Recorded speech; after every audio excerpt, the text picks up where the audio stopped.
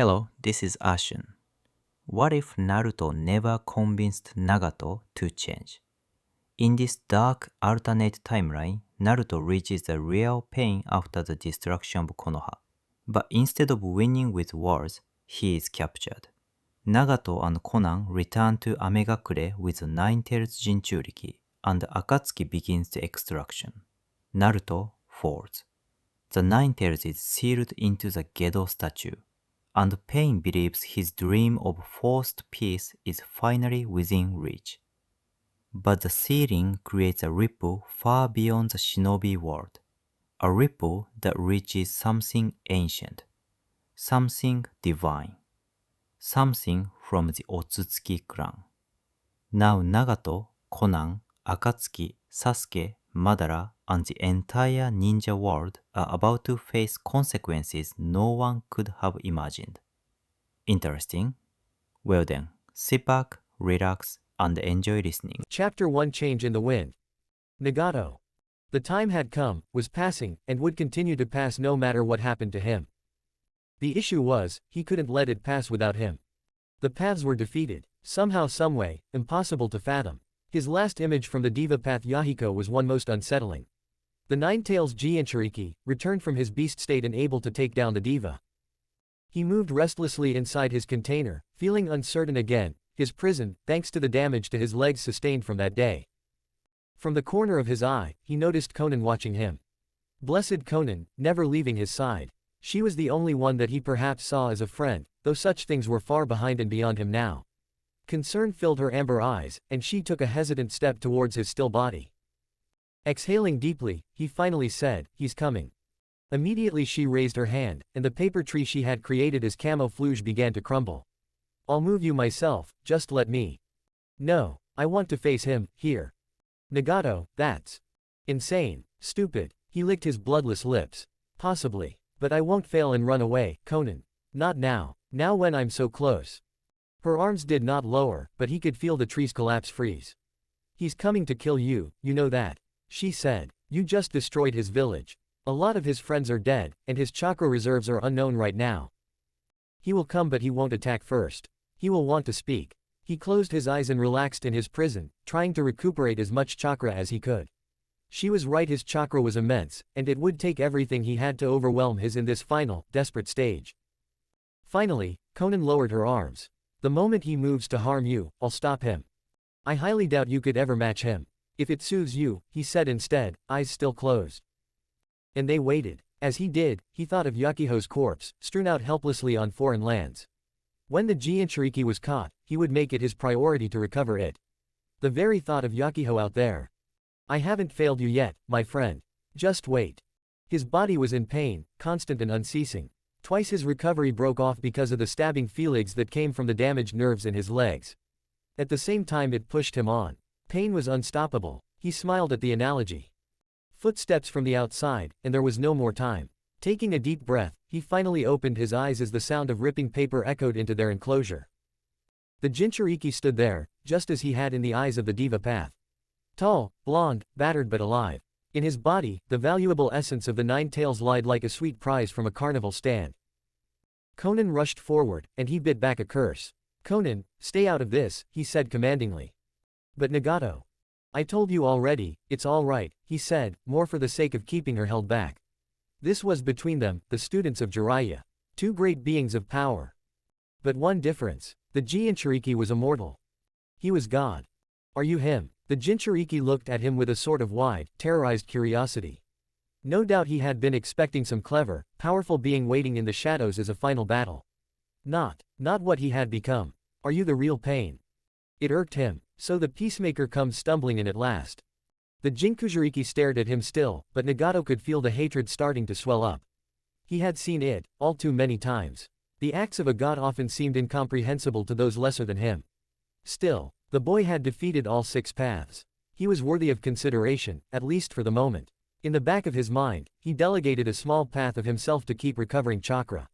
"Patience is my weapon, use it well."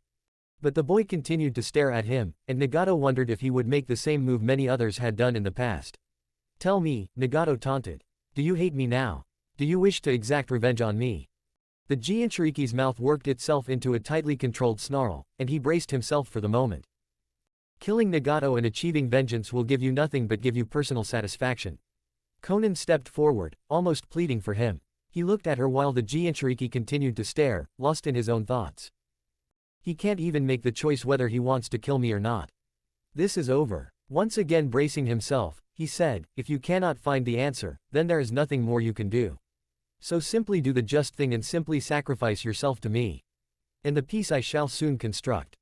Now, he focused his chakra into his legs and activated the prison in which he resided, and for its one weapon the chakra receiver spear it could eject. It shot forward and Jiraiya's last student took it full to the chest. Konan's eyes widened, looking between the boy and Nagato. He breathed a sigh of relief as he heard the first droplets of blood hit the floor, and his own chakra began to filter through the boy, taking over nerves, infiltrating him down to the last cell. There could be no more failure with this Jinchuriki, no more. But he was resisting, the shock of the blow fading. From this distance, I can control every move of yours with my chakra, he called out. But don't worry, I'm avoiding anything vital. Because you're invaluable to me, Jinchuriki. A hurricane of power. It was so sudden he almost didn't have time to react, and he poured all his chakra into a barrier, but the wild ferocity of the Nine Tails chakra broke his barrier as if it were the paper surrounding them. The power, the raw power. No, I control. I came here to talk to you, the Jinchuriki began, his voice rough with the air of a beast. Nagato gasped, thrashing about in his prison as if he had been crucified to it. The chakra surge was frying every inch of his body, heating him up like an oven. Fireworks danced beneath his eyes. The power. A shadow moved beneath him. Konan. She had warned, why didn't he want to listen? He rarely listened to her these days, sometimes she felt he kept her around like some lost family heirloom, to remind himself that he was still human and not the god he made himself out to be. But she wasn't going to stand by and collect dust. She wouldn't stand by, not like that day. Her wings snapped behind her like the feathers of a real bird, and she shot across the room towards the Jinchuriki, bowling him over with enough force to completely cut off the rest of his sentence. No doubt her interference had been the last thing on his mind, probably on Nagato's too. Did he expect her to ignore his thrashing about like a wounded animal? She carried the boy high into the air, and his hands gripped her shoulders. His fury was intense, she could practically feel it digging into her skin. No, he was digging into her cloak. His nails had sharpened into that of a beast's, and she looked into his eyes. A blood red, a cross made of the fox's slanted vertical shape and the sage mode's horizontal bar. It only heightened the need to end this quickly. If she carried this on for any longer than it had to, he was liable to kill her. Leaving Nagato alone. Not like that day. She folded the wings, enclosing both of them. The metal chakra receiver coming from Naruto's stomach awkwardly pushed against her stomach as they began to fall. His hands went from her arms to her chest, ripping apart the cloak, seeking the skin beneath. She put them into a spin, and she made the mistake of looking up. The ground was not paper, it was hard earth, and it spun closer like some sort of vortex. Nagato, she cried, not in fear but in hoping he would make the move once her part was done. They struck the earth, and to her great surprise she found herself to still be conscious, not a bone broken. She clawed herself out of the earth, and looked over at Naruto. He was collapsed, face up, eyes closed. The earth to his left was dented as if a giant hammer had swung into it. His hair was brownish and red, blood leaked from the direct wound, and she thought his head, likewise, bore the same dent as the earth. I cushioned your fall. She turned around, Nagato looked at her, eyes gaunt and slightly angry. Vomit trailed down the front of his metal position. You shouldn't have intervened, I had it under control. Under control. She gestured to the unconscious boy. Don't act like he wasn't using the Nine Tails power to overwhelm you any longer, and he could have very well been controlling your every movements. He gave a snort. He never would have stood a chance. His stable began to roll forward, the chakra receiver shooter closing. Your attacks cracked his skull. He's not going anywhere ever again. Throw him onto me and we will return to the hideout. I'm not a pack mule, she wanted to say, but she did as he said anyways. He rarely treated her this bad anyways, the shock of near defeat had no doubt upset him slightly. She could deal with that. They were closer to the goal. As she tossed Naruto's body onto him, their eyes met, and something more peaceful entered his. Peaceful, in the eyes of the Rinnegan, eyes built for seeing war, and yet they looked at her just as they had long ago. She smiled at him, and he did, and for a moment they were back in the orphan house, Yahiko and Jiraiya standing with them. The moment was gone, and the reality of the Rinnegan's purpose settled in. You can take down the tree now, he said hoarsely. We'll move as soon as you're finished. We have a long week of extracting the 9 tails ahead of us. I'll contact the others. Of course. In minutes they were away, the future more open to them than ever before. Chapter 2 Akatsuki. She had not seen him this exhausted for many years, and it worried him. But he refused to accept anything more than the minimum help, embracing the pain of his movements. They were drenched in the rain of Amegakure's relenting natural forces, and she knew Nagato could not bring himself to end it like he had before many times. It only served to make her shiver despite herself. I was close to losing both of them. Again. You will have to speak to them. They cannot see me. She looked over to him. He was fitted in a smaller device, a roller that allowed him to move about easier. His dark red hair shielded his face from her, but he was not looking at her to begin with. His face was tilted downwards, looking at the unmoving body of Naruto Uzumaki. Her brow furrowed. What are you afraid of? Nothing, he said, speaking like it was a fact. But they cannot view me for who I am. The illusion of the paths must remain. To keep your god appearance. Very well, she said. She picked up Naruto like a baby, his bottom sinking towards the ground as she held him by the ankles and arms. We will need you to activate the summoning, of course. He nodded, faintly. I'll do it from my quarters, send me a message when they're all ready. He entered without another word, and she went through the main entrance herself. The multicolored tower had been their home for many years, and she finally felt a sense of relaxation own through her as she entered it. In the main sanctum, the remnant of the Akatsuki stood at the foot of the enormous statue the tower's giant height sought to conceal. They stood at its foot, inspecting her return. Kisame smiled his shark-toothed grin, all his teeth appearing from behind the pale blue lips. So, the fearless leaders return. And with their cargo nicely intact. Very well done, White Zetsu said softly, while his black counterpart, attached to the same body, said more sinisterly, most impressive. The most fearsome of the tailed beasts finally subdued.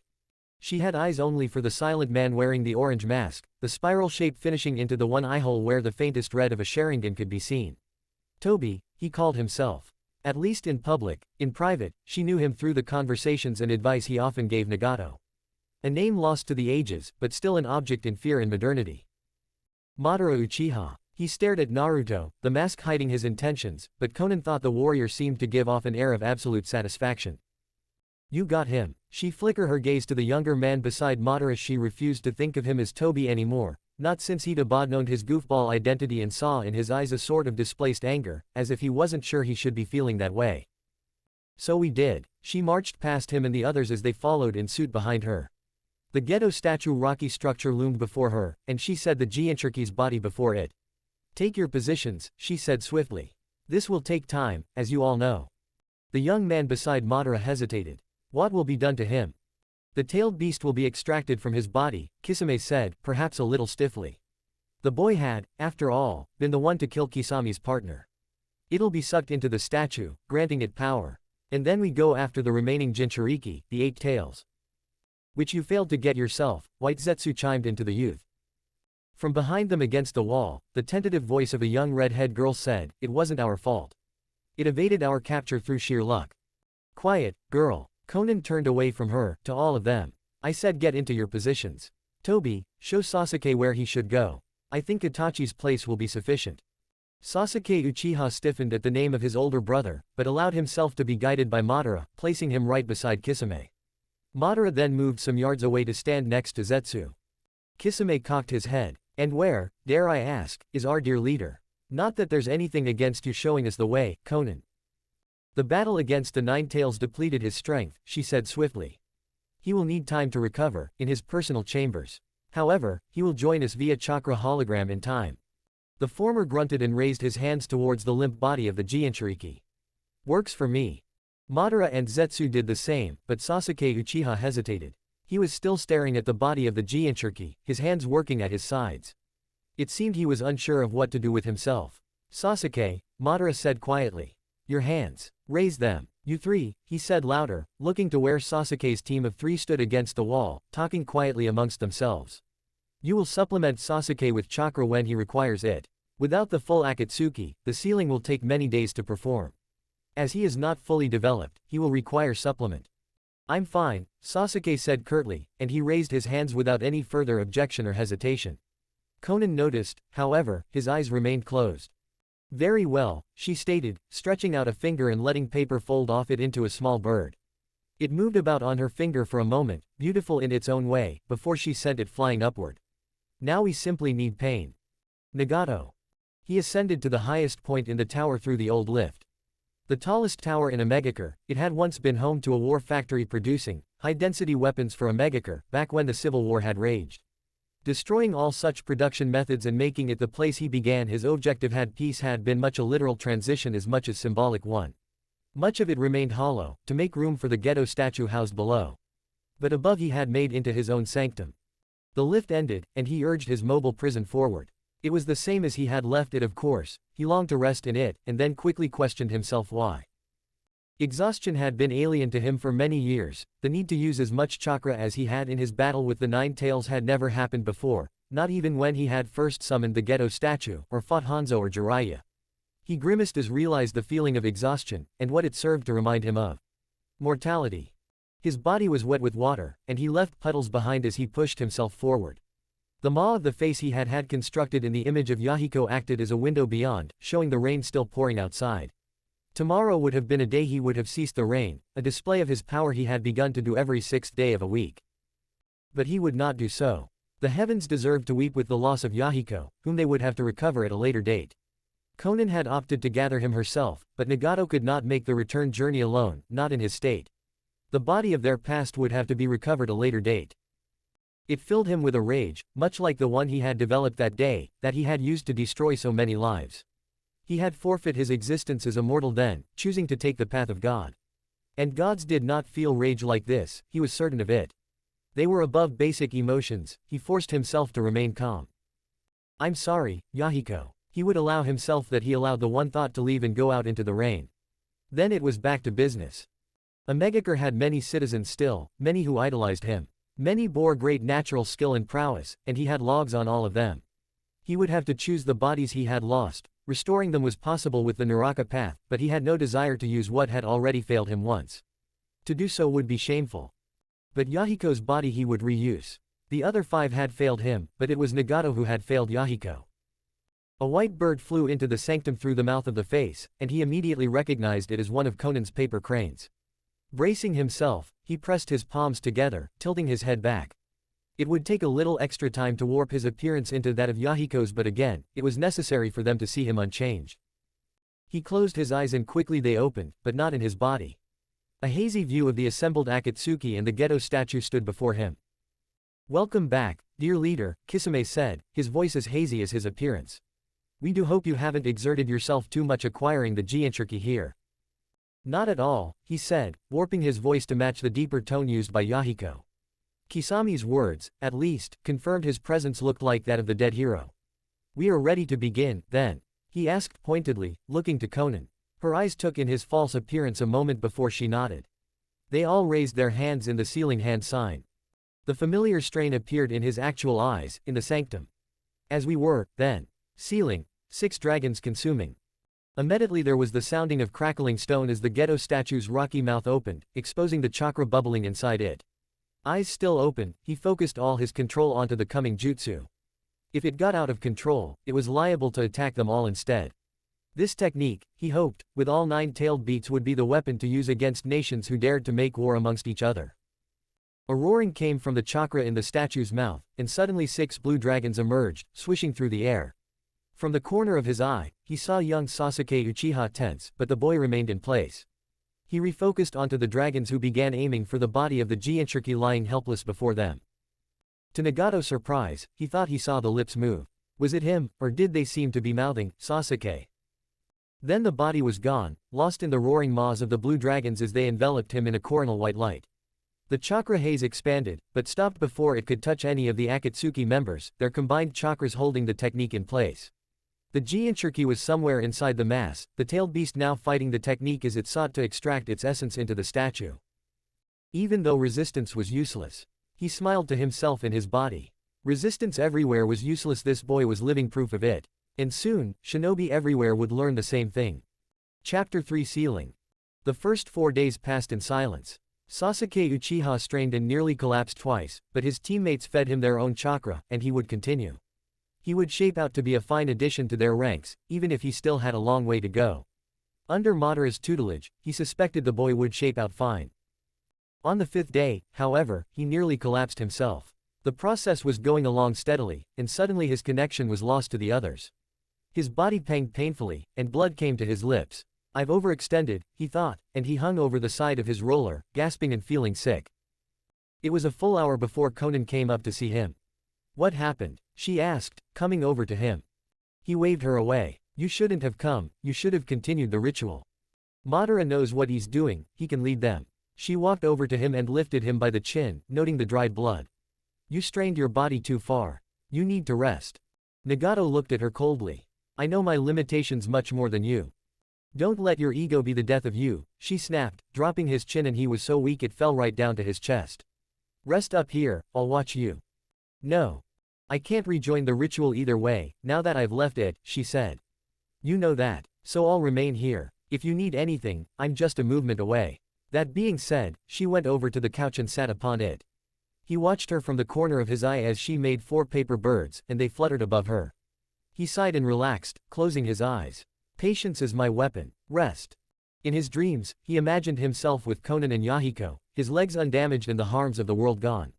Jiraiya, Sannin and Sensei, stood atop a hill covered in sunlight, beaming down upon his students as he waved farewell, having taught them all he knew. He left them alone, but with the knowledge they would meet again, as friends. Nagato turned to Yahiko, and his friend expressed the desire to reunite Amegakure, to which the other two accepted. Time flew, and their group expanded beyond 3, to hundreds, even thousands, until only Hanzo, leader of the opposition, stood before them alone. Yahiko offered him the chance to surrender peacefully, and Hanzo did so, acknowledging them all to be the proper leaders necessary for the village hidden in the rain. His vision began to turn red as he looked upon Hanzo. This wasn't a man deserving of mercy or surrender. What he could have done to them.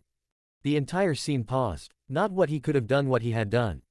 Suddenly, the dream altered drastically. Yahiko, Konan, himself, all of Amegakure and the sunlit landscape vanished. What remained was pain in a darkened corridor, with Hanzo, a frail and weak old man, fallen on the ground, a hand held up desperately for mercy. Not a dream, a memory. He raised a hand and blew Hanzo away, and victory filled him. From dream, to nightmare, to reality. Nagato, wake up. Slowly, he opened his eyes. Konan stood in front of him, arms held loosely at her sides. She had not moved from her place on the couch, even though days must have passed. He wondered if she had been sending paper clones instead of herself, so that she could personally keep watch on him, an annoying tendency of hers. The ceiling is almost done, we can return to finish it. Of course. He said nothing to her of the dream, even though this wasn't the first time he had had it. He didn't believe that the dream represented regret, but what he believed sometimes wasn't true. But he would never admit that to another. Appearances were important, even to those close to him. He nodded and lifted a pale hand. Go. I will create a chakra transmission once more. She nodded once, and it was a more solid reminder how much time had passed. More than a week had passed. News of Konohagakure's destruction will have leaked to the other nations by now. Stories of Akatsuki's vengeance would be spreading like wildfire, and the smarter folk in those great nations would begin to piece together the mystery of the disappearing Jinchuriki. The time to act would be very soon. Nagato pressed his hands together and closed his eyes again, to rejoin the others once more. The glowing chakra hologram appeared in the place it had been before, and saw that the 9 tails was a hollow husk. The skin clung the bones, the cheeks compressed unnaturally. Naruto Uzumaki, his sibling by student to Jiraiya, was long dead. Not even the 9 tails itself remained inside. It had successfully been absorbed into the Gedo statue, and now it was required he finish sealing it inside. For a moment, guilt made his insides warm. Jiraiya's sensei had attempted to stop him, and he had done away with him easily and remorselessly. Now his student Naruto was also gone, the end of his perverted former master's legacy for peace. It was quickly brushed aside. He was the present and future now. Glad you could join us, Kisame growled from the right. Have a nice nap. Be kind, Kisame, Madara said lightly, though he, too, sounded strained. Pain, if you would be so kind. The other said the name mockingly, but only just. Madara knew who he was, behind the hologram. He knew he was Nagato, a weak frail man in a metal prison, and it was for this very reason Nagato kept him close and allowed such snide remarks to pass. Nothing was to be gained by upsetting Madara, everything was to be achieved through him. Nagato stretched the hologram's hands forward into the final sealing hand signs, choosing not to reply. The others relaxed as he did so, and the sealing jutsu's chakra dragons combined into a formless blue ball of pure chakra. At the core of it, a hazy red could be seen swirling violently, the chakra of the 9 tails, so malevolent it had taken a different color. Gedo Statue, 6 Dragon Absorption Seal. He slammed the palm down into the ground, pouring his concentration into the Gedo Statue, helping it suck in the resisting 9 tails chakra. He narrowed his eyes, all business. You won't be putting up a fight so mighty this time, Kinshiki. You are mine. Effortlessly, it was sucked in and the jaws of the Gedo Statue clamped shut, the stone teeth quaking around the mouth muzzle. To his surprise, a sort of aftershock came to him, in the form of a ripple of a thin line of chakra. He tracked it as it exited the building in a ring, none of the others seemed to react. Never happened before. Perhaps the sealing of such a great amount of chakra was a little much for the statue. Yet nothing more out of the ordinary occurred, and he looked away from the walls the chakra wave had disappeared through as the glow of chakra vanished, leaving the chamber in a musky darkness. Sasuke cracked his neck, his arms crossed. If you could so effortlessly stow away the 9 tails chakra like that, why did you leave us? I did not desire to push myself any further after capturing the creature, Nagato said through the hologram, his voice crackling. I also wished to see you test your own capabilities and stamina in the sealing process. You performed remarkably. The young Uchiha blinked, then nodded uncertainly. Nagato studied him closely. He knew the boy had been close to Naruto Uzumaki, and had noticed his inner conflict easily at the beginning of the sealing. Now, he seemed to have come to terms with the loss of Uzumaki. Madara would undoubtedly crush any remorse out of him, if there were any, he had a knack for that sort of thing. But one of his companions, the red-haired brat from before, said boldly, you didn't even watch his progress, during any of the days after you left. I'm a sensory shinobi, I would have detected you. What were you doing that was so much more important than sealing Naruto? Nagato turned the hologram to her, and she flinched back under the gaze of the Rinnegan. Know your place, girl, he said coldly, the voice crackling again. What I do is far beyond your concerns. He turned back to Zetsu, Madara, Kisame, and the returned Konan. The capture of the final Jinchuriki is needed. Begin looking for the 8 tails. Our final hour draws close to us. Kisame clasped his hands together. Wonderful, wonderful. I'll speak to my contacts in the land of lightning. We'll find the bastard before long. And I have spores all across the nation, Zetsu added. He will not remain hidden from us. I would speak with you, Pain. Madara tilted his masked head pointedly at him. If you don't mind. He nodded the hologram's head, feeling apprehensive. What could Madara want to say? Congratulations. It wasn't out of character of him. Perhaps that was all. I will see you in the usual place. What about us? Sasuke and his comrades looked imperiously at the huddled S-rank ninja. Nagato waved a hand carelessly in their direction. Do what you will, but keep a low profile. Now that news of the devastation of Konoha has spread, their previous ignorance towards Akatsuki will be gone. When I require you, you will return to here. That is all. We aren't your playthings, the redhead said hotly, disbelievingly insolent. He longed to run her through. In a few strides, Konan crossed the space between them and grabbed her by the throat. Hey! The white-haired youth beside her cried, drawing the massive sword on his back, but Konan knocked him aside effortlessly. Sasuke and the other looked uncertain. Take this lesson more seriously, Konan said flatly to her, and squeezed briefly, making the redhead squeak. Then she released and the girl fell to her knees, choking in near tears. Konan looked down remorselessly. Do not speak to your god with disrespect. Follow his will, respect him. That is all that is asked of you. Now go. Momoshiki Otsutsuki. The China tea set was an exquisite sort, the delicate white material welded together by the finest artisans of the planet, handcrafted over years upon years. Before the planet had died, of course.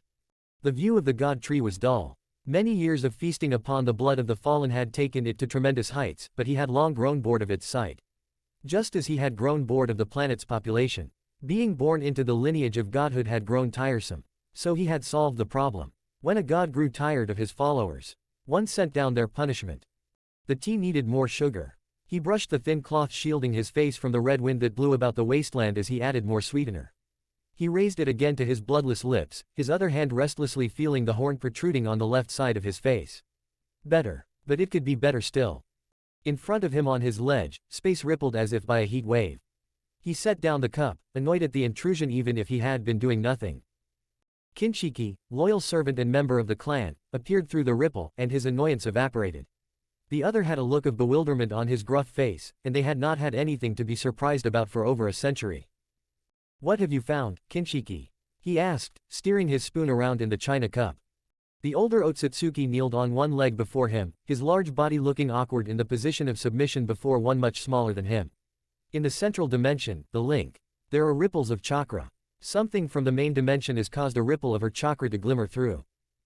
Momoshiki Otsutsuki stood up slowly, thinking. For decades, ever since he had destroyed the last trace of life besides himself and his obedient servant, he had sought for a way to meet up with the mythical origin of life, the mother of their clan, Kagaya. They had searched, finding her private dimensions but finding nothing inside them except glimmers of her existence. The way to the main dimension, that of the planet they learned was called Earth, remained sealed off. Until now, someone on the other end was creating chakra vibrations in sync to Kagaya's. If they could tap into a large enough chakra signature, they would be able to directly trace it to her location. Earth. Kinshiki knew this, and he said, "We will have to wait for the vibrations to become stronger. Right now they are faint. Whoever is creating them is reaching large levels but not enough, only a small bursts." He licked his lips. They said she was sealed away by her children. But could she have returned? He laughed, and with one gesture he had swept the delicate china off the table, where it tumbled below and shattered in distant tinkles. The desire to keep such precious utensils would soon be gone. One god against another. I could not hope for such a battle, though the very possibility fills me with glee. No, I suspect lesser beings on the other end are meddling with powers far beyond their capability. They will be easy to subdue. In front of them, the giant tree had never seemed so pointless. He held a palm above him and collected energy through the red-eye Rinnegan ingrained there. This world no longer holds any promise for us. It is time we move on. The red ball of condensed chakra reached the size of a small house, and he shot it off to the tree, striking it dead center. The top half of it quivered, then began to fall. The explosion had ripped it in two. Come, Kinshiki, we will await the next ripple. When it comes, we will be ready. It is time for their planet came to be under the control of a new god. Chapter 4 Questionable Decisions. Madara stared for the smallest of moments, then sat down on one of the couches. Konan flicked her gaze to Nagato, who gave a small nod, licking his lips. He rolled himself over to them, moving between the couches. Why? Madara said simply. I underestimated the 9 tails, Nagato said hazardously. Madara made a show of looking around, then settling the gaze of the single Sharingan through the mask towards Nagato's crippled form. You lost the rest of the bodies, then. To a boy. He was nearing full-tailed beast form, Nagato snapped, and Konan compressed her lips. Stay calm, Nagato. I did everything I could to subdue to it, and it was costly. That's all.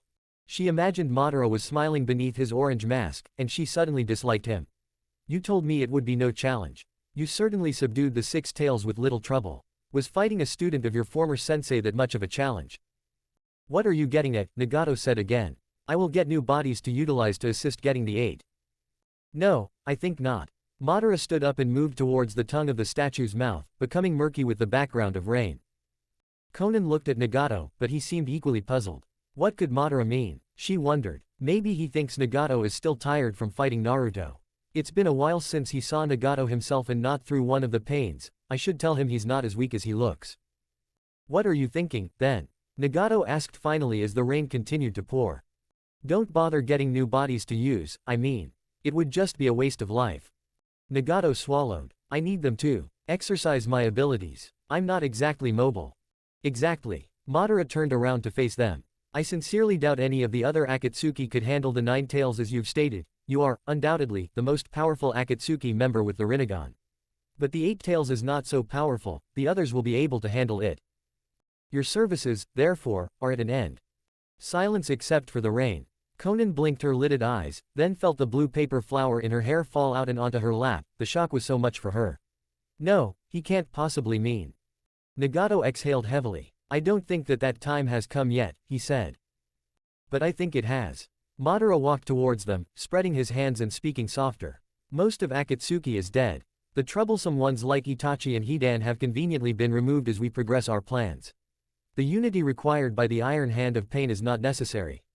Your power, likewise, is no longer necessary with the capture of the 8 tails possible with the core members we have left. It is time, Nagato. Each sentence felt like a punch to the chest for her. Not just because of their outer meaning, but because it was logical. Nagato had, theoretically, served his purpose in the greater scheme of things. His final actions were right around the corner. But still Nagato shook his head, looking cross. I am still needed to use the Gedo Statue's main power, the destruction of one of the great nations. You promised me I would be allowed to see our great plan in action before I did this final deed for you. You sound like a child, Madara said, sounding impatient for the first time. I promised you, that does not sound like a god speaking. And you sound as if you are avoiding wanting to keep your word, Nagato said calmly. Or maybe it's that you've realized that even though I look physically weak to you, you know that you yourself could still not kill me and claim my eyes for yourself. The silence again, and Konan tensed. Madara's hands dropped to his sides, and she readied herself to throw herself before Nagato in case the Uchiha attacked, to prove him wrong. That would indeed be a problem of mine, Madara said with surprising honesty, and she shook her head. Nothing he does will ever make sense to me. First Toby, then threats. He's worse than Yahiko ever was. I merely want you to acknowledge that this time is approaching. You have known from the moment I conceived with you the purpose of Akatsuki and yourself, then your life was not to be permanent to the end of our goal. And that thought has never drifted from my mind, Nagato replied, his back arched to look straighter, taller. Did you believe I would attempt to steal the plan for myself? I have never wavered from the agreement we made. Madara chuckled. As honorable as ever. Very well, you will remain alive for the demonstration. But after, you will give yourself for the eye of the moon. Am I understood? Nagato exhaled again. Yes. Wonderful. Madara clasped his hands together, looked over at Konan. Don't look so pale, dear Konan. I'm not stealing your dear deity today. You can both relax. The 8 tails will be in our possession soon, and then we will have peace. Nagato. He watched as Madara threw himself into the rain, disappearing with his space-time ninjutsu. Still, he focused his chakra out into the rain, using its sense for his presence. But no, Madara Uchiha was doing whatever it was he did in his spare time, scheming, perhaps, for new ways to indeed steal Nagato's eyes. Madara was slippery at best, but even snakes had their uses in this plot. For a moment, I thought he would attack you here and now, Konan said, leaning deeper into the confines of the couch, relaxing with Madara gone. He's always struck me as having a hidden agenda. I've suspected the same. Nagato slouched in his confines, feeling his bones move in his skeletal frame. However, he remains a crucial aspect in our plans, and thus nothing can be done to eliminate him at this time. We will have to respect each other for now. And I have no intention of submitting myself to his end goal. Konan crossed her legs. I had forgotten that. That was something still in the plan. Because it'll never happen, Nagato said snidely. He rolled himself over to the mouth that Madara had exited out of, then tentatively stretched a hand out to feel the rain falling. Beautiful. Madara may have conceived the eye of the moon, but he cannot carry it out himself. I am necessary, though he would convey to us that we are the expandable ones. He curled his fist, capturing some of the rain in his naked fist. Once he explains to me the exact process of the tailed beast weapon, I will prove him mistaken. She came up behind him. You plan to utilize pain again. Nagato sighed. Yes. You know that I cannot do much in this form. Most of the talk back there was to keep Madara at bay, not to actually ward him off. Without the paths, I am quite vulnerable. I would never let him harm you. He smiled, gave her a sidelong glance. She looked back determinedly, much like she would have done before that day. I know, but I would still like to protect myself. He exposed himself fully to the rain, the water falling and rolling off his skin in his container. He again focused his chakra out into the rain, and through it he felt the thousands of bodies living in the nation. Young, old, strong, weak. Normally he would have had a procedure for choosing the best bodies for himself, but times were short. He had full faith in Akatsuki's remnant. He doubted the 8 tails would require much time to be taken. Through the chakra, he felt a Chunin practicing in his home, his determination like a miniature sun in the cold rain. Put your hand on me, he breathed to Konan, and he felt her warm touch upon his pale shoulder, her robe getting damp with the rain. Him, she asked for clarification, as he finished feeding his intent. Yes, the first. He will be honored to have been my first choice. Anyone else? She said it lightly, but he detected the undertone immediately, and ignored it. He felt through the rain, and saw another young man, this one a retired shinobi due to critical injuries through his arm. Pain radiated through it as he hoed a wheat field, through him, filling Nagato with a bitter taste in his mouth. Him, the Naraka path will restore his arm. I will amplify his pain to be worthy of serving me. Again she noted his placement, and Nagato chose 3 more, 2 women and 1 more man. 5 pains. Who are you choosing as the 6th? She asked quietly. The Diva path. The Rinnegan pulsed painfully. A tear was beginning to form in Yahiko had been. Who now lied abandoned, his body probably stowed away somewhere in the remaining civilization of the Leaf Village. He wanted to retrieve it. But to reuse it is the main pain. He had failed Yahiko twice now, did he deserve to work in his image still? He stiffened and the Rinnegan calmed. I certainly won't allow it to remain in the hands of our enemy, he stated. I will use the other pains to recover it. And I will decide what to do then. Konan nodded but didn't move away from him yet. Yahiko would want to be a part of us still, she murmured. What happened in the leaf was unavoidable. I will make my own choices, Konan. Now go, bring to me my pain. Chapter 5 God's Work. The rain did not impede her elegant white wings, made of thousands of small, origami papers. She flew through the misshapen buildings and skyscrapers, swooping lower and lower. She saw some pointing up at her, and some falling to their knees in instant prayer. It had become a common sight whenever she did her angelic work for the god of Amegakure. She stopped at the house of the one chosen by Nagato, the Chunin male. Her wings folded behind her, the extra papers slipping back up her wrists and the others melding as an outer skin.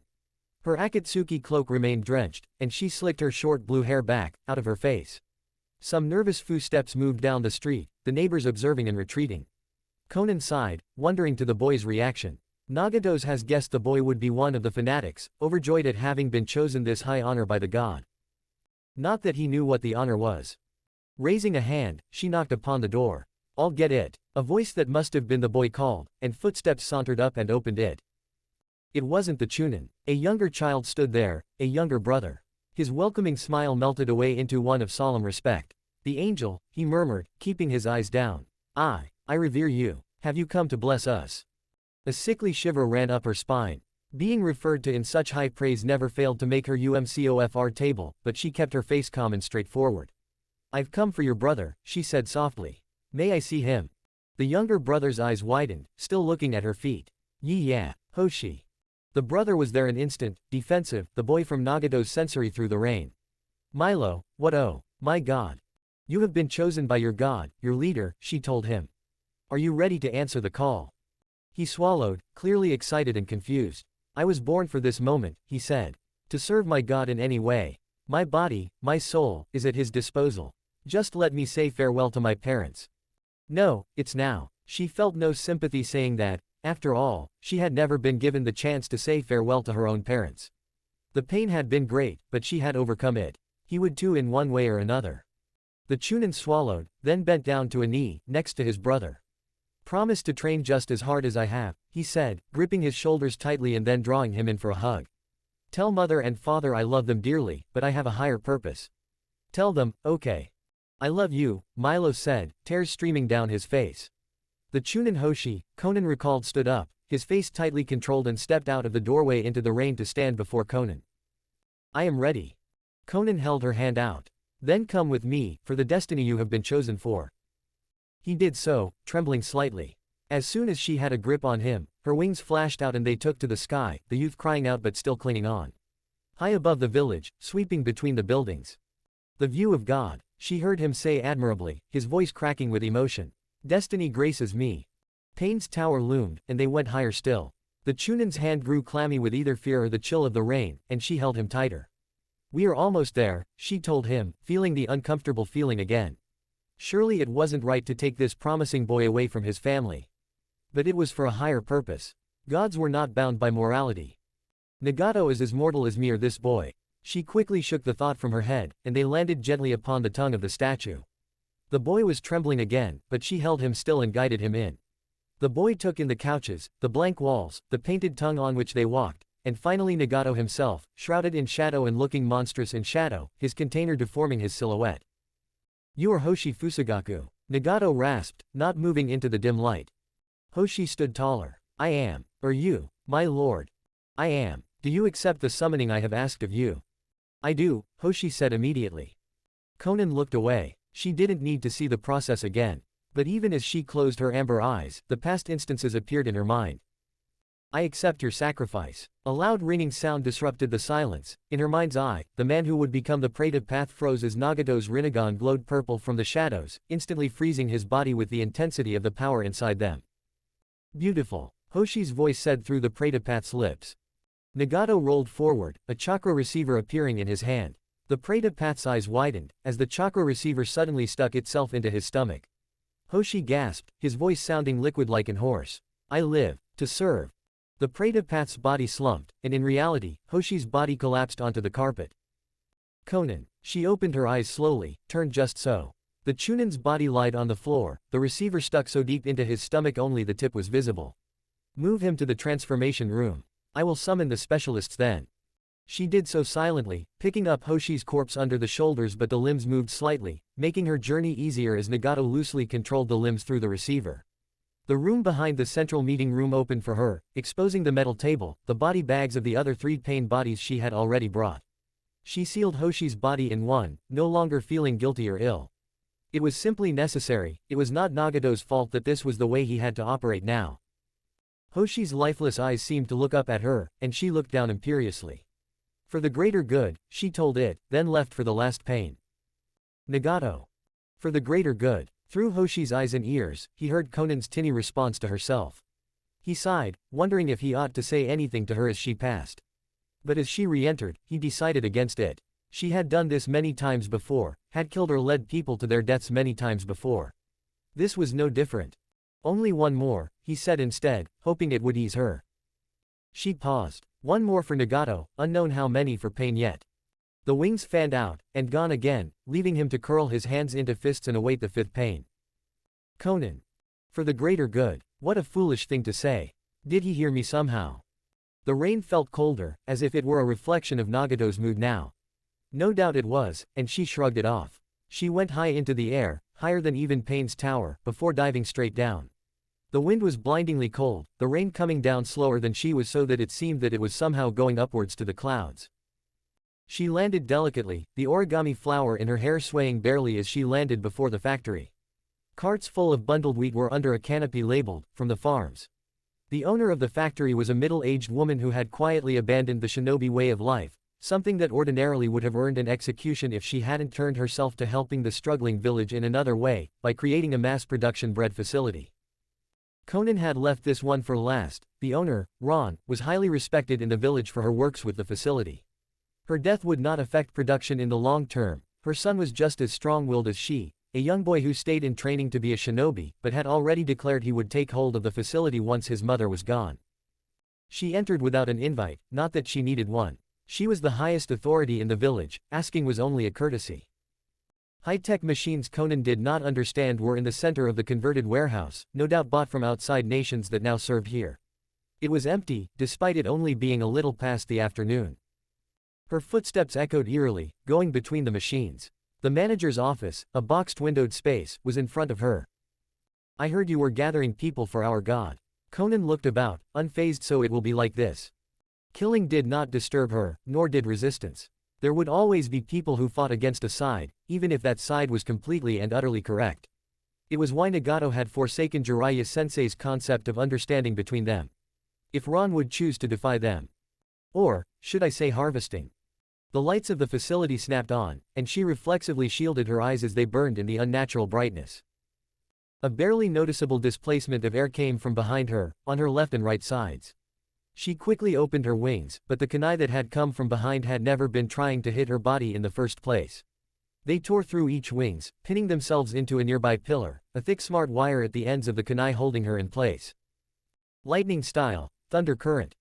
The sun's voice, or at least a different male. The electricity shocked her damp body, dealing twice the damage, but she did not cry out. Pain was nothing new, no matter how extreme. Still, her left leg collapsed under her, the muscles twitching uncontrollably as her nerves crisped. We've been studying both you and your so-called god for many years now. Konan looked up and saw Ron emerging from the overseer's office, leaning over a guard rail. We were like many of the others when you first came to power, hopeful you would prove a better leader than Hanzo, someone who would care for and nurture the village. Ron shook her head with disgust. When instead you fostered a cult of personality around pain instead of helping our nation with your so-called great power and wisdom, some of us just had to take matters into our own hands. You're not taking my mother. Konan craned her neck, not seeing the boy. He had placed himself in her blind spot, not that it would protect him very much. He didn't sound very close, either. And you won't be taking any other innocent civilians of Amegakure. Ron descended towards her, clearly thinking that Konan was subdued completely. Konan opted to remain silent, allowing the thought to foster while she carefully diverted chakra to her wings. I know there's no hope of actually killing Pain, but we could kill you, his so-called angel messenger. Ron grabbed Konan by the chin, forced her to look up. The woman had a shock of closely cropped blonde hair, so much she was inches from being bold. Bright green eyes tried to penetrate and intimidate the amber ones, and failed. Still, Ron smirked. But that would give us nothing but his wrath, and I have no doubt he would kill us all if it so pleased him. So rather, we hold on to the most precious thing besides his image, you. A god would surely not abandon one of his angels. Again, she remained silent. The boy was still in her blind spot, but he did not say anything still. She would have to assume he hadn't noticed the danger yet. I'm talking to you. Ron grabbed her face again. Are you so miserable you cannot speak to us? I thought you had to ask if I would sacrifice myself for your death cult. Or has role-playing suddenly fallen out of favor? Not that you're at our mercy. It is his mercy you will always be under, Konan said calmly. You will never grow within an inch of his power to challenge him. Mother. Rayan's eyes widened, but by then it was too late. With a powerful flap of now triple-layered wings, Konan snapped the wire holding the wings in place like string. The gust of wind coming off them was enough to bowl over the sun, who still managed to recover and land on his feet. Ron backed up 2 steps, her hand reaching for a kunai at her side while dread fell upon her face like a curtain. Lightning style, thunderwave repulsion. A thin wave of lightning chakra came from the sun, who Konan could now see clearly. It struck her and the tips of her wings crumbled, and her weakened left leg once again wobbled. Quick as a flash, she reduced the triple layering in the wings to be the usual amount, allowing her to soar into the air again. She swooped upon the boy, catching him in the middle of another set of hand signs. He gasped as the air was knocked out of him, and she took him high to the roof, his hands slapping uselessly against her back. To her surprise, he suddenly grabbed the right wing, breaking her flying pattern and making her begin to dip. She went into a corkscrew, and she heard the mother cry out for her son. Konan stopped the corkscrew right before they landed, swinging her body so the son would take the full impact of the fall. They crunched upon the concrete, and the sound of several bones snapping was audible. She got off the boy, completely unharmed. He looked up at her, the left side of his body bent and broken like some sort of manhandled action figure. He spat blood defiantly at her, and it landed upon one of the red clouds upon her Akatsuki cloak. Enough games, Konan said, turning to face the Ron. The woman stood with a kunai before her, shocked by the change of events. You have been chosen by pain. You answer to pain. She held up a blue-painted fingernail, and from it paper from the outer level of skin formed into several paper shuriken, spinning ominously before her. Will you submit? Don't do it, Mother Ag. The boy screamed as Konan stepped on his arm, causing the bones to grind. Stop, stop. Ron flung the kunai away, standing palms open. Just stop hurting my son. By all rights, Konan should have slit the boy's throat for defying her in pain, and no doubt this particular event wouldn't cause him to serve loyally for long. Nevertheless, if she wanted the woman intact he would live for now. Konan lowered her hand, and the shuriken turned back into slips of paper. Come to me, then, Ron. Ron stepped forward, her footsteps shaky with probably fear. Her amber eyes narrowed. The hands shook as well, but the sleeves remained immobile, not moving like the rest. Something. The factory owner flung off her outer garment, and Konan's eyes widened with shock. Explosive tags covered her arms, and Ron leapt forward to embrace Konan in an ironic hug. Die, devil's messenger. Struggling did nothing. Rayan's grip was surprisingly strong. But she was still touching Konan, and that meant the paper all around her could transfer over very easily. A second passed, and the first explosive tag activated. By the time it was nearing activation, however, paper was slogging the woman like a sentient mold, covering her and coming beneath the tags. They ripped off the skin, but still more were activating. The first one exploded as the last paper covered the last of the skin, encasing Ron. Konan shut her eyes as the explosions rippled around them, causing spots to flicker behind her eyelids. Eventually, they faded away. She opened her eyes, the paper smoked, but the chakra she had infused into it had caused them only to smolder slightly with the near bombs. A rattling breath came from Ron, still completely encased in the paper.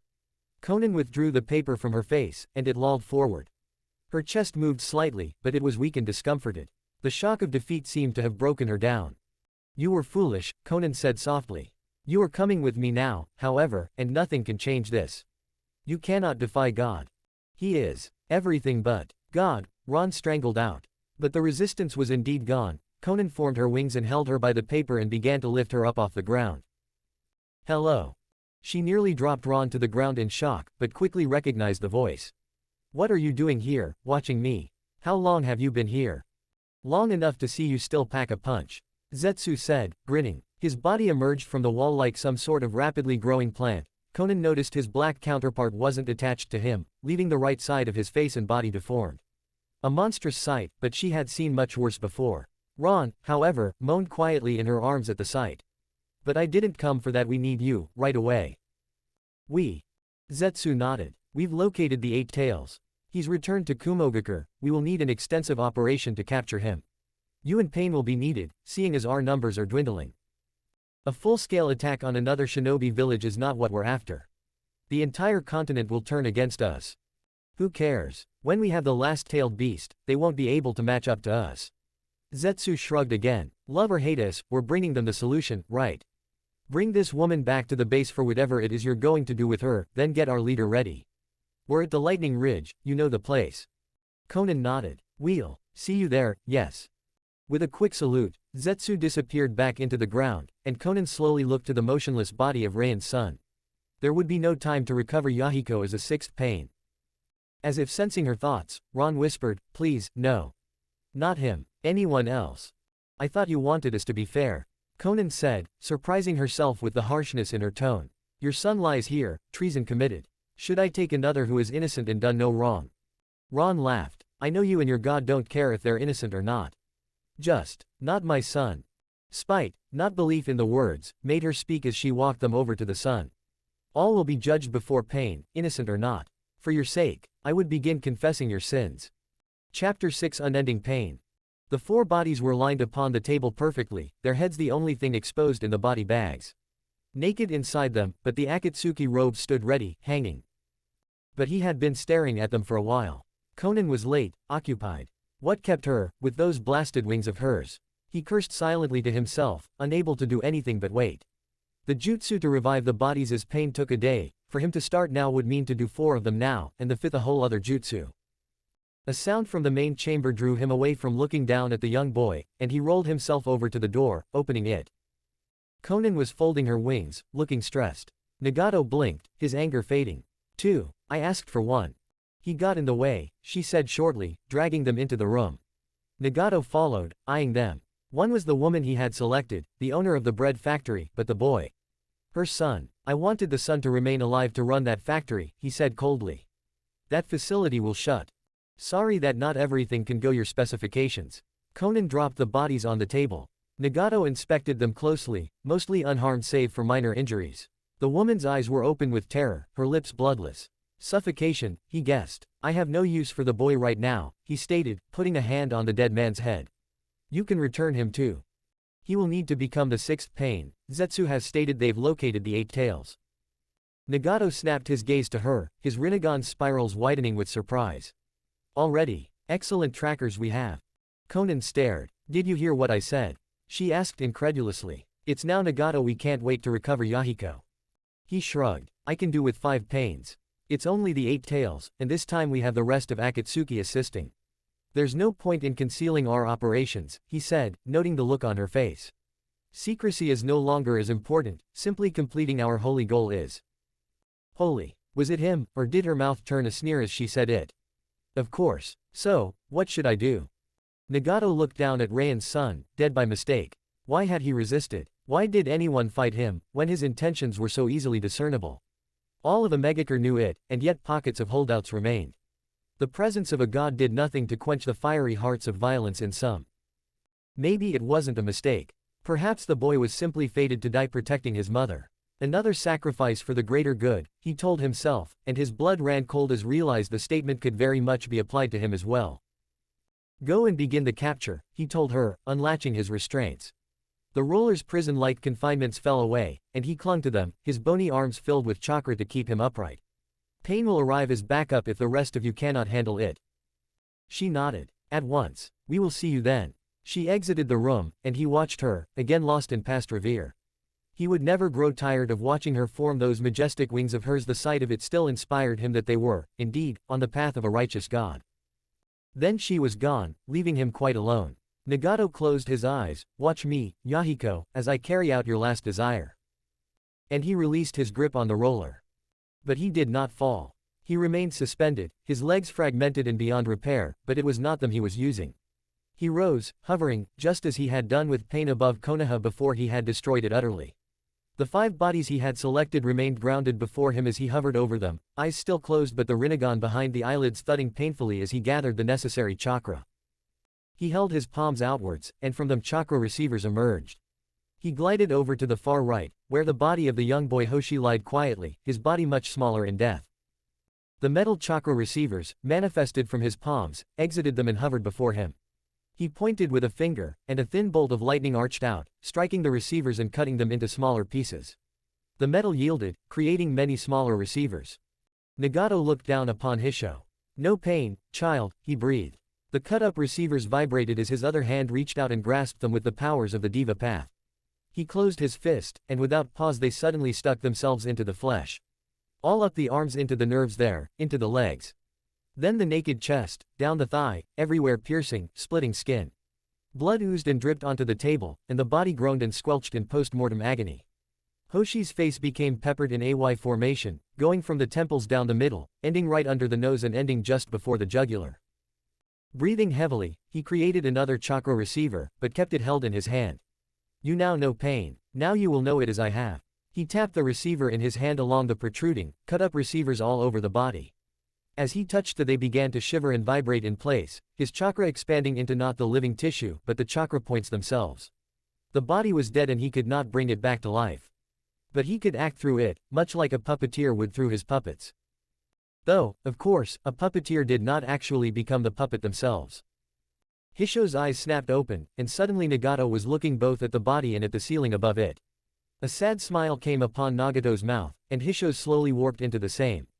His chakra was in, now it simply required the rest of the day to adapt. "You know my pain. And now you shall live it as I do." Breathing softly with anticipation, still suspended in the air, he moved to the next body. Konan. That day. Why did it happen? High above the clouds where no one could see her was where Konan felt truly able to come to terms with herself. When first she had spread her wings and ascended this far, it had been whether to end her life. When that day had come to pass. Hanzo, holding her by her hair as he commanded Nagato to kill Yahiko. Nagato, blank-eyed, unable to process killing his best friend. Yahiko, throwing himself upon Nagato's kunai to fulfill Hanzo's request, knowing Nagato could not do it himself. That day, when Yahiko and Nagato had died, the day pain had been born. It broke him. She had seen it right away. The absolute carnage of Nagato's wrath after Yahiko had killed himself had shaken her to the core. No amount of destruction she had witnessed during the civil war could be compared to the summoning of the Gedo Statue, the soul-sucking demons that had emerged from its mouth. In those brief moments, she knew gentle Nagato was as gone as Yahiko's lifeless body at his feet. And he had told her it was time for God to come bring peace to the world. Why did that day have to happen? She did not believe him, and so he had grasped Yahiko's lifeless body in his hands, and right before her tearful and shocked eyes, impaled him with metal spears of cold death. Blood ran from their friend's body, and she screamed at him for mutilating his body, for desecrating his closest of friends. Then Yahiko had leaned up and gotten to his feet, dusting himself off as if he had simply gotten up from a nap. But when he turned to face Konan's desperately hopeful face, she saw that Yahiko had not returned. Pain, too, had been born in him. Nagato. The table was drenched in blood by now, but his chakra had filled Hisho's body enough that he could make blood stop seeping, begin to heal the wounds. He would not make it stand yet, he liked the satisfaction of having them all do so at once. All 5 bodies were impaled with receivers, and his chakra flooded all of them. He breathed deeply, closing the eyes of his body and still seeing 5 different sections of the ceiling above. A sight baffling for any mortal, he thought smugly. But not for. He felt like he was being watched, and he opened his real eyes, looked to his left. Raian's son, discarded in the corner, groaned. His concentration broke. He was so caught off guard, he had been absolutely certain he was as dead as his mother. But no, the boy lived. Konan had been unable to kill him. Nagato crashed to the floor, his legs crumbling uselessly beneath him. The sound made Raian's son jolt into fully alert zone, and he scrambled about. He tried to get up, but slipped in the blood pool around him. Where am I? Who are you? What? The boy scampered to his feet while Nagato struggled to get back into his roller. His hands, however, were also slick with blood and his grip was simply impossible to keep on the handles. My mother. These people. What have you done to them? The boy screamed, his voice shaking with more absolute terror than fury. He had awoken from a place he knew to a world drowned in blood. He backed into a wall, unsure of what to do. Nagato finally got a solid grip on his roller and hoisted himself into it. Gasping with the strength needed to physically put himself into it, he slouched into it. "Did you do this to them?" the boy screamed, pointing madly at him. "Yes," he breathed. "I did this to them." The boy's hyperventilation barely allowed him to get his words out. "You're not, or you are you him." Nagato smiled wolfishly. "I am he. The real pain." The boy's hands curled at his side, and his face unbelievable broke into a sneer. "No, now I know I'm dreaming. Our great and power leader, our god, could not be some weak, skeletal pale man hiding in a tower." "Appearances aren't everything," Nagato replied, though he felt a certain annoyance. You're a damn joke." The boy raised his fists and began to walk over to Nagato, still tired and slumped in his mobile prison. "I'll kill you," Raian's son roared, his voice filling the room with the heat of disbelieving fury. The hand of Hisho, impaled with chakra receivers, reached out and grabbed the boy's hand. He screamed again, this time in terror. "What the hell, let go." But though he slapped at the hand, it would not release. Nagato felt the E-hat coming off the boy, feeling it through the artificial nerves his chakra receivers created in Hoshi's clammy body. He increased his grip, and Raian's son screamed again. "Let go of me." He tried to wrench himself free, but Hoshi's other arm came up while Nagato increased the hold on his wrist even more. "You'll know pain," Hoshi said rather, Nagato said through the lifeless vocal cords. Raian's boy wept, the previous wildfire of anger abruptly vanished. Hoshi's other hand suddenly stuck itself in his chest, and the boy immediately froze. Something glimmering began to come from his chest, held at the tips of Hishi's fingers. Raian's son began to shake violently, quaking completely as the whole body panicked. With one last pull, the entire glimmering form came clear. Nagato looked at it through his own and Hoshi's eyes, a soul, light green in color, extracted through the powers of the human path that he now exercised through Hoshi's lifeless body. The human path flexed the hand holding the soul while simultaneously letting Roan's son drop to the floor, saliva drooling from his motionless mouth. The head of the soul was held in the palm, and it squeezed. Like some sort of human jello, it took the stress until. Gone. The soul faded into nothingness. "I am a joke?" Nagato asked aloud. "No, I am God. Best you not forget it." Chapter 7 Kumo Crush. "I have a spore, right on the back of his chubby neck," Zetsu said proudly, gesturing towards the walls of Kumogakure. Konan squinted at them. Security was tight, they were lined with shinobi. The only gate was clogged with people attempting to gain entry. Kisame growled between his shark teeth. "Itachi and I were able to gain entrance to the village hidden in the leaves by placing the guards under genjutsu," he stated. "But these guys won't be as easy to push over, plus they're clearly expecting someone to make a move against them. Us, no doubt." The three of them debated strategy for a few moments. Madara was nowhere to be seen, though Zetsu claimed he was around. Konan knew he would be doing his own thing, he preferred to operate alone in these sort of situations. Which left the three of them for now. Pain would arrive once the creation of the paths was complete, while they had also sent messages for Sasuke and his cohorts to make haste over. Thought Zetsu had stated they were somewhere in Otogakure, far from this location. It was up to them to break into those militant great nation and capture their prized Kinshiki, the brother of the Raikage. All in a day's work, she thought, feeling some youthful cockiness creep into her from the past. Normally it was held back in Nagato's presence, but without him around. "Here's the plan," she said, standing up from their hidden location. "The mountain there is high enough. If we drop down we can land on the walls and take out the few guards there. As long as no one sees this, our presence will remain hidden until their bodies are found. By that time, we will hopefully be in range of the Raikage's office and the 8 tails in our sights. From there, it's a matter of subduing as quickly as possible before security becomes too numerous." Kisame hefted his enormous blade. "Well, it's glad to know the leader's knowledge has trickled down onto you, Konan." "Not everything is descended from our leader onto me," she replied friendly enough, pulling her lanky blue hair behind her eyes. "Zetsu, I know you're not a combat type, can you monitor the situation from afar?" "Of course," the white counterpart said, while the black half said, "We have spores attached to your left arms. If we notice something amiss, we will alert you through them." "Right. Come, Kisame." The two began running up the hill. Konan did not wish to leave the other alone by utilizing her wings. The mountain was high, and they had developed a fine sweat as they reached the very top of the grassy ledge. Kumogakure's walls looked as thin as bread crust from this height, and she breathed in the pure, clean air. To believe one day it will be polluted by the fires of our peace. "Ready when you are, Konan," Kisame rasped, sheathing sharkskin to his back. "Right." She looked down. There were 2 guards on a small section between towers, caught up in brief conversation. Now! She jumped, and the scream of wind passing so rapidly deafened her. The ground rapidly approached, and her mind flashed back to the day when she had sought to end it all.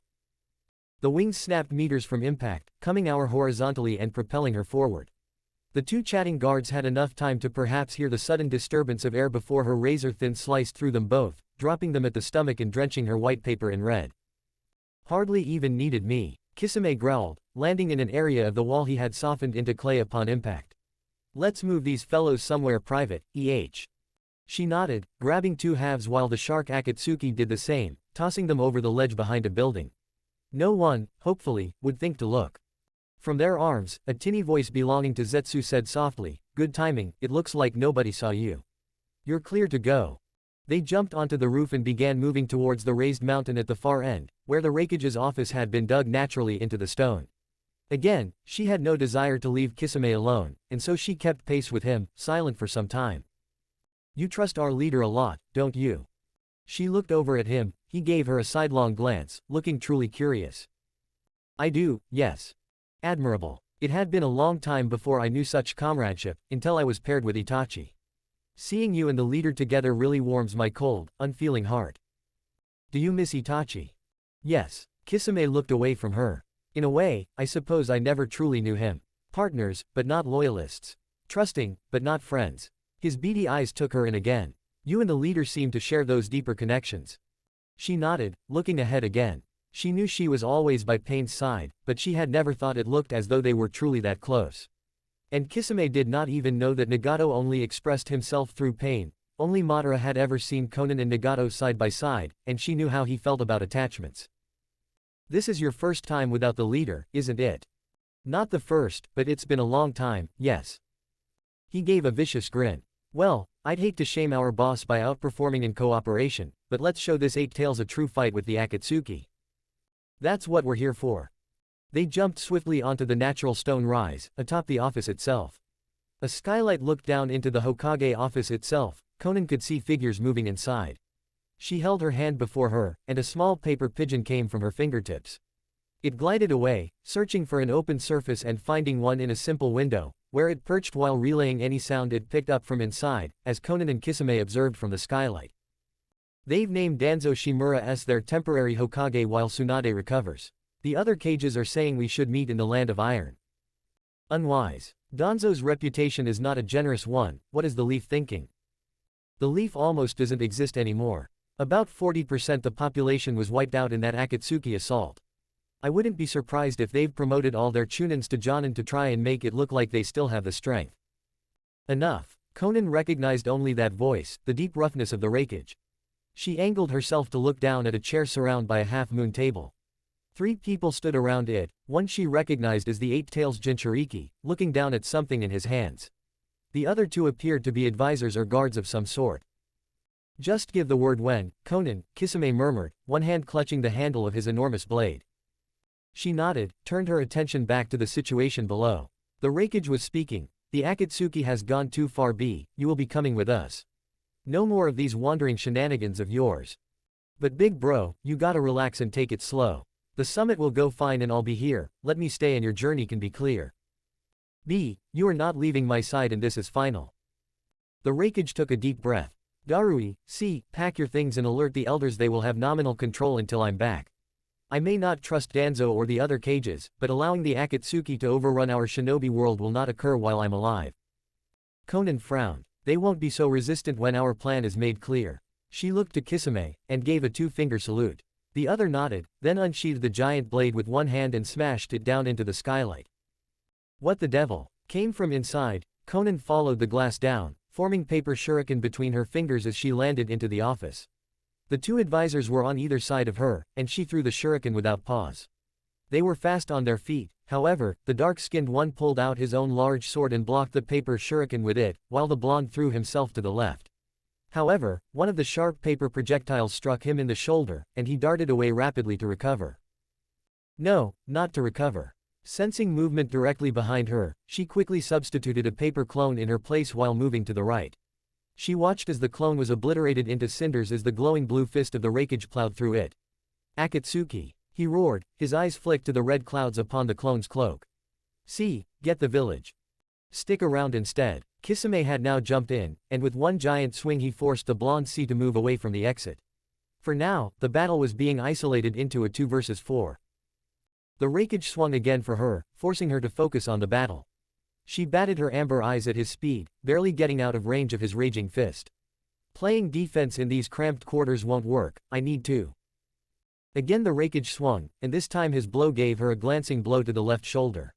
The bone instantly broke and she spun away, lights flickering in her eyes. She slammed against the wall and stumbled, trying to realign her vision. The raikage was charging in for a killing blow, the golden bracelets on his wrists flickering oddly in her vision. She pulled her head to the left, wrapping her right hand in several layers of chakra-infused paper. The fist of the raikage tore into the wall like it was plastic, and for a moment he was stuck in place. With a cry, she grabbed his glowing blue arm with the protected hand and managed to throw the muscled village head around her head and into his deck, which broke in two. Gah! Konan risked a glance to Kisame. The pain was coming from Darui, whose shoulder looked shredded. Kisami's sword had dropped some of its bandages, and she could just make out blood disappearing into the strange blue spikes that made it up. The raikage shifted in the wreckage of his deck, and Konan turned back to face him. A spasm of pain ran through her body from the damaged left shoulder, and she winced. Troublesome little rogues, the raikage snarled. You think you can do Kumogakure like you did Konoha? You will be sorely mistaken. We only want the Jinchuriki, Konan said heavily, her vision starting to blur again. The spams, she realized, were not only being caused by the pain. Lightning chakra had gotten into her body, as if she had grabbed a live wire. Her senses were fragmented and her nerves taut with voltage. Still, she held herself upright. Give him to us, and our village will remain untouched. Do you think us for fools? The raikage tapped his chest with his uncharged hand. We know all about your kidnappings of Jinchuriki from all the shinobi nations. The only thing they have a purpose for is for destruction, and on a grand scale. He shifted to point an accusing finger at her. Your plans lie in devastation on a grand scale. Some brains behind the muscle, she thought with some amusement. Only pieced together wrong. Our desire is peace through the tailed beasts, she began, but the raikage silenced her with a charging of his full body, turning him into a glowing blue halo. B, are you ready? Always, ya fool. Konan stiffened. The Jinchuriki had strangely been out of the fight so far, but now she could see why. It didn't take a genius to know he had been focusing his chakra into his arm, just like the raikage had done. It glowed so brightly the blue was almost entirely replaced with white. Double. Lariat. She ducked, but in the moment it took to even conceive the thought of ducking, they were already upon her. A shadow moved in front of her as the world exploded. Her ears concussed with the sound, and she briefly thought back to the battlefields the old Akatsuki under Yahiko had ventured in. The wall of the office been blown open, and she heard in the distance, "Ya fool, we missed. Hit the stone and now I'm pissed." Focus B. Konan became acutely aware of someone helping her up, but she knew Kisame would not have been able to cross the distance in time. So. I must have just missed you, Madara said, his Sharingan's glow fading in his eyehole. Zetsu informed me of your location and predicament. We have it under control, she muttered, not even sure why she was lying when Madara had just clearly saved her. Clearly. Kisame landed beside them holding his blade aloft. They were in the streets of the village, and some onlookers had started to arrive, no doubt drawn by the sound of the office's explosion. The raikage and the eight tails faced the three of them, quietly conversing amongst each other. All right. The Jinchuriki raised a hand and made a strange symbol, making Konan frown. The raikage jumped back, shouting for the citizens to clear the area. Interesting, Madara murmured, beginning to roll up his sleeves. Time to see just what kept Sasuke from completing his mission. Konan looked from the orange eyehole to the Jinchuriki. Red bubbles of chakra were forming at his fingertips, and chakra points all over his body. Nagato, we need you. Chapter 8 Battle of the Eight Tails. He's going straight for a full transformation, Madara snapped, beginning to run forward. We can't let him transform. The raikage suddenly appeared, quick as a flash, his elbow held out to smash through Madara's face. Konan flinched, expecting a connection, but instead the elbow slipped through Madara's head as if it weren't there. The raikage's eyes widened in surprise, but he was quick to recover, stopping his momentum and flipping into the air to land a downward smash. Konan. She had heard the footsteps a moment before Kisame and she was in the air in moments, her paper wings flapping. More Kumo nin were arriving on the scene, some attacking Kisame but others trying to hit her out of the sky with long-ranged attacks. A thin bolt of lightning flew from the mouth of one, clipping her right wing. She retaliated by sending a several hundred sharp paper discs at the cluster, killing some and making the rest scatter as she recovered. Her wrist tingled. Konan, it's Zetsu. She looked down and saw a miniature Zetsu head there.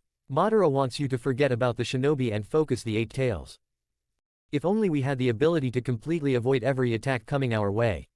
She retorted, dodging another vein of electricity. She swooped down and struck the offender head-on, cracking his ribs and sending him sprawling into the others. She caught a glimpse of Kisame shredding another shinobi. The 8 tails Jinchuriki was no longer visible. Instead, a swarm of what looked like tentacles was rapidly expanding from an epicenter of maroon-colored flesh. She hovered in midair, taking a collected breath. Madara did have a point. Sasuke's report had suggested the Jinchuriki and the 8 tails had actually formed a mutual, cooperative bond. If a full transformation occurred, it wouldn't be as simple as a tailed beast chaotically fighting. Tactical ability and incredible strength would mean a very fast fight. The other way around if Nagato was here. She shook her head. You don't need him, you can do this yourself. She raised a hand, and paper from her body began to leave and form above her in a rotating spiral, rippling and flapping in the brisk air. She began infusing explosive tags into it, growing the size of the paper wheel. With a heavy throw, she sent it spinning on its way down into the mass of tentacles. Ninja art, paper chakram. The explosion caused an inhumane shriek to emit from the being, and it vanished beyond smoke and flames, recoiling. She saw Madara dodge another attack from the wreckage before countering and throwing the large shinobi into a building. He stared into the smoke, looking no doubt with his Sharingan. She began peppering another explosive disc. It couldn't be that easy. A massive maroon fist smashed down onto Madara, completely obliterating his form. She flinched, and she heard Kisame shout in dismay below.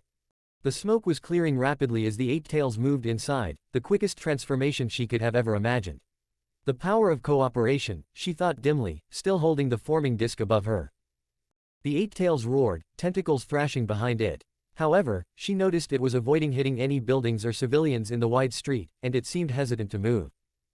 The Jinchuriki won't want to hurt its village. We'll have to use this to our advantage. Let them have it, B. The wreckage shouted. 2 tentacles lashed out towards Konan, and she weaved in between them, running loops while maintaining the form of her explosive disc. She flew towards the head of the beast, a horned thing with elongated jaw. It gnashed its teeth at her and she threw the disc. It dug into the lip of the beast and exploded, making it howl. 2 more tentacles joined in trying to hit her out of the sky, and she hugged her wings to her body and dived between them all, right under the neck.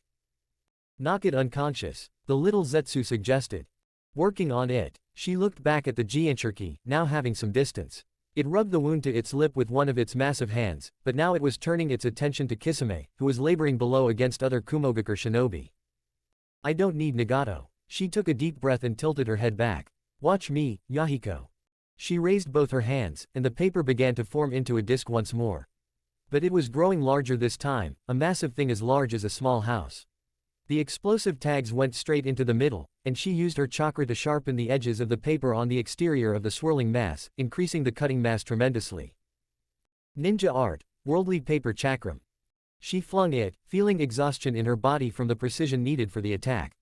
The 8 tails obviously heard the incoming attack, and it raised 3 tentacles to ward it off. The cutting ability of the chakra, however, was beyond even the strength of even hardened steel. It savagely ripped through the tentacles, and the 8 tails howled again before turning to face her entirely. The explosion caused the air to vibrate and burn, and she shielded herself with crossed arms. The 8 tails emerged from the smoky orange, a deep gash in its chest and its entire body blackened and bruised. It roared and a hand smashed down upon a building, seemingly trying to use it for support. Screams came from the village, while she thought she saw the wreckage waving his arms at them at his soldiers. Akatsuki. The 8 tails roared, and she saw it snap to him. Its jaws widened, and she saw the wreckage shouting at it. A black mass was forming rapidly in its mouth, a ball as dark as the night sky. Her eyes widened, and she began to climb. One of the intact tentacles grabbed her, and she gasped as her chest creaked with the pressure. I got careless. Her eyes widened as she saw the ball reach completion, and she knew nothing would survive wherever it struck. It flew towards her and her eyes shut. Nothing happened. She opened them and saw a body in front her. Not Madara, not Kisame. Short orange hair was close to the head, held upwards by a headband. The Akatsuki cloak draped its shoulders. You should have waited until I was fully ready, it grunted, the tailed beast ball held somehow in its hands. She saw that it was actually being sucked into his palms, slowly but surely as he stood upon the tentacle holding her. It grew smaller and smaller, shrinking until nothing remained and the slack-jawed Eight Tails stared at them, its lidless eyes glazed. You will know pain, Eight Tails, Pain said, in the body of Ron. This whole village will. Pain. The Preta path, using Raian's dead body, summoned a chakra receiver jammed itself into the tentacle it was standing on, and the Rinnegan flared in intensity, shocking the Eight Tails into releasing Konan. She recovered mid-fall, growing her wings again out of paper and touching down on the ground. The other 4 pains, minus the unmade diva path, came beside her. All the bodies brought to him by her, he saw her amber eyes crease through 5 different sets Rinnegan. I told you to wait. You told me you'd come as backup. She gestured lamely up at the Eight Tails, a crooked, thin smile on her blue lips. Back us up. A displacement of air came directly beside Konan, and Madara stepped out, looking completely unharmed. I was waiting for you to rejoin us, he said coldly. Konan and Kisame attempted to capture the beast themselves, and caused it to transform. You're the only one who has a chance of subduing it. So do it. That's why you allowed Kisame and Konan to keep fighting it alone. Konan snapped at the Uchiha. The other did not reply but, instead turned to the animal path, a former Jonin with formerly spiky white, now orange hair and very thin face. You need to seal it forcefully. Now. Pain remained mute, but 2 of the bodies looked to the Jinchuriki. It was holding the wound Konan had inflicted it. Dear Konan, attempting to bring it down on her own. She was his messenger, but that was all unfortunately. Compared to himself. The animal path detached itself from the others, moving down the street alone towards the Eight Tails. The beast saw this and roared, but the path did not so much as flinch. Summoning Jutsu. A giant column of smoke came right in front of the path as the summoning seal spread out before it. The Eight Tails reared itself to its full height, nursing its wounded tentacles behind it. Kisame ran through the smoke towards them, bloody in his left arm and leg held loosely as if broken. Good to see the leader has come around, he began, but the human path that had formerly been the Chunin Hisho raised a hand for silence. Nagato, Konan said, sounding stunned. What the hell is that doing here? Kisame exclaimed, spitting blood between his teeth. The Gedo statue rested on one knee, looking more human than it ever had. It faced the Eight Tails, head lowered, as if in prayer. As one, the pains leapt forward to join the animal path in climbing atop it, 2 on each shoulder and the animal path on the summoning's head. Rise. The statue responded, rising to its feet. The eyes cried blood, lifelike, it sensed the power of the Eight Tails before it and hungrily screamed at it, like a vulture waiting for its prey to die. Pain looked at the Eight Tails hesitate, clearly unsure of what attack to make on the manifestation. From afar, a shriveled man called Nagato raised his head and whispered the jutsu into the silence. The jaw of the Gedo statue opened, and for a moment nothing happened. The Raikage and his subordinates watched, as unsure of the situation as their giant ally. Glowing purple chains sprung out of the mouth of the statue, and they wrapped themselves around the body of the Eight Tails with a life of their own. The Eight Tails roared, trying to form another tailed beast bomb. The 5 pains increased the intensity of the purple chakra chains, and the bomb crumbled away into nothingness as the Eight Tails shrieked again, trying to use its tentacles to break the chains. Instead, the chakra and strength was sucked out of them as well as the chains multiplied, grabbing the tentacles as well. We are God, the animal path shouted at everyone watching. The world will know this, and through this knowledge, they will come to comprehend pain. Kill those Akatsuki, the Raikage shouted, leaping forward. The pains knocked them aside with more whip-like chains, the chakra-absorbing ability sucking dry the weaker and leaving the stronger gasping for breath on the ground. The Eight Tails was losing strength now, its resistance fading as it was slowly pulled in by the chains. The pains stared at his remorselessly, ignoring its lesser pain.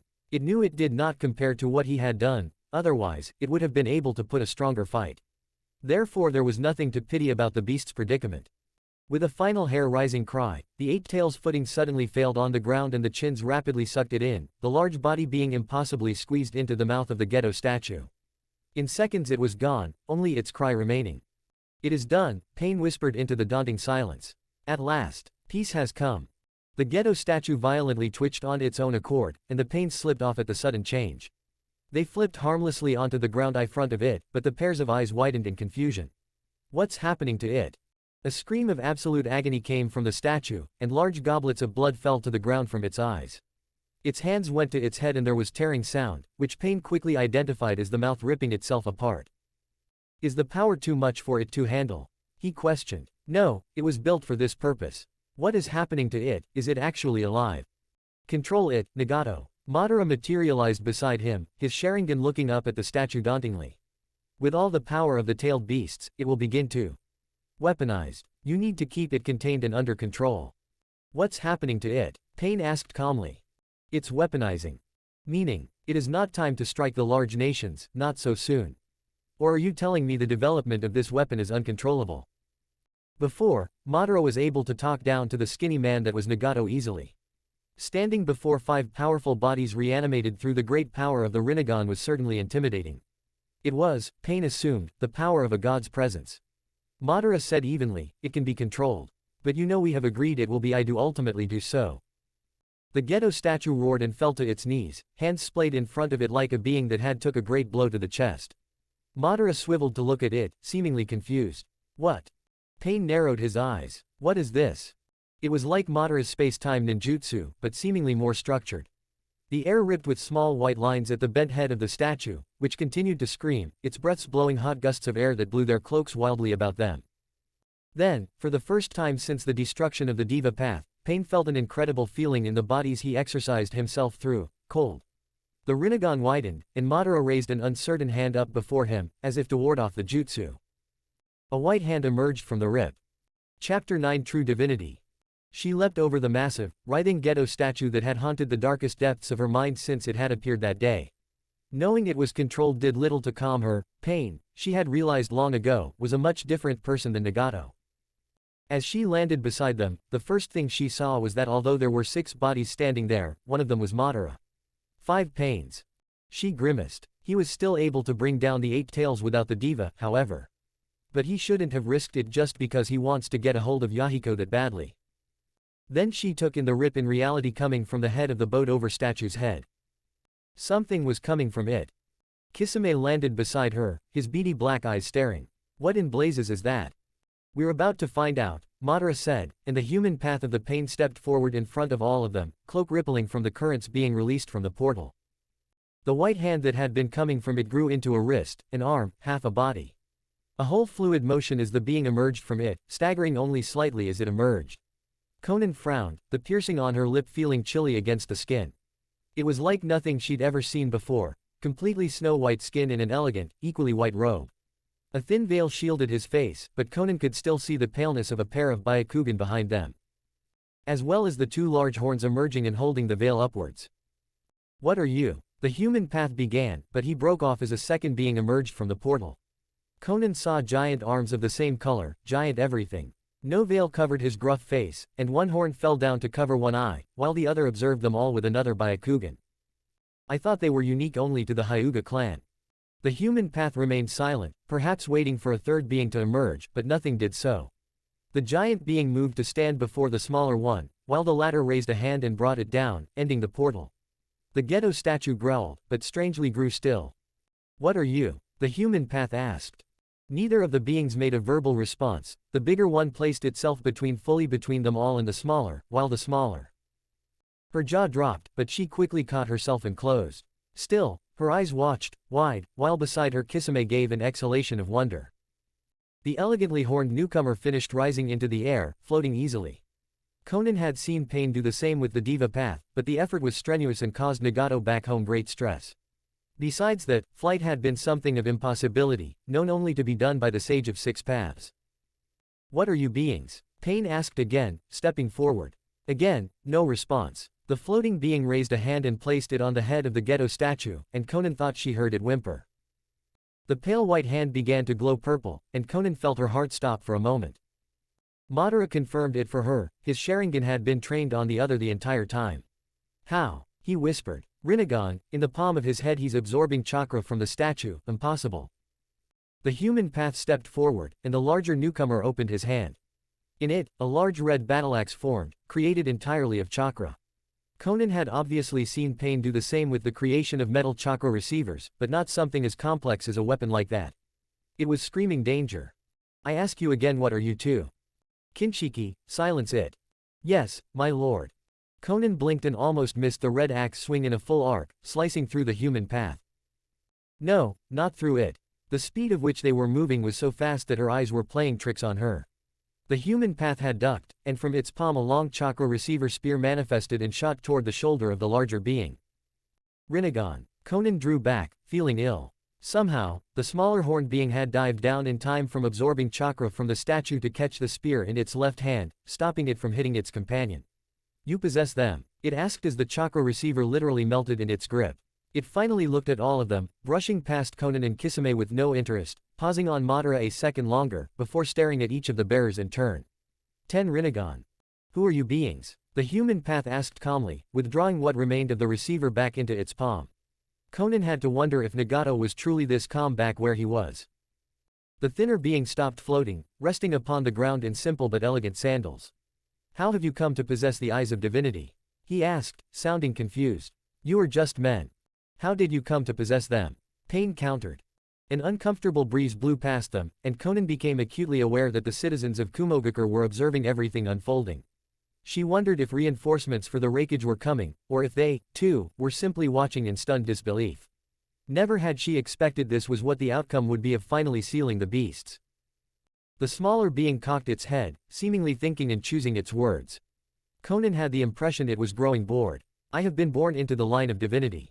I am god of the planet existing in a dimension different of this one. I have come to claim this as my new ground of feeding." Feeding. Yes, feeding. The Byakugan activated, the nerves around it crunching audibly. "On chakra. I am a hungry being, human. As a possessor of the Rinnegan, you will make an exciting first meal." "Wait." Madara stepped forward swiftly, sounding for the first time uncertain of himself. "Beings, creatures. I am Momoshiki, human. Step out of the way." The being raised its right hand, exposing the red Rinnegan emplaced there. "What is your interest in the statue?" Madara shouted. Momoshiki rolled his eyes impatiently. "Kinshiki. Pain." The appearance of the two was a mystery to him, but he was well prepared to accept that the two beings aliens, even had hostile intentions. As the one called Momoshiki gave the word, he was already ready as, with a nod, the larger being swung the axe again, going straight for Madara. It slipped through him easily as he activated the ability of his Mangekyo Sharingan, and the one called Kinshiki stumbled forward, got off guard by the clear miss. "Konan, Kisame, stay back." The 5 pains sprung into action all at once, the Naraka path taking a rear position as the Asura and Animal path leapt at Kinshiki to help Madara, while the Preta and Human sprang for Momoshiki. Momoshiki laughed horrendously, sounding metallic and malicious as he raised the right Rinnegan and unleashed a wall of fire at the duo. The Preta path raised its hands and took in the brunt of the flames, sucking them into its palms with the chakra-sucking ability of the path. The human path slipped below the flames and 2 chakra receivers lanced out and tried to stick themselves into Momoshiki from beneath. He took to the air again, floating high out of range of the receivers, still laughing as this time he raised his hand and summoned an enormous ball of hardened earth above his head. Summoning Jutsu. The animal path splayed its hand upon the ground, and the giant green bird emerged in the gaze of enveloping smoke, screeching. Behind the cries of alarm from the onlooking Kumogakure citizens sounded and they began to flee where, he did not know or care. They were beyond him concern or attention now. All that mattered was subduing these two.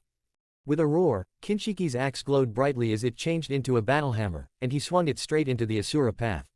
He raised the arms before it, shaping the mechanical infinities beneath it into a solid shield. The hammer struck with enough force to send the Asura path flying into a building, but it was back on its feet in the rubble in a moment. It stumbled, and all the panes froze and twitched for a second. Somewhere, in the distance, the man called Nagato scarcely breathed, his body's limp screaming in protest at the attention and chakra bind drawn from it all at once.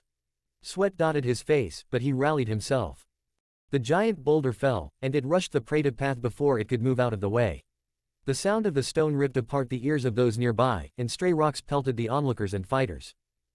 The Naraka path moved forward and helped the human path try and move the rubble of the boulder off the corpse. Momoshiki laughed again and raised a hand to blast them, and Pain cursed the lack of the Diva path, knowing how quickly they would be able to move the boulder otherwise. With a screech, the summoned bird opened its beak and swallowed Momoshiki midair, causing the young being to vanish without a sound as it immediately took the air, seeking to take them far from the battle. Pale skin showed through the rock, and the Naraka path held a hand up to summon while the human path dragged the crumpled body of the fallen Preta to its feet. Konan landed beside and grabbed the other hand. "I told you to stay back." Pain snarled through the human path. "This is no battle for you." "Good thing I'm not fighting." She shot back. "You don't have to prove yourself by doing this alone." There was an awful, distant squelching sound, and they all looked up. The Rinnegan strained, the sun was being briefly eclipsed by small dots of black that were rapidly growing larger. The first droplet of blood struck, and then it was a brief rain of red liquid upon them all. Konan pulled the defeated Preta up, and the Naraka took it under the armpits and away from the fight. With Kinshiki, Madara had 2 kunai and was trying to force an opening with Kinshiki, utilizing the Sharingan to analyze attack patterns and find an opening. The issue was, the larger being repeatedly changed weapons and thus changing the attack pattern. The Sharingan kept up, but Pain knew that Madara was straining. The Asura path transformed, its 2 arms becoming 4 and the fingertips of each hand becoming tiny needles. From its back, a long tail emerged, ending in a pointed, saw blade-like weapon. Its feet boosted with rockets as it charged towards Kinshiki. A red hue appeared on the alien's back and several weapons burst forth from it. Swords, axes, hammers, sickles, all flying high into the air and descending down like a rain more deadly than the bird's blood. Water style, water dragon jutsu. Pain whipped the head of the Naraka path around as its summoning of the King of Hell took in the broken body of the Preta. Kisami's palms met as he finished the extensive hand signs, and the great billowing beast of a jutsu crashed down upon Kinshiki. The being disappeared in the haze of blue, and while openly he gave Pain a look of annoyance, back home the man called Nagato gave a sigh of relief at having some of the strain removed temporarily. The water began to move upwards diagonally to the right, and the Pains collectively watched as it disappeared into the left palm of a returned, blood-soaked Momoshiki. The previously white garments were stained with red and gore, although the veil remained perfectly in place and the face beneath it stainless. You annoy me. Momoshiki raised the right hand and the water dragon emerged right back out of the Rinnegan there. No hand signs, just an intake and outtake instantly of jutsu. Pain had seen jutsus performed without hand signs. Of course, he himself had mastered the 5 nature transformations and before the birth of Pain been able to do basic jutsu like so, but the water dragon jutsu required over 50 signs, and yet this man know this god. No, I am God. The human path leapt into the air, the body of young Hoshi mangled by piercings and encased in inhumane rage, a fist drawn back to strike Momoshiki across the face. Momoshiki's right hand grabbed him by the cheeks, the small left hand somehow powerful enough to hold him suspended. A god. You know nothing of divinity, mortal. He cocked his head, the mouth splitting into a cruel smile. You will make my first meal, Momoshiki breathed, and suddenly the human path's vision began to turn red, the body feeling incredibly discomforted. The other Pains watched as it disappeared completely, sucked like jutsu into the left hand. The sounds of battle faded, they all stared, unsure as to what they were witnessing. The human path had shrunk into a small red fruit-like object, jiggling in the palm of Momoshiki's left hand. Like a small child, the being hungrily raised it to his lips and bit into it, devouring it one bite at a time. It's not human. Ah, the meal was finished. Momoshiki's body seemed to ripple, the fabric covering him cleaning itself of blood. Ah, yes, sweet. It looked down upon them, a sadistic smile as he lowered himself. Sweet. What a peculiar ability, I'll use it gladly, mortal. Kinshiki, wet but alive from Kisami's attack, jumped back, clearly anticipating something. Madara disappeared entirely, vanishing into his space-time ninjutsu and leaving Kisame, Konan, and Pain alone. There was a gasp, female. The Asura path was closest. Momoshiki stood before Konan, grabbing her head by the hair. From her hands long paper swords emerged and slashed, but the other literally batted them away.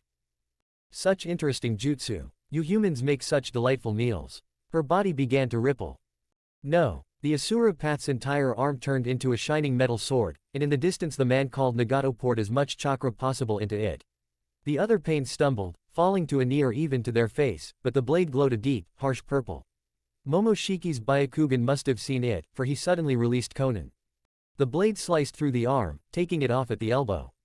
Momoshiki bellowed, an ear-splitting noise that made the Asura path flinch. The scream was only the first wave, the chakra repulsion coming from it was like a tornado. The man called Nagato struggled to get his chakra back into the other Pains, to get them clear. It was like his almighty push that had destroyed Konoha, but there was none of the elegance of control in the technique. Momoshiki's scream carried on the chakra explosion, the rage, horror, and hatred feelable in every inch. The Asura managed to tuck its weapons under the skin, scooping up Konan and going for distance. Kisame was already scrambling for space. It was like the world was ending. Kumogakure certainly was, buildings, people, the earth itself was being blown away. The Asura path ran as fast as it could with Konan in its arms. The other paths also ran, not knowing where but knowing only to escape, to get away from the death so close behind them. We won't make it, Konan said weakly. She seemed scrambled and dazed from Momoshiki's attempt to suck her in. Nagato. Konan, hold on to me. She did so without question, her head bundled against the chest of the Asura, and though he could not feel it, the man called Nagato smiled slightly. The feet of the Asura turned into rockets, and they were propelled far, far, far away from the wrath of Momoshiki, as the village hidden in the clouds ended behind them. Momoshiki Otsutsuki. When the scream and Kami no Hime had also concluded, there was nothing surrounding him but the smoke of destruction. He breathed heavily, his teeth gnashing against each other still. They would pay for daring to wound him, to stand up to him. Kinshiki landed beside him, quickly knelt before him. My lord. Momoshiki snarled, they had the audacity to harm me. I know, lord. To defy me. Yes, lord. To run away. He needed some way to vent his rage, the destruction of the civilization around him was simply not enough. He sensed survivors, they would have to supplement him. But as he scanned, he noticed something else. He turned to Kinshiki, a confused smirk on his face. And they took Kagaya with them. Kinshiki nodded. It disappeared sometime during your final attack. They must have summoned it away, I sense it nowhere near us. It cannot remain hidden, we need only search the surrounding lands for its signature. Something so powerful and malevolent cannot remain hidden from us. He flexed his right hand, feeling the power of the tailed beasts he had absorbed. And they will need to return to me if they wish to unleash her power. I took a considerable sum before I drew my attention to them. He licked his lips, feeling the sweet aftertaste of the human he had absorbed. A different taste than that of the old planet, to be sure, but good nonetheless. He stooped down and picked up the arm they had dared to sever from them. Kinshiki. Of course. The other grasped it gently in his large hands and pushed it into Momoshiki's stump. Immediately the flesh began to morph and rejoin, as if grateful to be coming back together. Kinshiki gently released, and it remained in place, slowly reconnecting. It would take a day perhaps to fully heal and reconnect himself to the Rinnegan in his palm, annoying to the point he felt his fury bubble inside him again. I must feed, and then rest. Allow my arm to heal. Then I will make this self-proclaimed god yield before me. Until then, this world may remain at peace. Chapter 10 Madara's Solution. The Asura Path's bare arms chilled where they touched her skin through the shredded Akatsuki cloak. The Rinnegan looked dead ahead, unseeing but seeing through distant Nagato as they outpaced the chakra detonation. When they had gotten far enough, they stopped by a pile of large boulders, and he set her down. What were they? She asked as soon as she was on her feet again, shaking slightly. Her whole body felt weird, displaced. The aftereffects of the Rinnegan's attempt to suck her in. Or her own fear of witnessing the colossal battle. She shivered. Kumogakure. She looked back. Smoke polluted the air where Kumogakure once was. All those people weren't supposed to die. They would have died eventually. She looked up. The Asura path had been silent so far, but now it was refocused to her. No doubt Nagato had been diverting his attention elsewhere. It annoyed her slightly she hadn't been the priority. What do you mean? She said instead. The path looked at her blankly. The tailed beast weapon would eventually have killed them, he said as if it were obvious. Humanity is doomed to wipe itself out eventually. Even so, this was not according to plan. She frowned. He always gets so philosophical in this state. Where are the other pains? They made it out, except for the human path obviously. He turned to look at the devastation they had managed to avoid. I also had the animal path summon the Gedo statue away. The detonation doesn't seem to have harmed it at all. But I can already tell that when that being Momoshiki began to absorb from it, he took too much tailed beast chakra out. He stopped the weaponization process at the very least. Meaning they will have to be confronted again. He turned to his left. You left so soon, I was beginning to wonder whether you had killed yourself in your dimension out of fear. Konan turned to see Madara finish swirling into existence, and she wondered how she hadn't noticed him before. Her sensory skills were normally so sharp she forced her trembling body to still. What's wrong with me? You've seen pain in action before, you've seen God. He's not God. He's a man. They were something else. They were talking, and she tuned back into what they were saying. Not normal shinobi, Madara said, agitated and pacing. Konan could not recall the ever having wavered from his calm, methodical tone, it unnerved her to see him so disturbed in turn.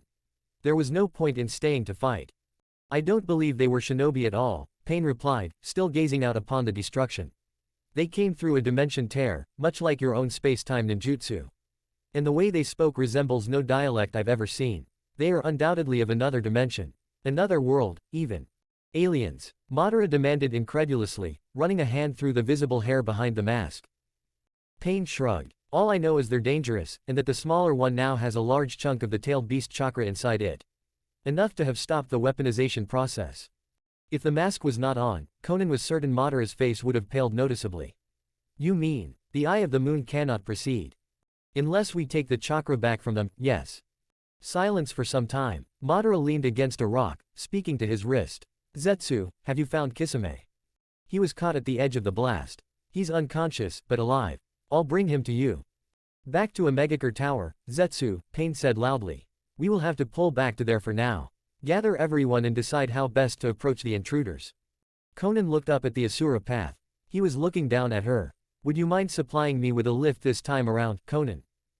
Of course. Madara looked at them. You have a solution then, Nagato. Pain finds a way, the other said pointedly, then allowed Konan, wings extended, to take him under the armpits and away from the scene.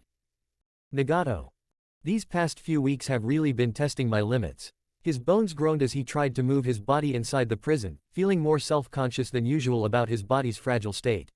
He had managed to lose one path already, the human path belonging to the eager, loyal shinobi who had been called Hoshi. His fists clenched and unclenched uncomfortably. Another loss for the greater good. Many deaths had been done for the sake of progression of Madara's Eye of the Moon plan. Madara and Itachi Uchiha had wiped out the Uchiha clan. Akatsuki had captured and sealed every Jinchuriki. Pain had wiped out Hanzo and every last being loyal to him. He had never allowed them to bother his conscience, knowing regret would only weaken his resolve. But will it end? His fists clenched. After all he had done, he still childishly asked himself the same question. No, only slowed, delayed. Pain blossomed in his mind, the persona, the god. Hatred will always be present. He thought back to when he had stabbed Naruto Uzumaki through the hands, pinning him to the ground, standing over him in Yahiko's body as the diva path.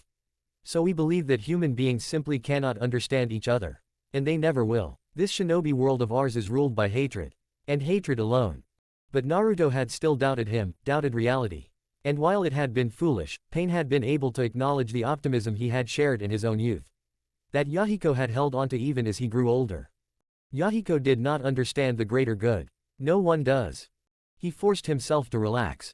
Pain was his ally here, not blind fury. He breathed, allowed the Rinnegan to open and take in the surroundings of his private quarters. Not even Konan was allowed here, in his most inner sanctum. The walls were blank durasteel, a simple bed in the middle that he could not even use. A hollow room with a table that held only a photo of Jiraiya Sensei, Yahiko, Konan, and himself, all in lively, neon green frog suits, smiling with genuine happiness at the camera. He stared at it, feeling the familiar ache of contained power the Rinnegan gave off in his sockets. Their might was immense, and he felt somewhat ridiculous having the eyes of the Sage of Six Paths being used to look upon a childhood photograph he hadn't been able to let go of. Where did things go wrong? Why are they going wrong now? The persona of Pain asked loudly in his mind. He opened the door out of his sanctum, began making his way up to the mouth of the Pain statue, where Konan and Madara would be returning to. Those two. In ancient history, old myths and whispers that ran through the mouths of storytellers and traveling sages of distant lands, there had been whispers of godlike beings, those that had challenged the ancient Sage of Six Paths. Beings of extraordinary power that sought to rule the rising shinobi world, and it was one of the reasons he had taught ninjutsu in the first place, so that when he was gone humans might defend themselves. Of course, just myths. Humanity had obviously failed to protect themselves, in fact, had started to use it against each other. They needed a being like himself to nudge them towards the path the sage had initially wanted of them. The rolling of his mobile prison brought a lifeless smile to him. A disabled god. Imagine that. The main sanctum contained Madara already, his instantaneous teleportation jutsu made this no surprise. Nagato looked through the eyes of the Asura path and saw she was still a kilometer or so out. Well, Madara demanded. Nagato kept the humorless smile. Well, what? Something on your mind? This isn't a time to be playing games. For the great Madara Uchiha to be so worried, Nagato said condescendingly. Suggests that these are grave stakes indeed. The other raised a gloved hand and pointed at Nagato, the constant rain and lightning illuminating Madara strangely. You aren't taking this seriously. You yourself said they now possess some of the tailed beast's chakra. The Eye of the Moon cannot proceed until it is recovered. We are at a standstill. Nagato nodded, enjoying seeing the other so agitated, something he had never seen. So we will recover it in time. There is no more time. For a few seconds we had it in our grasp, and you allowed it to slide. It isn't happening again, certainly not on borrowed time. Madara lowered the hand, and Nagato finally let his smile fall. What do you mean? Let me show you. Kamui. In any other position, at any other time in his past, he would have dodged, been able to counter and possibly strike Madara dead with one well-aimed blow. But this was him now. Immobile, broken, and physically weakened. He could only widen the Rinnegan in defiant, cold fury as thick metal chains emerged from the time rip, shredding his mobile prison and wrapping around every limb it could. He cried out as his legs were bound together, the nerves raging in protest and filling with a pain he had not felt for so long. The chains embedded themselves in the wall, pinning him suspended next to the doorway that fed into the laboratory where he had made the pains as the just you ended, and Madara gave a sigh of satisfaction. Konan. Konan. The Asura Path spoke for the first time since they had started their return to Amegakure. She looked down at the embodiment of pain she carried, feeling it tense in her grip. Yes. Hurry. It went entirely limp. Pain. No response. She jiggled the body, the head lolled. Nagato. No response. She held herself perfectly horizontal and narrowed her wings, turning into an arrowhead being shot across the world. The first spits of rain pelted her face. Sorry, Konan. The raspy voice was all she heard before her arms seemingly exploded painfully, spraying snowy white particles everywhere. But the goblets of Zetsu flesh were not the color of the voice that had spoken. Well, not really. Black Zetsu gave the artificial, throaty laugh she had often heard him give before he ate his dead Oppo nets as she tumbled out of the sky, like an angel with its wings clipped by the heavens. Chapter 11 Truth is Pain. Nagato strained, but it was useless. The Rinnegan glowed in his head, the killing intent in him so powerful that Madara actually paused in his approach, the lone Sharingan matching against the hatred expressed through his eyes. You must have seen this coming. Your betrayal. This is a new low. There you go, sounding like a child again, Madara scoffed. His hands hung loosely at his sides as he stopped right in front of Nagato. The two eyes looked into the one, and Nagato held his head up proudly, lanky red hair falling down to his bony shoulders. I won't let him get away with this. You swore to me that in the end, your life would be given in servitude to the Eye of the Moon to peace. Madara said the last word like an attack, designed to pierce his resolve. But the Akatsuki leader only stared at him, boring into the red eye. Madara sighed. But I suppose I'm a victim of the same scenario. A sapling planted in the ground designed to be fed upon by the greater animal. But what happens when that sapling grows too big for the animal to use it anymore? What are you talking about? Madara held up a hand to his mask, and Nagato's eyes widened as with a few clicks, it came free. Behind it was a man aged not by the progression of time, but by the misery of combat, pain, and hatred. The left side of his face was a scarred wreck, where one Sharingan was easily seen. The other remained smooth, a second Sharingan also embedded into it. The short hair, without the forehead barrier of the swirled orange mask, fell just short of covering both beads of red. But it was not seeing what was finally behind the mask that made Nagato's chest burn cold in shock. Rather, it was not what was behind it. This was not Madara Uchiha. Nagato had seen the great statues of Hashirama Senju and Madara Uchiha for himself. And while stonework could only convey so much, there was zero resemblance between the two. And that meant, you have used me. Self-centered. I used all of you. The fake Madara Tobi, Nagato thought wildly, smirked. Don't feel too surprised yet. You have not been entirely misguided. My orders did come from the real Madara Uchiha, I assure you. But being as old as he was, he could never have completed the Eye of the Moon by himself. So, he entrusted me to continue his work. But just as he could not complete it alone, neither could I do it by myself. You used me, Nagato said again, the words sounding strange in his ears. Never, never, had he imagined the deceit Tobi had laid out went this deep. Nagato had allowed himself and Konan to put themselves at Toba's command, banding together international criminals under a banner they did not understand, but Nagato and Konan had. Or so we thought. In the end, we have been just as clueless as them. Tobi smiled weakly. I didn't intend for this to happen so soon, either. But the appearance of those two beings at Kumogakure means the plan is deeply at risk. I simply don't think you have it in you to defeat them, and thus Akatsuki had served its purpose, their phase is over. Konan and Kisame are being dealt with as we speak. He paused from his matter-of-fact tone, drawing his hands together into a hand sign. Just as you are right now. Nagato couldn't find a response. I was used, I allowed myself to be. How could this have happened? Toba's hand glowed blue with chakra, and he reached his hand to Nagato's face. Instinctively he recoiled, but the chains tightened and he groaned in protest. The gloved hands found his right socket, and with a delicate pop, he was half blind. Shish, shish. Don't try to resist it, Toby said, his other hand having already taken out his own right eye. A sickening squelching sound, and then Toby fell to his knees, groaning. He gasped while Nagato stared, unable to understand his own downfall. Such power. And this is just one eye. Toby looked over at him, a curious smile on his lips. Now I know how you were able to contain them both. That colored hair. Yes, it all makes sense in the end, doesn't it? Toby staggered to his feet. Nagato tried again to speak, but his lips felt awkward, numb. The cold feeling of blood from his emptied socket leaked down his face like tears, dripping off his chin. You were a good subordinate, Nagato. From Toba's palm, a chakra receiver emerged, and he embedded it in Nagato's chest. He gasped, the pain searing through him like an icy river. He felt Toba's intent, raw and decisive, flow through him, and he knew what he wanted. Shish, she. The other was misreading him. Yes, the samsara of life. You've studied it from the ancient texts, good. That makes this all much easier. Toby licked his lips, looking very pale, whether from the new strain of the Rinnegan in his eye, or some emotional qualm. Maybe both. You see, even thought you're in Akatsuki's time is done, I still cannot act alone.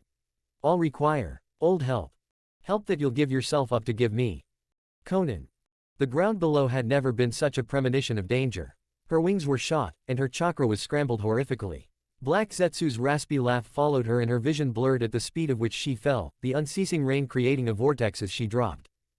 Wings are shot, and can't form new ones. After a small pang of regret, she released the Asura path from her grip, allowed it to fall away from her as she raised the arm not being held by Black Zetsu. It began to fragment into sheets of paper, like she had done many times before. But pain shot through her as she did so. The paper was loosening, but it was rapidly being left behind, separating from her body and getting outside of her chakra control.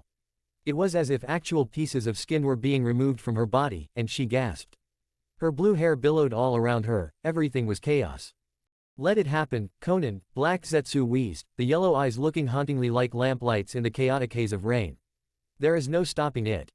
She didn't reply, tried to find a new solution. She couldn't separate herself, and she couldn't heal her wings. She figured Zetsu was agitating her chakra. Her free hand grabbed the small black creature by its head, and it cried out in protest. Needled teeth dug itself into her hand, but her determination weighed out the pain. She pulled and pulled, all aware of the distance to the ground growing rapidly. Instead of loosening, he seemed to become her arm, the pure blackness darkening out the cloak, skin, and hand. You aren't getting rid of me so easily. He hissed. There's no point in stopping this. Nagato is being eliminated by Madara, and White Zetsu will have already killed Kisame. Akatsuki's short-lived purpose is done. If it dies, you no longer have reason to live either. Warped, suggestive thoughts infiltrated her brain, slow and smooth like honey dripping. She already lived in a world without Yahiko, her closest friend, her lover even. A brave, young man who had had the interests of Amegakure at heart, with a talent for uniting disillusioned people under his wing and pitting them against the evils that plagued their land. When he had died on that day, she had been certain it was her last day. A world without the enigmatic young man was a world she did not belong in. She already lived in a world without Nagato, the third person of their childhood triad. The young man had died on that day, too, his sanity ripped to shreds by Danzo and Hanzo and leaving pain in its place. Sometimes, glimpses of his former self would shine through the persona of pain, but they were often too short, too weak. So what, indeed, was the point of living in a world alone? Wasn't it Madara controlling them anyways? It wasn't Madara or pain I saved when the Nine Tails attacked in the paper tree. She looked at her blackened arm, eyes narrowed. It wasn't pain who I helped recover at the top of the tower. Pain isn't Nagato. Her free arm grabbed the black Zetsu-infested one at the shoulder joint, and she bit her lips as she allowed the sockets to turn to paper. Black Zetsu screamed as he, still attached to the now loosened paper arm, flew away to land somewhere else in the ground. Her mind calmed, as did her chakra. The pain in her armless shoulder socket screamed for attention, and again she felt a blurriness, a desire to sleep, to let go and just. Nagato's still alive, I can reach him. The wings fanned out 20 meters from the ground, and like a parachute pulled too late they greatly slowed her momentum, but not enough to come crashing to the ground with enough force to cause the soggy ground to splinter and indent beneath her. Her breaths came in short gasps, and she resisted to look over at her forsaken arm. She could make a new one overtime just from paper origami ninjutsu, but right now, with the time at hand. She forced herself to get up, ignoring the pain all over her body. The rain came non-stop, mixing in with the blood dripping from her stump. She took a step forward, and another. Her papery wings shed off the water, but she could not bring herself to raise them. Amegakure was only a kilometer away, she had to make it. This was too much like that day, when Hanzo had captured her, and Nagato and Yahiko knowing she was in pain and desperately trying to reach her, only for the events to turn against them anyway. Only this time, the roles were reversed. And she had swore to herself that that day would never repeat. A figure barred her path, shrouded in the rain. She foolishly raised her fists, a rebellious smirk on her face. Sorry, Zetsu, but whatever you and Toby have in mind isn't going to work. Just stay out of the way. The silhouette laughed. Then it's a good thing neither of them are my friend right now. Nagato. Together, Nagato. Just like it's always been. We were never together. Toba's mocking tone didn't make him feel any more sympathetic to the clear distress the other had on his face. He was obviously still getting used to the Rinnegan stolen, at that and the matter at hand. The shock had passed, and the defiance had returned. He would now bow to this fake Madara, and he hoped with all his heart that if Konan was somehow still alive, she would never do the same. Her loyalty to pain was too high. His chakra was potent and powerful, but even without this actually being Madara Uchiha, their chakra was still powerful. More than that, almost cleanly rested, due to him having left the fight much earlier. Using all the pains at once was a draining effort. Not that it would make any difference with this final jutsu. The samsara of the outer path caused the user to give up their own life in exchange for reviving one other. And Nagato knew, with the recent revelation, whom it was for. He tried to speak, but like what he had tried to say before, his lips were numb and non-responsive. You'll never control him, he thought. You could control me. The thought was sickening to himself, and it must have appeared on his face as well, for Madara chuckled. You look so unhappy. Why? The plan will proceed, just without you. Anger welled up in him again. Shish. If you would stop resisting, you would be able to say those words so much faster. Madara's face turned into a curt smile. Who's betraying their promise now? Konan and Kisame have followed through fully. A long time ago, Jiraiya would have told him that instead of utilizing his anger for violence, he should convert it into a passion for peaceful change. When his former sensei had come to Amegakure to find the leader of Akatsuki, he had put those words to use, confronting pain in all its glory and trying to talk him back to those teachings. And he had not waited for words. He had attacked Jiraiya, and struck him down with the full power of pain. Nagato then thought back to when the Nine-Tails Jinchuriki, the former student of his sensei Naruto Uzumaki, had come to him in the paper tree. Not to attack, he had certainly had the opportunity, but seemingly to talk. And he had not given him the chance to do so. He had attempted to quickly subvert the Jinchuriki through his chakra, and when he had been unable to do so, his disciple Konan had done the job instead. His hands formed the hand sign necessary for the samsara technique, and as he did so it occurred to them he had failed as a student to Jiraiya, who had shown him what it was to be a shinobi. He had ignored his most passionate teachings, mastering those of jutsu, of attack, but not of peace. Yahiko had blossomed in that, but what had he done to Yahiko? Turned him into a weapon of war. Anger turned to self-loathing, and self-loathing into an infinite fury. His Rinnegan burned in his head, and Toba's eyes widened. No. I am not a shinobi, never have I been. I am God, and I am not about to let myself be brought down like a ninja. Shish Shinra Tensai. The entire room exploded in blinding chakra. Toby shouted, unable to use his space-time jutsu due to trying to keep Nagato under control. He slammed into the roof of the mouth with a groan while the entire tower trembled with the power of the detonation. He was on the floor, the chains shredded and blown all about the rooms. There was no support for him, so he simply pulled himself with his bony arms to the nearest couch, pulled himself up. Toby lied motionless on the floor. His Akatsuki cloak had been completely away, leaving him in erect skin-tight shirt and pants. Nagato breathed deeply, one hand on the chakra receiver still embedded in his stomach. He yanked it out and he immediately felt his chakra return to calm, natural levels. His breathing steadied, and still balanced on the couch he did the hand signs for the summoning jutsu. He slammed his palm on the ground and the four panes appeared, their chakra signals back without Toba's interference. The Asura path looked as if it had had a nasty fall, its mechanical limbs fractured but core intact. He wondered why until the crashing realization that Toba's taunts were probably, in fact, true. The four panes walked to him and picked him up, the Pratapath grabbing him by the folds on his cloak and quickly draining the chakra out of him. Toba's head lulled, but a grin formed on his scarred face as the eyes narrowed. As resourceful as ever. Where is she? The Pratapath asked calmly, though Nagato stood only a few meters away. Dead. The Asura Path's good arm formed into a thin but short knife, and it rammed into Toba's side. He did not cry out but continued to smile mirthlessly. Where is she? If you kill me, Toby murmured. The Eye of the Moon plan fails. Everything will have been for nothing. Are you willing to give it all up just to know if she's even alive? Was he? Am I? The Pratapath grabbed Toby by the face and pulled him in. They stared at each other, and Toba's crooked grin grew. What I thought. You know you need me, Pain. Pain needed you. The Prata turned his face towards Nagato.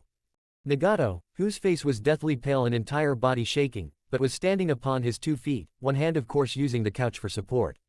Toby stared, apparently speechless for once. You used Pain, but you will not use me. Toby closed his eyes. Nagato. He stopped as, inexplicably, Konan flew through the window, looking ragged, worn, but alive. His cold anger melted away with warm relief. Held under her arms was an equally battered Kisame, the left side of his blue face coated in red with blood. His headband was held in his pocket, clearly cut off from his forehead. He paused to take in the pains and the captured Toby, but Konan brushed past them all as if they weren't there. Not coming to hug him as normal beings might have done, but instead coming to his side and grabbing his other arm, keeping him standing. He appreciated the support sincerely. What happened? He asked. Black Zetsu turned on me, and white Zetsu on Kisame. We both managed to overcome them. Surprise was their only advantage. I'm glad you're safe. The words sounded very alien to him. He could not recall having expressed concern for someone since that day. His kindness had died along with Yahiko. She looked startled by the statement, but she chose not to reply to it. You have Madara, then. He's not Madara. I'm not entirely sure who he is. Toby laughed bitterly but gave no suggestion. Kisame approached him silently. But I know who he is. Really? Nagato said. Yes, but the question that more on my mind is who the hell are you? It was one surprise after another. Nagato stared across the room at Kisame, in his private quarters where no one had ever been besides those already in the room, at an ally who had betrayed his village on the impulse of distrust and who now might just as easily come for him. He laughed. And what a wonderful feeling it was. In the arms of the Prata Path, Toby shook his head in bewilderment.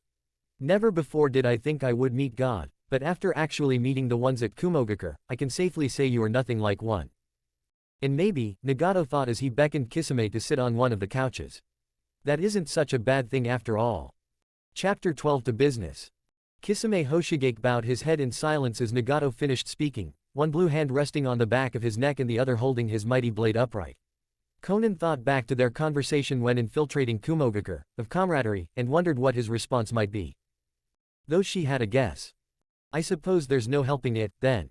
He looked up at them, the small irises of his eyes looking back into Nagato's purple-rimmed ones, which stared back with a sort of a calm resignation. He had seemed much more subdued with Toba's revelation now made known to everyone. I can't say I support it. The whole reason I left Kurigakure and the Mizukage was to get away from the deception and to find my own self, to find some truth. Instead I've found a, double puppet master. Konan glanced at Toby, the pain standing guard while a seal kept the powers of his eyes contained. Gagged, he could only give a muffled laugh. Nagato, for all his fury for the other, had not decided to kill him. Yet, at least. Nagato nodded in assent to Kisame before saying, you're not far off. We've all been manipulated. And the purpose for Akatsuki. Kisame's temper seemed to be rising. Have we been nothing but pawns for you all? Did Itachi die for a useless cause? Camaraderie. She couldn't help but think of Yahiko, the dead leader of an organization whose original principles and morals were as lifeless as he. She spoke up, looking at Kisame's anguished face. Our purpose remains. What changes is that now we're in control. We call the shots now. Both Toby and Kisame snorted. You say that, but what about those two we fought in Kumogakure? As you said, they sucked enough chakra out of the Gedo Statue to stop the process. Our purpose is intact, but it's at a standstill. Konan gave a quiet sigh of relief as Nagato leaned back. Kisame would remain loyal, but he raised a good point. She glanced sidelong at Nagato, whom she had helped seat into the now bloodied couch. The beings had countered every attack thrown by the Five Pains, outperforming at every angle. Their abilities were fierce, beyond anything any individual Akatsuki member had ever been capable. They will be attracted to the Gedo Statue, Nagato said firmly. When they emerged from their dimension, it was what they first turned their attention to. We won't have to search them out, they'll come to us. And we fight them again? Kisame asked with thinly veiled sarcasm. We have no other choice. He made to rise, and Konan was surprised that he was able to actually stand upon his feet for a moment before she came up to catch his arm, and to his credit he did not rebuke her. Instead, he looked to her. We will need Sasuke and his teammates back. Send a paper clone. He turned to Kisame. Can I trust you, Kisame? Truly, can I? The other seemed taken aback. You deceive all of us by lying about who you were behind those eerie puppets, and you ask me if I can trust you. Trust goes both ways. Nagato straightened in Konan's grasp. We may be an organization of criminals and liars, but we depend on each other one another. So I need your answer. Kisame's needled teeth bared a moment, and his eyes glanced between Nagato and Toby, who was facing them blindfolded, as if he could still see the confrontation. The former Kiri nin turned back to Nagato, confident. What do you want me to do? I need you to perform faked assassination attempts on every remaining cage, and to leave a cookie crumb trail that leads back to Amegakure. The other's face contorted in confusion. You're kidding me. After all this time of maintaining secrecy, you want to expose yourself now. I have my reasons, Nagato said firmly. Can you do this? Sharkson swung around to heft on Kisame's shoulders.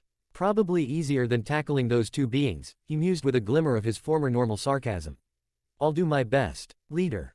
Nagato, the Rinnegan bearer said, and he actually held a hand out for Kisame to shake, taking both him and Konan aback. She looked down at the red-haired man. Did Toby do this to you? My name is Nagato. Nagato. Konan stopped before departing to get Sasuke, facing him. Are you all right? I'm fine, he said easily, betraying nothing. But we need Sasuke and his team. As many of us as possible to fight them. She gave a hesitant blue-lipped smile. I'm glad to see you're thinking this through and not charging recklessly ahead. You've had a bad tendency to do that in the past. He smiled back with forced humor. He was in his much larger prison now, the same one he had confronted Naruto Uzumaki in. He looked down at her carefully hidden face, or rather, the mask that hid what she was really thinking. Not this time. I won't risk what we've worked for. For the moment it seemed to pacify her. She held her smile a moment longer before she jumped out the mouth and took flight. He sighed, closed his eyes. Quickly, the four other visions of sight aligned themselves to him, looking down at the unmasked and gagged Toby between them. You have much to answer for, he said through the mouth of the Preta path, pulling Toby up by the shoulders and holding him suspended in air. The other, still blinded by the blindfold seal, simply turned his face to the sound of his voice but gave no sound behind the cloth. And perhaps I do, too. But there is a way we can be redeemed. A snort. He continued anyways. You are deeply concerned by the beings that came out of that space-time. So am I. Their intentions seem nothing if hostile to not only us but our goal. The goal of peace. He allowed the words to hang a moment before he had the Asura path remove the gag.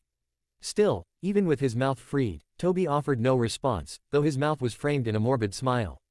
Nagato wondered if his words were surprising him, and he was only holding a mask of emotion like Konan, or whether he truly no longer cared and only sought to spite him. I told the others we needed all the help we can. And so we do. I want you to train and enhance Sasuke's use of the Sharingan for when the two beings come here. The smile fell away instantly, but was quickly turned into another mocking grin. You must be joking, Nagato. The Preta path casually moved one hand from the shoulder to his throat, and Nagato allowed his impatience and long-bottled fury to come through. The Preta flung Toby against the wall, then pressed a chokehold on the other. To Toby's credit, his expression did not change much. Listen to me, Nagato himself said, speaking aloud from across the room. You may lave light about who you were, but I can tell your intent has been genuine. You want to end this miserable world as much as I do, and create a perfect one, a peaceful one. That has not changed. Akatsuki still lives to serve that goal. But if we allow those two beings to capture the Gedo Statue, or absorb its chakra, that belief is dead. Do you understand me? Nagato licked his lips, his throat hoarse. I want you to understand we have no other choice. As much as I hate you for what you've done, what you've been responsible for, I need your help. And you need mine. He loosened the grip on Toba's throat, then released him entirely. The other staggered but then stood tall. He seemed to be deep in thought, though Nagato could not read much with the blindfold. Spoken so sagely, Toby commented. So wisely. You have the mind of a god, at the very least. Will you help? Nagato demanded. Yes. Toby moved a hand to his blindfold, then paused. And after, if we defeat them, what will become of our partnership? Nagato already knew the outcome, so he lied through the truth.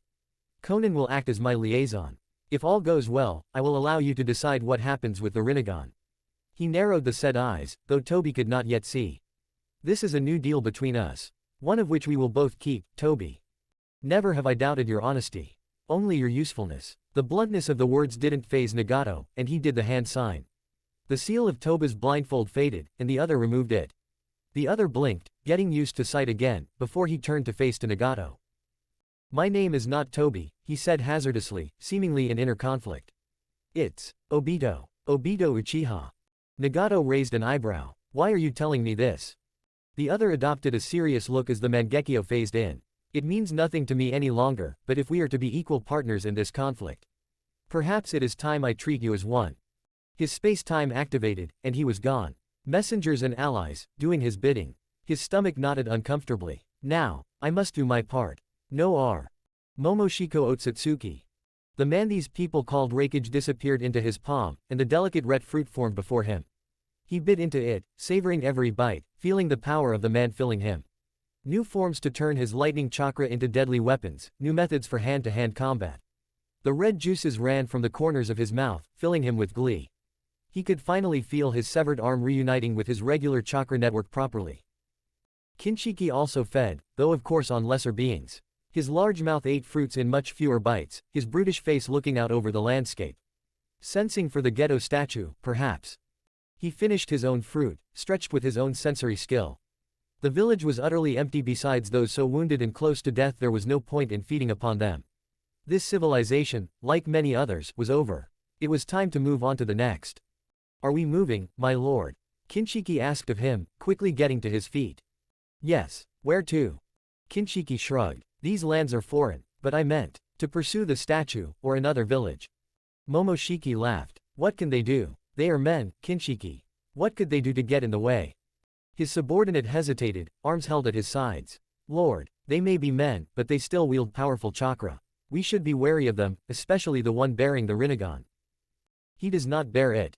He spat on the ground, his saliva red with the juices of the chakra fruit. He stood up, holding a loose rock in his left hand. It is impossible for a man to have them. He stole them from one of our kind. His hand closed around the rock, cracking it as if it was a chunk of gravel. Not that it matters. Lesser beings will always be put in its place, no matter how they may dare to challenge their betters. These beings have come a long way, despite their inferiority, Kinshiki still pressed. We should. Don't tell me they've given you a scare. The rock turned into dust in his hand, and he let it trickle out upon the ground, and he turned his pale face upward. One white hand came to pull the veil off his face, letting the planet's air brush over him.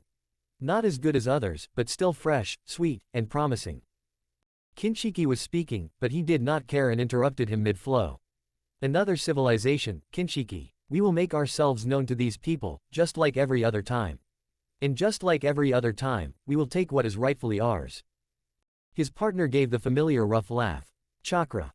He released the veil and smiled in the direction of the next greatest source of chakra. Power. Chapter 13 Search for Answers. Nagato was different. Had his confrontation with Madara really upset him that much? She could easily sense it in everything about him. The way he spoke to Kisame and Madara, and even her. Almost resigned, like he'd made some sort of pact with a real god to seal his fate. As she flew towards Konohagakure, where rumors of the rogue nin Sasuke Uchiha were fluctuating, she contemplated Nagato's choice to not kill Tobi. If there was one thing she knew about him, it was his hatred for being used or misguided. When they were alone, sometimes his anger for being subordinates for Tobi would show, and they would discuss plans to snatch the Eye of the Moon plan away from the Uchiha. Anger came very regularly to him when it was brought up. So what had stopped him? He's different, of that there is no doubt. The question, then, is it for better or worse? Time would reveal that, she was certain. Pain riveted in her empty arm socket. Neither she nor Nagato had much knowledge of medical ninjutsu, but for now it was bandaged up and secure. Before Momoshiki and Kinshiki arrived to Amegakure, she would make certain to perform the paper kinjutsu to remake that arm. For now, she hoped it wouldn't be necessary. Nagato had sounded urgent in getting Sasuke back, and so there was no for her personal needs. The wind blew about her, and her vision turned tunnel-like. The endless rain of Amegakure was far behind, leaving her damp but drying in the sunlight of the neighboring nation. The green fields of the land of fire below seemed much more lively and friendly to her, compared to the almost graying sensation that hounded Amegakure. It seemed strange to her that such a bright land had been responsible for so much devastation. A small town of tan and brown buildings appeared behind one of the green hills, and she went down for it. What Sasuke and his comrades had been looking for was beyond her, but they would have to be staying in one of the outlying towns. The more she thought about it, the more it seemed nonsensical to her. What were they after? Pain had destroyed the village hidden in the leaves. A vast majority of the shinobi from this land were dead. Certainly it did not mean the end of ninja life for the Land of Fire, but in the immediate future, what was there? What could Sasuke want? She landed neatly on the outskirts, where no one could see her arrival. The paper folded back into her cloak, hands, and face. Pain throbbed again in her vanished arm, but she ignored it. Her amber eyes remained alert as she entered the streets. The bustling life of the town seemed vanquished, many seemed nervous and subdued. No doubt the realization that their shinobi village was gone, their very means for security and stability, was beginning to weigh in on them. Konan pulled over to a small, isolated fruit stand. An elderly woman looked up at her, eyes squinting behind the glasses. "You're not from around here." "No, I'm looking for Sasuke Uchiha." The woman nodded, resigned, as if she'd somehow guessed. "You're Akatsuki." The identification threw her off, but she didn't allow it to show. "Yes. With our shinobi gone, I suppose the Hokage was forced to hire you to get rid of him." "How ironic. Who is the current Hokage?" Her eyes narrowed behind the glasses. "If he hired you." Konan raised her lone hand, and a paper knife formed in it. "Who is the current Hokage?" "The fifth." No. Danzo Shimura." "Impossible." The thought left as an actual phrase before she could catch herself. The knife fell away in her hand. "Impossible. I assure you, he is. The fifth was incapacitated by the attack." The woman knew who had destroyed Konoha. They all did. The fear was palpable on her face after the threat of the knife. Konan, however, barely registered it. Danzo. Danzo. Of all people. He would be an elder by now, but Danzo. "Where did you say Sasuke Uchiha was?" she said between gritted teeth. The woman trembled behind the stand. "He and his followers are at the sauna. Don't hurt me." Konan swept away, the Akatsuki cloak whipping about her.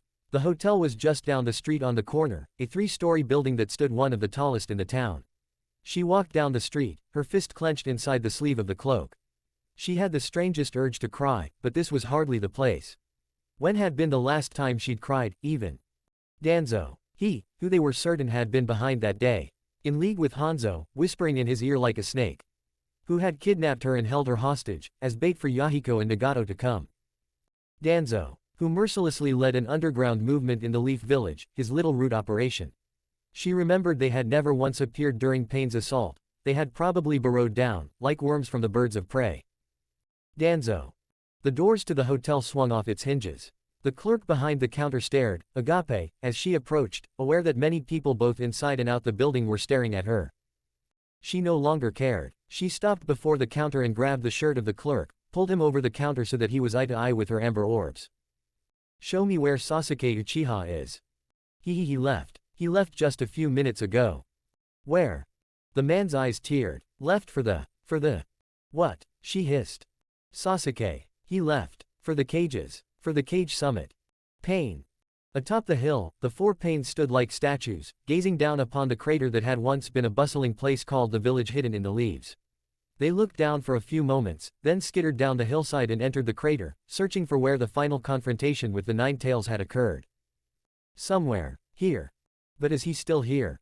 They stopped at the edge of the jagged stone and cracked earth, torn apart by the final battle, permanently burned into his memory.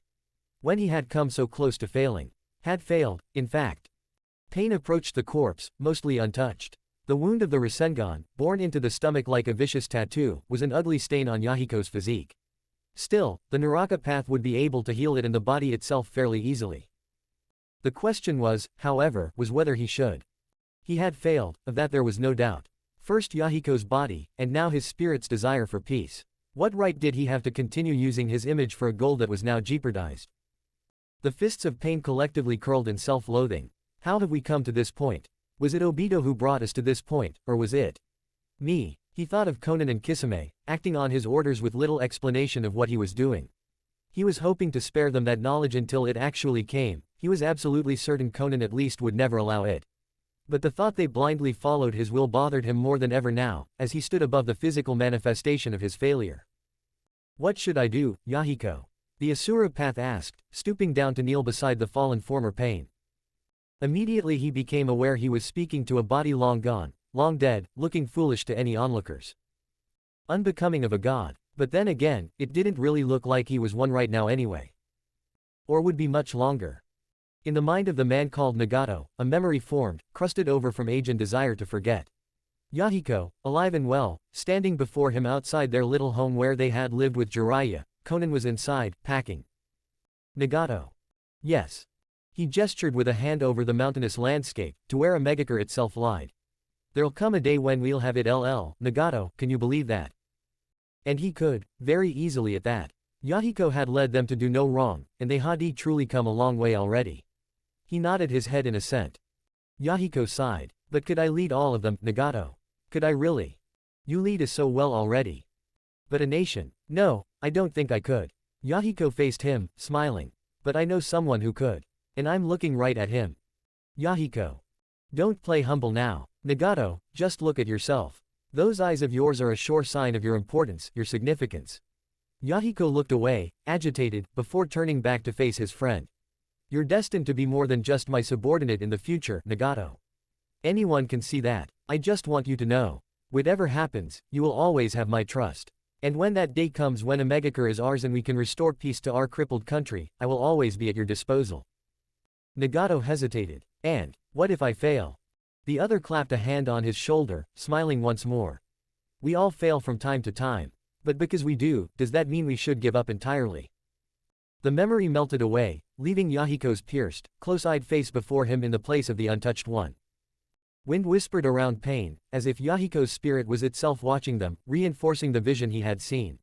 The Rinnegan closed on all the bearers is back in the darkness of the tower. Nagato hesitated. He would want to be the one to make the final stand. To fight with us again. All at once, the pains each summoned a chakra receiver rod and plunged them into the stomach of Yahiko. Blood spurted but quickly slowed as the wound healed. Nagato allowed his chakra to infiltrate the body, like he had done many times to other people to stun them. But he poured more of himself, so much that his real body strained and blood leaked from his nose. Putting a piece of himself, over such a distance, into another. Yahiko's eyes opened, the irises pulsating into the purple rings of the Rinnegan. He stood up, the jaw opening and closing. The other pains took steps back, as if they somehow felt the power thundering in the now lively veins of the other. We'll do it right this time, Yahiko. I promise you. Chapter 14 Cage Summit. The cages. The summit. This isn't good. The land of iron was a bitterly cold place, and was definitely an unusual place, a meeting of shinobi. For the remaining cage to have willingly walked into the home of the samurai told her many things, among them that their trust was so mangled with each other that a formerly neutral party now had to intervene. But why, Sasuke? What do you hope to gain? His motives were unclear. Pain had allowed him and his team to perform how they desired. Obviously he had wanted to go to Konoha for revenge, had that somehow branched out into a desire for a global hatred for shinobi. That was a sure danger sign he was growing unstable. She wondered if Nagato would eliminate the boy just as easily as he had Naruto Uzumaki if it came to it. Like in Amegakure, water fell from the sky, but in icy flakes that chilled and wet her skin. Her paper ninjutsu would definitely be weaker out in the open snow. She landed in the snow, and with her remaining arm extended her hand. Several paper birds extended, shivering in artificial chill. She smiled at the small, beautiful creations she had made, then sent them searching. They would recognize the chakra of anyone familiar. Danzo. Could Sasuke be after him? The new cage of the village hidden in the leaves. He was definitely responsible for many dark events in Konoha. Could he have done something to offend the young Uchiha? Danzo. Yes, he had done many dark events, hadn't he? She forced herself to calm down, focused her chakra through the birds she had sent out. Like many eyes and ears they went through the snow, towards the building the summit was occurring in, a large dome-shaped structure. The birds flew about, sensing. There. 4 bodies were over on the right side of the building, at a side entrance. 2 unidentified chakra signatures were fading out, probably the guards standing watch. They were about to enter the summit, and that was something they did not have time for. No. Something else was on the exact opposite side of the building. An equally familiar signature, but alone and with a chakra as large as all 4 of Taka put together. No, Kisame. She silently cursed herself and Nagato. Kisame had been sent to make fake assassination attempts on the cages by him, and here they were all grouped together. And poor Kisame, knowing how dangerous it was still following through with his leader's orders. There was little choice that could be made now. One or the other, who was more valuable here? Stupid question. They both have incredible value to us right now. She felt very uncomfortable with herself. What was life supposed to be to her and Nagato? There was a time when she, Yahiko, and Nagato had saved lives to truly save them, when Akatsuki had been about helping others and helping them live. Wasn't she only saving them so that they would die later on, under the fire of an all-powered tail? She bit her blue lips, then held up her hand into a hand sign. Her left side began to slough off, flitting off into many pieces of paper. She multiplied the amount, more and more, thousands if not millions of slips of paper piling into another body in mere seconds. A second Konan, and paper clone stood next to her. "I'll recover Kisame," it said. "And I will get Sasuke," the original said. "We will meet back at this spot after." They jumped away to recover their comrades. Nagato. Pain stood before him, 6 strong. A replacement for the human path, taken by another Amegakure Chunin who had eagerly complied to serve, had joined. Once more, the 6 paths of pain were here. His brow furrowed. He remained motionless in his walker prison, he looking at himself through 6 pairs of Rinnegan. Looking upon himself as if through a mirror, taking in the fragileness of his own red-headed body. The irony of God being locked in a cage. They'll be coming soon. Those two. Certainly he had his plan for taking care of them. He had to, if there was any hope of allowing Konan to carry on his will, Yahiko's dream. The pains turned away on his command and jumped from the great painted mouth, down, down, skimming along the structure of the tower into the area where the Gedo statue lied dormant, kept in limbo by whatever the two beings had done to it. A large space, barren space otherwise. The pains all stood in a small circle and sat cross-legged on the cold ground, though he did not truly feel it. He withdrew his chakra from them until only small slivers of control and consciousness remained in them. It all returned to his main self, still high in the tower, and he drew himself into a meditation. It must happen. There is no other way to stop them. The reverse creation. Yuku Sakusei. He took a deep breath and harnessed the chakra within himself. He felt it inside himself, ready to be manipulated and molded to how it needed to be. The question was not, however, whether he knew how to use it. It was if he could. He shuddered. If Madara could entrust Obito, so I can entrust Konan. She was educated, she served him, he could assure himself that she believed in him utterly, fully. It was why he allowed her to go and do these errands for him. He could not allow their previous friendship to interfere so heavily, even though sometimes he truly wanted it to, and noticed when she tried to let it be so. There's no room for that here. Now, it's fight or die. All at once, power surged back into the pains. They jumped to their feet and spread about, except for the animal path, which did the hand signs for a summon jutsu and at once caused a great plume of smoke erupted. The large dog, sprouting many heads whenever critically wounded, appeared, snarling viciously but quickly quieting as it noticed that no enemies were around, only the 6 bearers it knew to serve. The animal path did a brief hand sign, then slammed a hand on the dog's side, breaking the summoning seal on it and yet keeping it trapped in real space. It howled viciously at the betrayal. It wasn't stupid, it knew what was coming. It swiped viciously at the animal path, catching it by the arm and sending it spinning away. However, the path landed surely on its feet. The 6 pains gazed down upon the free creature, which eyes them all with frenzied eyes. "Time to train," Nagato said through Yahiko, the enunciation sounding awkward. He ignored it, and the pains leapt forward as the dog finally braced itself. Konan. Her main self found the bodies of 2 samurai, dead, leaning against each other by the door. She forced it open in a flash and went through a long hallway, aware that there were sounds of violence coming deeper within the building. She increased her pace, distantly aware her paper clone was also entering the building. Her paper birds followed her in, providing a greater sensory view if she needed. A battle was erupting in an arena-like reception hall. Sasuke and his teammates were battling several Land of Iron samurai, cutting them to pieces. He fought with a sort of controlled rage. She recognized it very easily, the most recent example being Ron. Cycle of hatred will always repeat. Nagato's voice, speaking so calmly and with assurance. It made her hesitate. Was she here for Sasuke, or to perhaps get a shot at Danzo? You. A high-pitched feminine voice snapped her out of her thoughts, but it was only Karen, the female teammate of Sasuke's group. She was also on the balcony-like viewing of the battle before, staying out of harm's way. Insults fanned through Konan's mind, so high was her intolerance, but instead she demanded, "What the devil are you all doing here? The Cage Summit. This what you decided to do in your free time?" Her face turned as red as her eyes. "We're here on your orders, smart one. Or rather Madara's, so who are you?" "What? We didn't tell you to come to the Cage Summit. We haven't had any communication with you since we split you off." Karen rolled her eyes. "Well duh, it didn't come from you. You're just his little messenger girl." Konan took a daring step forward, suddenly oblivious to shouts and death below. The other held up mocking hands. "All right, girl-to-girl talk not working out. Karen. I meant you're one of his messengers. Madara told Sasuke what Danzo did to his older brother, and so we headed out over here. Karen paused, expecting another interruption, but Konan had no words for her. So we're out here on Pain's orders. Did he think we couldn't pull it off? He really shouldn't underestimate Sasuke like that. Konan swore. Madara had escaped, it was obvious. And he was still going to defy Nagato. Cycle of hatred. She smiled grimly despite herself. Nagato's words were ringing truer than ever. Sasuke was still dead set on revenge, though now he had a rather interesting target. He should know better, who knows what Nagato is capable of. Next time, Pain won't spare him. She brushed past Karen, who tried to go after her. Konan jumped down into the throng, and quickly cursed herself for not having stayed focused on what was going on. The cage, whom Akatsuki had sealed before but somehow remained alive, had arrived along with his personal bodyguards, as well as what looked like a single Iwagakure shinobi. Sasuke stood in front of Jugo and Suigetsu, looking battered but strangely alive. Konan moved towards them, her approach causing the violent Uchiha to eye her. "Stay out of this," he said coldly.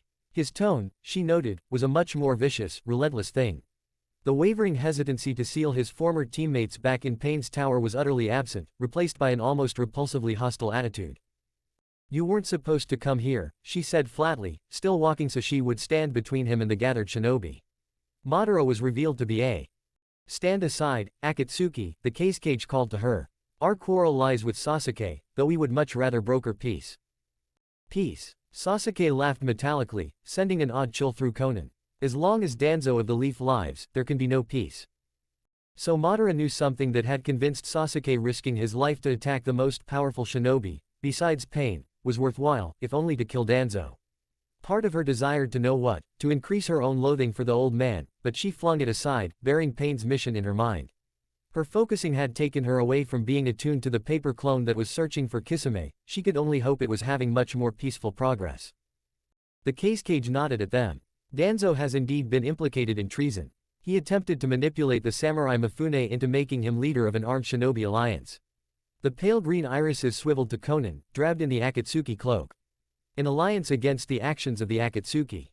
Her own eyes narrowed in defiance, but inside she felt a deep wave of apprehension. Things were out of order, not even the entire Akatsuki would have been able to fight off entire legions of Jonin. The whole point of their operations was to remain covert enough that the abduction of tailed beasts wouldn't catch the attention of the great nations before they could mobilize. And now they were mobilizing. They had the tailed beasts, but now this unseen obstacle of the two beings barred their path. She remembered Nagato had asked Kisame to make a cookie trail back to Amegakure. Was he intending to have the village destroyed as consequence as he failed? "Get out of the way, Gaara," Sasuke said quietly, his wild laughter replaced by sudden deadliness. "I don't want to hurt you, Sasuke Uchiha," Gaara said in return, not flinching beneath the other's gaze. "But I will put the lives of the rest of the shinobi over yours if I have to." "Your loss." Konan whirled on him. "Sasuke." A great rumbling sounded behind the cage and his entourage. Together, they all looked as from the hallway they'd entered, a small trickle of water emerged. Konan stared, knowing what was coming right before it did. "Get up onto the balcony," she snapped, spreading her wings. The wall behind the cage exploded into a mad rush of water. Kisame was visible in the blue mass as a wild speck. The rest of the cage followed. She saw that Danzo, however, was not among them. The Mizukage shot a thin jet of water at Kisame that cut through the wall easily, making him jump out of way, Sharkskin catching what aim was true and absorbing it. "I think the job's done," he shouted at them. "Sorry, your paper clone caused things to go a little awry." "It doesn't matter," she called back. She scanned the now flooded room. The cage was busy helping the rest of the shinobi stay afloat of the torrent on piles of sand. The Mizugake's blue dress was shredded and bloody, no doubt Kisame's faked attempt. The small, elderly Tsuchikage looked unharmed but angry, flying above the water, eyeing them. Sasuke was still in the water, standing on it while his others had fled to the balcony where Karen was at. The whole building was no doubt threatening to collapse with the violent water jutsu Kisame had unleashed, but Sasuke stood defiantly, as if daring one of the cage to make a move. And she'd had enough. "We're falling back, Sasuke. Now, there are things more important." "You aren't going anywhere, Akatsuki," the Tsuchikage snarled from across the arena-like chamber. "You dare to kill my guards, and harm the Mizukage. You criminals have overstayed your welcome on our continent. I want Danzo." Kisame leapt down next to Sasuke and tried to grab him.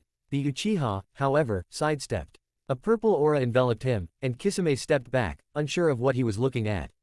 Konan, also, did not know what to make of the glow. A power of the Sharingan, perhaps. We don't have time for this. Madara, she shouted aloud, hoping by some chance he would hear. But nothing was forthcoming. He had sent Sasuke down a path of destruction, knowing full well it was out of his depth. And intentional or not, he was going to get the rest of Akatsuki killed as well. Chapter 15. Too soon. Nagato. The dog cowered but snarled, defense and aggression, fear and fury. It was what any living being did when cornered in a hopeless situation, and it didn't know how to control itself. It made it an easy target. Pain finished it swiftly, leaving the body broken in half, blood splattered in their robes, on the Gedo statue, everywhere. And yet even as the deed was completed, Nagato didn't feel complete. The answer was right in front of him, as well. He had not used Yahiko or the abilities of the Diva Path. His connection to him very firm, he had triple-checked that. Yahiko's body obeyed his every command. So why won't I utilize him? The other pains he did so almost effortlessly, such was his readjustment to them over the past week. They were extensions of his capabilities, his power. It did not trouble him that they were dead people of his own village. In a way, they were doing more good than they ever could have alive. He sought to meditate, seating all 6 pains before the Gedo statue and closing their eyes while he underwent his own inner search in his skeletal frame. But he found no logic about refusing to use Yahiko. Guilt, never absent after the battle with the 9 tails. Fear of misuse, uncomfortably present. Pain, always. At long last, he found the answer. At least, he thought it was. And it troubled him immensely. Hadn't he agreed to it already? Wasn't it the whole point of coming to peace? Konan could be trusted with the legacy of peace. And yet, he couldn't shake such a primitive thing from himself, despite how far he had come. I don't want to die. He sighed. He was going to, one way or another. And he had swore not only to himself, but to Yahiko, Konan, Kisame, even Madara and the rest that for their sake, that he was going to take the 2 mysterious beings with him, no matter what it took. No matter what pain it brought him, he would succeed and fulfill the goal for peace. A tremor, not physical, but mentally. Through the rain, he felt chakra. Powerful and potent. No, it's too soon. The eyes of pain opened anyways, and together they gave a wistful smile as they turned to face the Gedo statue. The world does work in mysterious ways after all. Here I am, doing what Jiraiya-sensei always wanted of me, but even he tried to stop me. Madara, not even Madara, manipulating me. The world is mysterious. And now. The metal above the head of the statue was burning red, melting away. And now, it provides me with no more time to act. It peeled away, and together, pain stepped forward to meet the threat it was not prepared to face, but would do so regardless. Konan. The Tsuchikage struck first, his attack so quick Konan very nearly was caught in the see-through box of disintegrating matter. A high-pitched sound vibrated, as the box suddenly shrunk to minuscule size. By the time it had done that, everyone else had snapped into action. A skeletal purple arm, hanging from the strange ribcage surrounding Sasuke, lashed out at the cage and his guards, who blocked them with a gust of air and finally a wall of sand he could only scratch at. Jugo, the calmer companion, released a series of chakra pulsations from his back that was met in midair by the Mizukage's water spout. Kisame. Konan snatched at his back, getting his attention before he got involved. We're not here to fight this battle, she said furiously at him, although he was not at fault whatsoever. If anything, Nagato was to blame for sending him here. The other was tired and worn, no doubt from having escaped from the other cage. Believe me, I'm not fool enough to challenge the assembled cage here, he said exasperatedly. But we don't have too much of a choice right now. We as well have declared war. And that's what Nagato wanted. She tried to think of what could have drove him to such an idea, but if she wasn't able to think of an answer when she wasn't in combat, she certainly wouldn't be able to while she was. We need a diversion, can you help me do it? Diversion for what? For us to get back to Amegakure. I feel, something's wrong. Something's wrong, Kisame repeated with only thinly veiled sarcasm. But he looked back at the fight, his face growing exasperated again. But it's not me you have to convince, it's time to leave. Frustration seized her. Was Sasuke so fixated on revenge that he couldn't accept there were greater things at stake here? Could he only focus on what was immediately in front of him, of what he could blast with his hate? Cycle of hatred. I know, Nagato. She shook her head, turned to Kisame as she started forming hand signs. I'm going to need some sharks. I might have a way of ending this quickly. You're just going to need to trust me. You know, times like these I wonder why I joined you guys. Pain. They floated above the Gedo statue's petrified head, looking down on the 6 assembled. The larger one lowered first, his sandals landing upon the metal floor with a clank. 5 pairs of Rinnegan followed his every movement, while the diva path remained fixated on the smaller one, Momoshiki. Both were dangerous, but he knew that he was the real threat here. You are the guardian of this place. The bigger one, Kinshiki, he remembered, asked gruffly. I am God, he said through the diva path, stepping forward to stand before the other pains. The twin pairs of Byakugan focused on him instantly, their eyes cracking with intensity. They had not seen Yahiko's form before. That this was the one approaching them no doubt intrigued them. Pain contented itself knowing they didn't know the abilities of the diva path. If I use them. After a few moments, the smaller one laughed mockingly. You are no god, it said seriously when it had subsided. You have the eyes of divinity, but nothing more. You are just a man. Or men, it said, looking at them all in turn. Pain did not flinch. I will not allow you to take the rest of the tailed beast chakra. You won't allow, but what you command is not what we will obey, Kinshiki broke in. It is you who will be listening to us if you survive, that is. A small smile spread on their pierced faces, making the two frown. And here I was hoping we could still negotiate. He did not miss the red axe suddenly swinging at mid-level, elongated incredibly to sweep through the entire room. They collectively jumping, moving forward to land before Kinshiki with various chakra receivers of all sizes extended. The other retaliated by dropping the large axe and transforming his chakra into 2 red clubs. He swung them about himself, parrying all the incoming receivers. The animal path, coming from the top, planted a food on one of the clubs and took the air, his fingers turning into small metal projectile missiles. The pains jumped away as Kinshiki finished his defense, and the missiles all fired towards the large being. Before they could strike their target, they swept upwards, into the palm of the red Rinnegan embedded in the palm of the still hovering Kinshiki. The cloaks of pain were just relaxing as the last missile vanished into his palm, and he smiled. You humans have such interesting jutsu. Delightful. He raised his other hand, and suddenly a much larger swarm of finger missiles flew out of it, like a disturbed hornet's nest. The pains huddled together, this time the Preta path taking point, both hands outstretched. An invisible shield formed before the hands, and the finger missiles vanished as they struck it, the essence of the chakra then disappearing back into the hands of the Preta.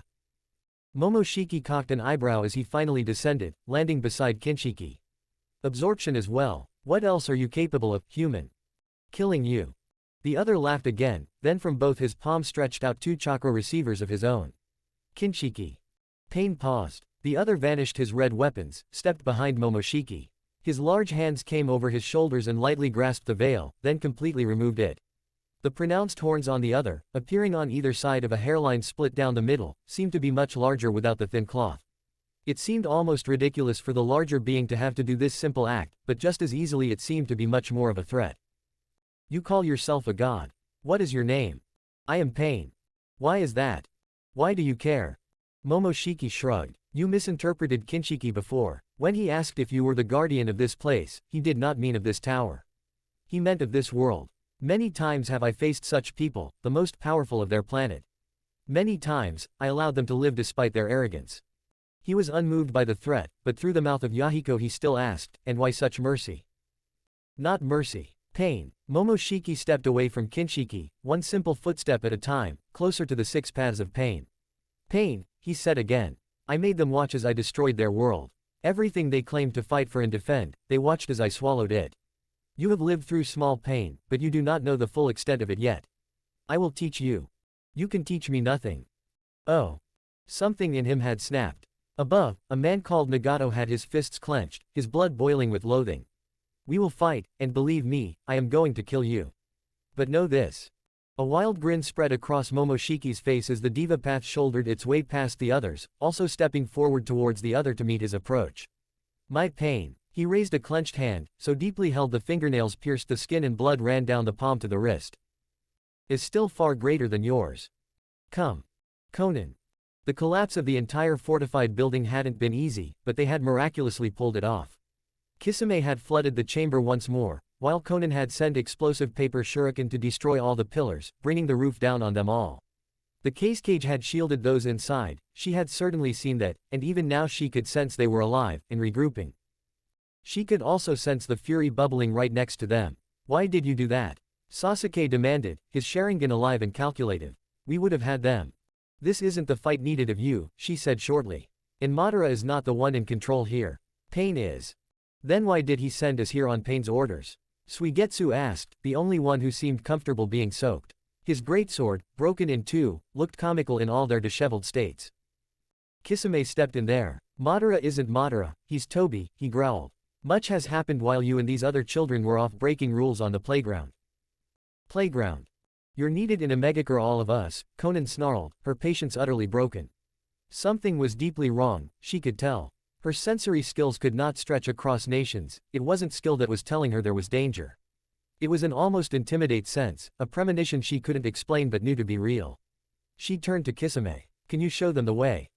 Can I? What about you? She brushed her wet blue hair from her amber eyes. Trust. Enough, trust me. Now he crossed his arms before her. Give me a real answer. She couldn't tell them. She told herself that she was, however, going to tell them half the truth. I need to get to one of the cages first. They have something important for me. Hopefully, the rest will pick up your trail and pursue, now that the summit is in shambles. Kisame studied her, as did Taka. Sasuke looked angry but more relaxed, while Jugo stared at her, his emotions hidden. Suigetsu and Karen looked at her with clear mistrust, which she didn't care enough to comment on. Time was slipping away. You'll meet us there? Kisame asked at last. Yes, she replied automatically, feeling a pang of guilt but quickly disregarding it. I'm not lying. He looked at the destroyed summit building. The cages are picking up on us, they'll follow our greater numbers. You do what you need to. He paused, then added for emphasis, I'm trusting you. I have no reason to abandon you or Nagato, she answered truthfully. This is just something that has to be done now, go. I'll catch up. Sasuke uncrossed his arm. If this is a waste of my time, we're done with Akatsuki, he swore to her. She felt disgust well up at the violence dwelling in his eyes, even his soul, and reminded herself that this was Madara's machination, for whatever twisted purpose he had tried to place Sasuke on. She wondered what Madara was doing even now. They split up, Konan heading back to the summit while the others began sprinting for Amegakure. She had only gone 100 yards when she stopped and sent a number of paper birds to investigate. From the wreckage, the powerful chakra signatures of the cages were indeed emerging, and began to give chase to the larger group. Hopefully, Kisami's was faster. She hoped they would reach Nagato in time. That left her alone, and she finally re-established the connection her paper clone.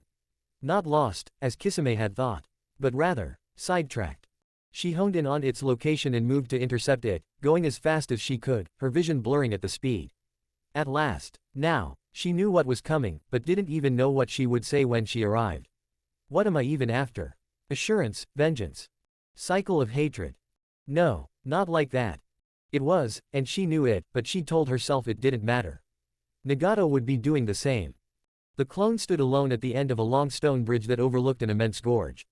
A free drop down would almost certainly be a death, but she did not have eyes for the wondrous scar laid down upon the earth.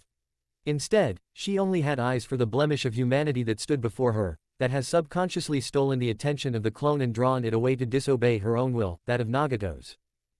I see. So we were being followed. It is of no consequence, the dead Akatsuki will only bolster my position back home. Danzo Shimura looked upon her with his non-bandaged eye, while his two bodyguards stood protectively before him.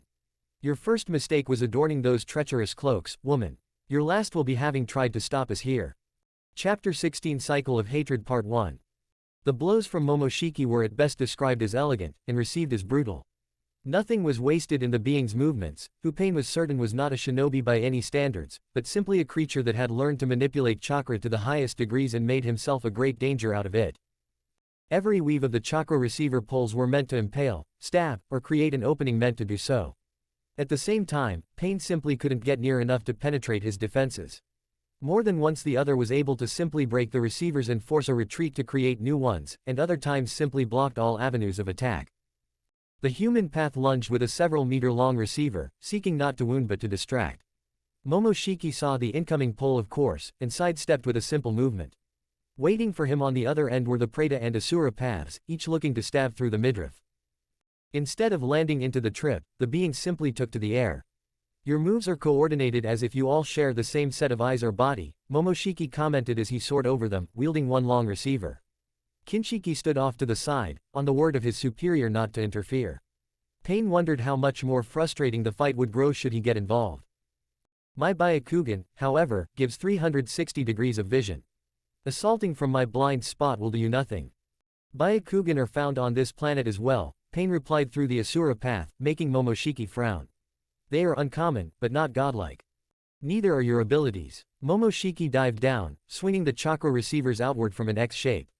They struck the Asura path with enough force to break both shoulder joints, but the mechanized body took it in stride. The fingers modified into long, snake-like whips as the shoulders blew apart. The metal coils found Momoshiki and wound around him, strapping the pale arms to his side. The Naraka path jumped forward and collected the broken-jointed Asura path, while the human and animal paths leapt up and grabbed Momoshiki, dragging him down to the ground while he attempted to free himself. The Byakugan glared with disgust into the purple-ringed Rinnegan, though it seemed more out of annoyance of being touched than the current predicament. I have you. The Preta path also came forward, and placed both hands on the shoulders of Momoshiki, and began absorbing chakra. The other two paths held him still while Pain sifted through the other's chakra as quickly as he could through the Preta. The tailed beast chakra has to be here somewhere. He felt it a few moments before it happened. The paths released him and the Preta erected another absorption shield before him. The chakra buildup it had detected came out explosively from both hands of the being as waves of molten red fire that crisped the air. He could not feel the heat, but the air trembled and blurred as the molecules sped up and evaporated. The metal coils were gone, and Momoshiki redirected his aim directly for the Preta. How much can you take before you break? He asked mockingly, an inane smile across his pale face. Deep crimson flame. The fire or lava, whatever it was, turned the vision of all the Rinnegan into a hot mess that they could not see past. But those of the King of Hell could. The Naraka path, aware that Kinshiki was watching, finished the jutsu and the Asura path stepped out of the mouth of the summoned creature that rejuvenated their wounds and damages like some sort of repair shop. Standing high above the others, it saw Momoshiki levitating up into the air again, still spilling the molten magma. Laughing. Doubt flickered through the mind of the man called Nagato, through whom pain was personified, made real. Am I not making a dent in this being? It seems to treat all this as some sort of game. Is it really that powerful? Just as suddenly as the flames had appeared, they stopped, revealing Momoshiki to the rest of the paths. The being cocked its head, pointed across the room. I have seen all of you fight, except the newcomer. Why do you not fight? The Diva path stood apart from the rest, and it was no mistake that it did so. The Rinnegan in its sockets narrowed, but it gave no reply. Speak. He ignored it, and Kinshiki said angrily, you will answer when you are spoken to. He suddenly swept forward, and Pain felt a collective grimace. He's involved now, I can't do this alone. Just use the powers of the Diva path. Can I? The red weapons spun out of Momoshiki's back as if he were flinging them, axes, swords, knives, and clubs all arching towards the Diva. At the same time, Momoshiki raised his left hand. Severing cyclone edge. Thin bursts of wind chakra, blown and narrowed to nearly microscopic size, burst out of the left red Rinnegan like slashes of a sword. Pain, too occupied with moving the Diva path out of the way of Kinshiki's attack, responded too slowly. The human path took a gash that nearly split it in half. The Preta and animal paths slipped away in time, leaving the human path to wither and roil as the body tried to stay alive through the will of the user. The Diva path dodged all the incoming red weapons, twisting through the air to avoid them all. The weapons dissipated as they missed, but still more were coming as if intent on finding and piercing him. So weak, so weak. Momoshiki's metallic laughter filled the tower. You are no god after all. You cannot even protect yourself. Kinshiki's large form snapped into focus, another large axe clutched in both hands, drawn over the head to bring down. Almighty push. The chakra release buffeted Kinshiki back completely, and knocked the remaining red weapons away. The tower shook with the force, and the Diva path stood with its arms raised, head looking to the heavens, a grimly satisfied smile on its face as Momoshiki Byakugan widened with, finally, surprise. Konan. The way he spoke was to one of contempt, but not familiar, and she felt her base burn with contained anger. He doesn't recognize me. I bet he didn't recognize us during the attack on the leaf either. Your assault on the cage summit has failed, Danzo continued, his voice crackled with age. Nevertheless, she knew he could not have become Hokage if his skills were not formidable. The two guards in front certainly looked as if they might give her a problem first. The Akatsuki has made a mistake they will never recover from. You fools. This isn't about the Akatsuki, not really. Her blue hair swept, as did the short, spiked rim of Danzo in a breeze. The other's eye was almost closed, but she knew he was studying her. This is about us. Us. I don't know you. Don't you? She held her hand, gesturing loftily in the direction Amegakure lied. Many years ago, you collaborated with Hanzo the Salamander, leader of the village hidden in the rain, to eliminate us early on. Her fist clenched. Do you remember me now? Akatsuki was a burden on society even then, Danzo said dismissively. I could not allow Amegakure to acquire stability that could threaten Konohagakure during its feud with other great nations. So you purposely tried to kill us, only to prevent Amegakure from knowing peace. She demanded. Cycle of. Shut up. But Nagato needs you to come back. My village takes priority, Danzo sniffed. Would you not say yours takes the same? Although I see by your headband you have forsaken Amegakure. You killed a young man called Yahiko that day. Paper began stripping off her arm, body, leg. The two escorts closed the gap between themselves, completely hiding Danzo from view. The old Cretan sighed. Fu, Torun, take her. The two charged forward, one sporting bright orange, wavy hair and a short blade and the other with cropped black hair and goggles on. The paper formed about her like a wave striking a rock, ascending around her. The air rippled between them in a spiral fashion, and they all paused before they could attack one another. A spiral shape formed, and Konan grimly knew who was arriving from it. Why show your face now? She demanded. To help. Toby thrust both hands forward and smacked both Fu and Torun away, to the right and left. They stumbled away, perplexed. Danzo, exposed, stated simply, so you've returned. Do I have you to thank for the assault on the summit? Sasuke was spreading his wings, Toby said to him, then turned his masked head back to Konan. And I am still with you. This was all on Nagato's asking. Was it? But before she could even fathom a question, he said, I'll handle the spares.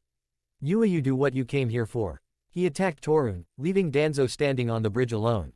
She hesitated, the floating paper also seemingly held back. Am I doing this? But for who? Yahiko, myself, the former Akatsuki. What's to be gained here, when Nagato needs everyone's help back at the base? Wind style. Vacuum slashing wave. Instantly she snapped back into focus, releasing a large column of paper to stand before her. The slicing wind cut deep into the pillar, but the chakra-infused paper had the same thickness as a pillar of concrete, and it stopped before it could reach her. More floating paper above her transformed into spinning paper shuriken, and they raced across the bridge to Danzo. He dodged them all, his agile moves proving to her there was much more beyond the frail frame he liked to present. A good cover, as good as a deceptor as you always have. The pillar of paper dissolved into many sheets, and they fanned out onto the floor like a swarm of bugs crawling across the landscape. Danzo studied them as he removed his cloak. Konan's eyes narrowed as she took in a golden enclosure wrapped around Danzo's arm like some sort of animal. A sealant of some sort. Containing what though? She stretched out her one arm. I'm not going to wait to find out.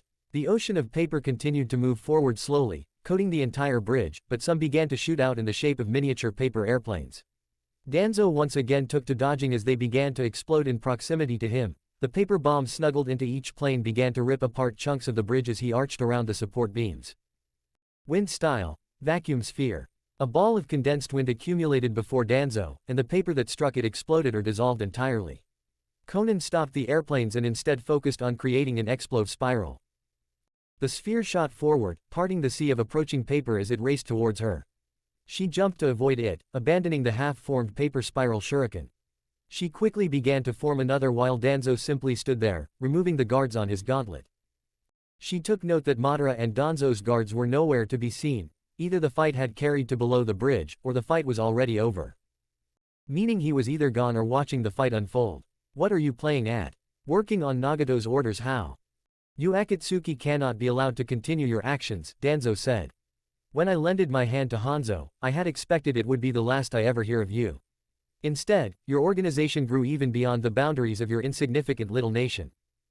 You tried to destroy us, and instead you only gave us the strength to find a way to put an end to people like you. And yet I do not recall your face. Like your nation, you are also negligible. She thought back to that day, when Hanzo had held the kunai knife to her throat and ordered Nagato to kill Yahiko, or he in turn would kill Konan. Hadn't she only been a tool in the machine that concluded that day? No, I don't believe that. There's a reason I'm alive, and that I was spared that day. Yahiko is gone, but Nagato will never leave. Her lips grew into a deep frown as Danzo loosened the last bolt on his arm. And not to people like him, who work in the shadows. Still, the Akatsuki and Root have not been very different, have they woman? Danzo looked at her impassively. Working from the shadows, under a leader whose outward appearance is very different from what lies beneath. That's not true, she said a little too quickly. Continue to deceive yourself, then. By the end of this battle, it will not matter. The golden gauntlets fell off, as did the bandages beneath them. Konan stared in shock. Danzo's arm was completely filled with swiveling, pulsating red eyes all implanted into a sickly, wrinkled, cream-colored skin. She felt a revulsion of looking upon them, but she was quickly able to put pieces of the puzzle together. "That's why Sasuke wanted to kill you so badly," she said slowly. "You had a hand in the Uchiha massacre. Knowing you, I can't believe I never guessed it before." For the betterment of the village, Danzo agreed. Their deaths, like yours, all serve that purpose. She smirked. "I don't agree." Paper whirlpool. Danzo's mouth opened into an "oh" before he suddenly was sucked down into the ocean of paper that had long before surrounded him. She did the hand sign, and the hole suddenly blew up, orange fire of explosive tags raging upward in a testimony of fire. Konan felt as if a great weight had been taken off her shoulders. "For Yahiko," she said softly to herself, and she raised her hand to her chest and clenched it. "Clever, had I not been acutely aware of the paper the entire time." Konan opened her eyes, and a kick hard enough to make her teeth clank painfully together hit her in the head, sending her tumbling to the hole Danzo had just died in. "He's not dead." She skidded to a stop on a knee, disbelieving. But it was Danzo, standing before her completely unharmed. His one normal eye looked at her without any trace of anger, annoyance, or even satisfaction. She retracted the paper back into her body, unsure of her next move. "You wish to acquire revenge on me, is that it?" "Revenge?" She blinked. "No. I'm going to end this," Danzo stated flatly.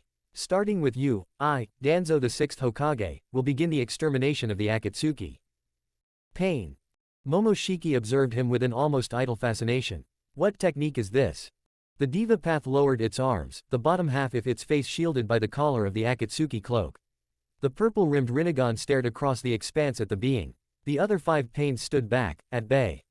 "One beyond your understanding or usage." The body of Yahiko pointed at the other being. "You know nothing of the pain needed to acquire this power. You were gifted it, created as a god. I forged to be one. But what does it matter?" Momoshiki extended a black receiver rod from his left palm, and the diva path did the same from its right. "Man cannot ascend beyond its humanity, you delude yourself to a higher importance." Momoshiki's Baikugan narrowed. "There is nothing of 100 worlds that can touch me. And you will not be the first." They both leapt for each other at the same time, and the receiver poles clashed in a shower of yellow sparks. The diva path's calm Rinnegan looked back into Momoshiki's annoyed Baikugan. "Kinshiki, enough messing around. I've grown tired of playing." "Yes, Lord Momoshiki." The other pains readied themselves as the bigger being released a large red, double-bladed, double-edged axe appeared in both his hands. For such a large being, the pains were almost caught in the first great swing of the weapon. The human path tried to block with a chakra receiver rod and was bemused to see it easily slit in half. This weapon had a much higher concentration of chakra that had greatly increased its slicing range. Summoning Jutsu. The animal path splayed its hand on the floor, and the giant Rinnegan Eyes Rhino appeared, instantly snapping into a horned attack at Kinshiki. The greater being raised the axe and with a roar brought it directly down into the creature's skull. The main horn split in half down the middle, while the axe broke through the equally tough skull. The rhino gave one great bellow before it was defeated, taken out in one strike. "Gah!" Kinshiki bellowed as well. The Asura and Naraka paths had gone to his exposed sides, and each shot out a long, thin black receiver pole that went in one side and out the other. As the pole exited on either end, each of the paths caught the other and held it, pinning Kinshiki in place. The Preta path landed behind and planted its hands on the back, quickly beginning to suck the chakra out of the other. Kinshiki's head turned, his pale face contorted. So bothersome for being so weak. It's not the weak ones who's gotten Themselevs trapped. Finally, the human path landed in front of the large Otsutsuki, and he looked down at it imperiously. The other splayed its hands as if reaching for something, then shot the right hand forward into his chest. Kinshiki's great mouth opened. "Wah, what is this? What are you do-ah?" Something clear, corporeal, and hazy purple was emerging from Kinshiki's chest, held in the hand of the human path. The Naraka path came to stand behind the human, doing the hand signs to summon the king of hell. Kinshiki began to sweat, his eyes narrowed in fury. I know what this is. My soul, you're drawing it from my body." Pain did not reply but only increased the intensity of the attack as the diva path fought Momoshiki yards away.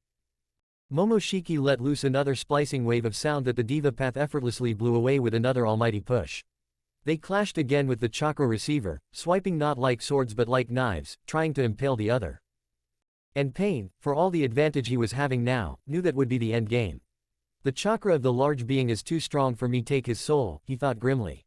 I can only incapacitate him until help arrives. The Gyakusakuse will only serve one blow, and I have to use it on Momoshiki. They again met, Momoshiki seeking to run him through the shoulder, and his other hand came and slapped it away. And it'll have to be used on this one. The fact that he needed help bothered him, never before had pain required the help of others. Konan had always been his messenger, never his partner, though certainly he liked to think of her that way. But reality was that pain was powerful, was God, and yet here he was, accepting that these two beings would, eventually, destroy him without the help of others. Momoshiki somehow seemed to sense his unease. You claim divinity, but gods have no doubt. Your right facing you head on, therefore, has never been a question. Almighty pull. The other flinched as his feet dragged a moment, and the Divapath grimaced as he realized that he was resisting the standard level of gravity. He increased the intensity, and Momoshiki's footing lost and he began to soar towards him. Pain raised the black rod to run him through the chest. Divine howling halo. Lightning, so powerful it burned white, came from Momoshiki's hand and arched around Pain, taking the shape of great, howling wolves. The Rinnegan watched them, hoping they wouldn't attack before the receiver pierced. One of the wolves gave an electronic snarl, then bit down on the hand holding the receiver. Instantly he abandoned the gravitational pull. Almighty push. The wolves were blown away, the white light fading. Momoshiki, however, kept coming despite the sudden repulsion coming off him. The other's rod struck him in the shoulder, and suddenly he felt as if a great weight had been pressed upon his shoulder. Chakra, more powerful and much larger than his own, filled the body. And what was worse? I see, Momoshiki murmured. You are not even alive. Your chakra, like all the others, are the same. Someone is controlling you. He smiled mirthlessly. Perhaps I should find the real man behind all this. The western wall, the one closest to them, blew outward, spraying everyone with dust. The other pains maintained their grip on Kinshiki, though he roared and the chakra rods began to break while still impaling his body. The human path struggled to maintain its concentration, only a quarter of Kinshiki's soul out even with the aid of the Naraka path. Sorry for the late arrival, Kisame growled, hefting the great blade sharkskin in one hand. Distractions are so frivolous these days, are they not? Interference from more fools, Momoshiki snapped, not even sounding annoyed anymore. His anger was palpable, and the Divapath actually felt slightly disturbed. He yanked the chakra receiver out with a grunt, quickly feeling the other's chakra leave him as his own stabilized. But was he able to locate the origin of my own chakra? Sasuke Uchiha and his comrades stepped out on either side of Kisame. These are the beings you spoke of, huh? The young Uchiha attested. I've never seen anything like them before. Their chakra is like nothing I've felt either, Karen said behind him, her voice subdued in fear. It's almost alien. Kisame, take the others, help destroy the other one. The Divapath shouted, getting back to its feet. He saw, with a feeling almost like depression, that Konan wasn't there among Tama. What had happened to her? Confident you can fight me all by yourself. Momoshiki snarled. This is the last mistake you'll ever make, human. With his chest oddly heavy, he extended the black rods and resumed the seemingly endless battle. Chapter 17 Cycle of Hatred Part 2. Konan. Her paper bombs tore chunks out of the bridge, and shuriken parted the air with their speed. But even what Danzo wasn't able to counter or dodge and actually struck him, he just wouldn't stay dead. And even Konan had to admit that it was getting to her. Every time he reappeared he reaffirmed that she would die, that Akatsuki was lost, that their purpose was over. There's no escaping here, she shouted, ripping Danzo in half with a sharpened paper disc. But even as the bisected body landed before her, the old, bandaged man with the strange Sharingan arm appeared behind a support pillar, shaking his head at her. You should be the one thinking about escaping, he said coldly. I will wear you down, and I will back you into a corner you cannot escape. You will be the first to die, along with Madara Uchiha and the other members of Akatsuki. But the knowledge that Danzo knew or thought he knew who Madara was only told her that the two had known each other, maybe been in league. Her hands splayed with more shuriken that Danzo blasted away. He knew Tobi was a threat, was posing as Madara, but still worked with him. There's no end to this man's evil. An afterimage of Yahiko, falling onto Nagato's kunai knife, blood gushing from his lips, haunted her eyes and obscured her reality with memory. No. Danzo struck her across the face with the closed fist of his normal hand. She spun away, spinning on her sandals before catching his next blow. She caught his modified arm by the hand and was repulsed by how sickly and wooden it felt. Konan let his momentum carry her before swinging her foot around to hit him in the back. He allowed his movement to carry him forward while his fingers made a set of hand signs. Wind style, vacuum wave. She leapt back, avoiding the firm gust of air that split the air and trimmed the entire sleeve of her empty arm socket away. Her blue hair whipped behind her as she leapt forward. Danzo, not expecting her to try close quarters fight so soon, was slammed into the pillar behind him. Stay dead this time, Danzo. She raised the paper kunai and drew it across his neck. He gagged, but his bloody lips drew into a smilia. She closed her eyes and fell to a knee, breathing hard. The earlier brawl with the other cage was wearing her down, she felt her muscles straining with the effort it took to even stand. Yet Danzo was freshly rested, unless you counted the run he'd had coming all the way out her ear. As I said, you'll wear yourself out. Konan gritted her teeth and stood up. I won't yield to him. I did that day, and I won't ever do it again. She turned to face him, saw that he was just looking away from his arm. Was it her, or was some of the red glow of the Sharingan gone, like they had closed? You cannot last against me. I will kill you here, then Madara will follow. You'd like that, wouldn't you? Anyone's expendable as long as they don't further your goals to enhancing the Leaf Village. Can you not say the same about the Akatsuki? Danzo countered, his wrinkled face tightening with annoyance. How many lives have been spent to get where you are now? And how many more will pay the price to fulfill your end goal? She thought of the factory woman and her son. Their names were lost to her now, their deaths, delivered by her hand, all but forgotten. She felt a surprisingly twinge of guilt that was quickly replaced by a much more horrific one. The Gedo Statue. The tailed beast weapons Nagato wants to create. For peace. She bit her lip. Our methods are barely different from what Danzo is doing with one village alone. Fire style. Incineration vortex jutsu. Konan erected a wall of paper before herself, but Danzo's hot orange flames were not spilling in front of him. Instead they came around her sides, encircling her. She began to sweat quickly, and she stared across the flames at the other. Her paper was smoldering, the fire closing in from every angle upon her. I won't concede to him, not ever. Not to that monster. Then to her, shock, he was enveloping himself in his own flames. His skin charred black and he crumpled, his clothes and skin alight. The fire jutsu ended, leaving her sweaty and with superficial burns, but alive. What was? Her breath came short. From her chest, a swirling mist of yellowish clear air protruded. Blood spilled from the wound, and from her mouth. In disbelief, she turned around. Akatsuki has lived as long as I allowed it, Danzo murmured in her ear. You all live in my reality, my plans. It was my mistake to not ensure you were killed off back then. That changes today. You do remember me, then. She shoved herself off the chakra blade he had run her through with, clutching the wound. Her Akatsuki cloak was drenched in red down the front, the red clouds looking as if they were physically weeping their blood. She fell down onto her knees, but she refused to let go.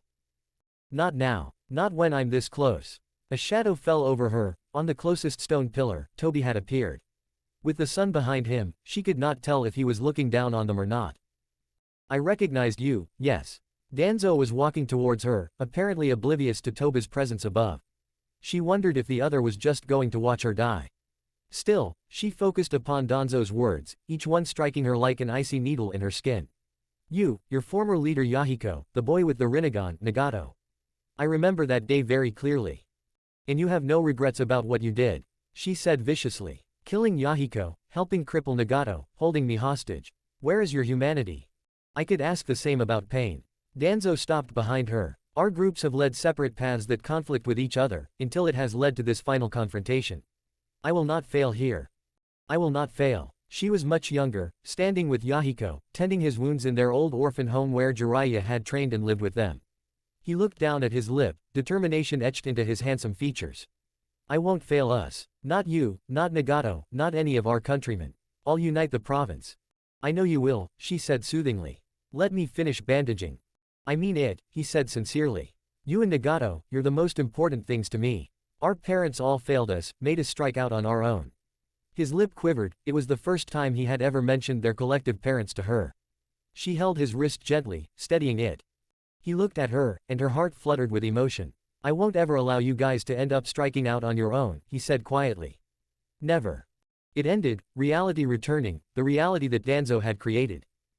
And finally, it settled in her almost calmly. I hate him. I've always hated him for what he took away from me, the old Akatsuki, Nagato, Yahiko, our innocence. Instead he only left me with a pain. Toba's shadow shifted, and Danzo, looking down at her, saw the light suddenly shift and looked up. Paper Truth Star. Danzo stumbled back as her hand grabbed his modified Sharingan arm. The kunai clutched and it struggled in his grasp. From her only arm, paper was latching onto him like ants crossing from one tree branch to another. His face contorted. "What is this?" "I've been watching you through the battle," she said quietly, her grip on him tightening unnecessarily. Already the entire arm was covered in the paper. "You do hand signs to activate this reality-altering jutsu of yours. You're not very adept at hiding it, even though without it you'd have died several times over. Just as you should have died that day instead of Yahiko." She knew Danzo had never even been involved in the fighting, had not even known who he was at the time. And yet, her hatred for him was making the words fall without any true meaning. Danzo's other arm came down on the paper, trying to sever the connection. Instead, it became stuck there as the moving sheets covered that arm, too. He tried to move his fingers into hand signs, but they were glued in place. Stupid girl. He tried to twist his entire body around, to bring his feet up to her, kick her in the head. Instead, her immovable frame caused him to fall awkwardly upon the ground. No. The paper by then had covered his entire body, sealing his mouth shut, holding him petrified. She disentangled her own arm from the paper mass that was the acting sixth Hokage, and did another hand sign.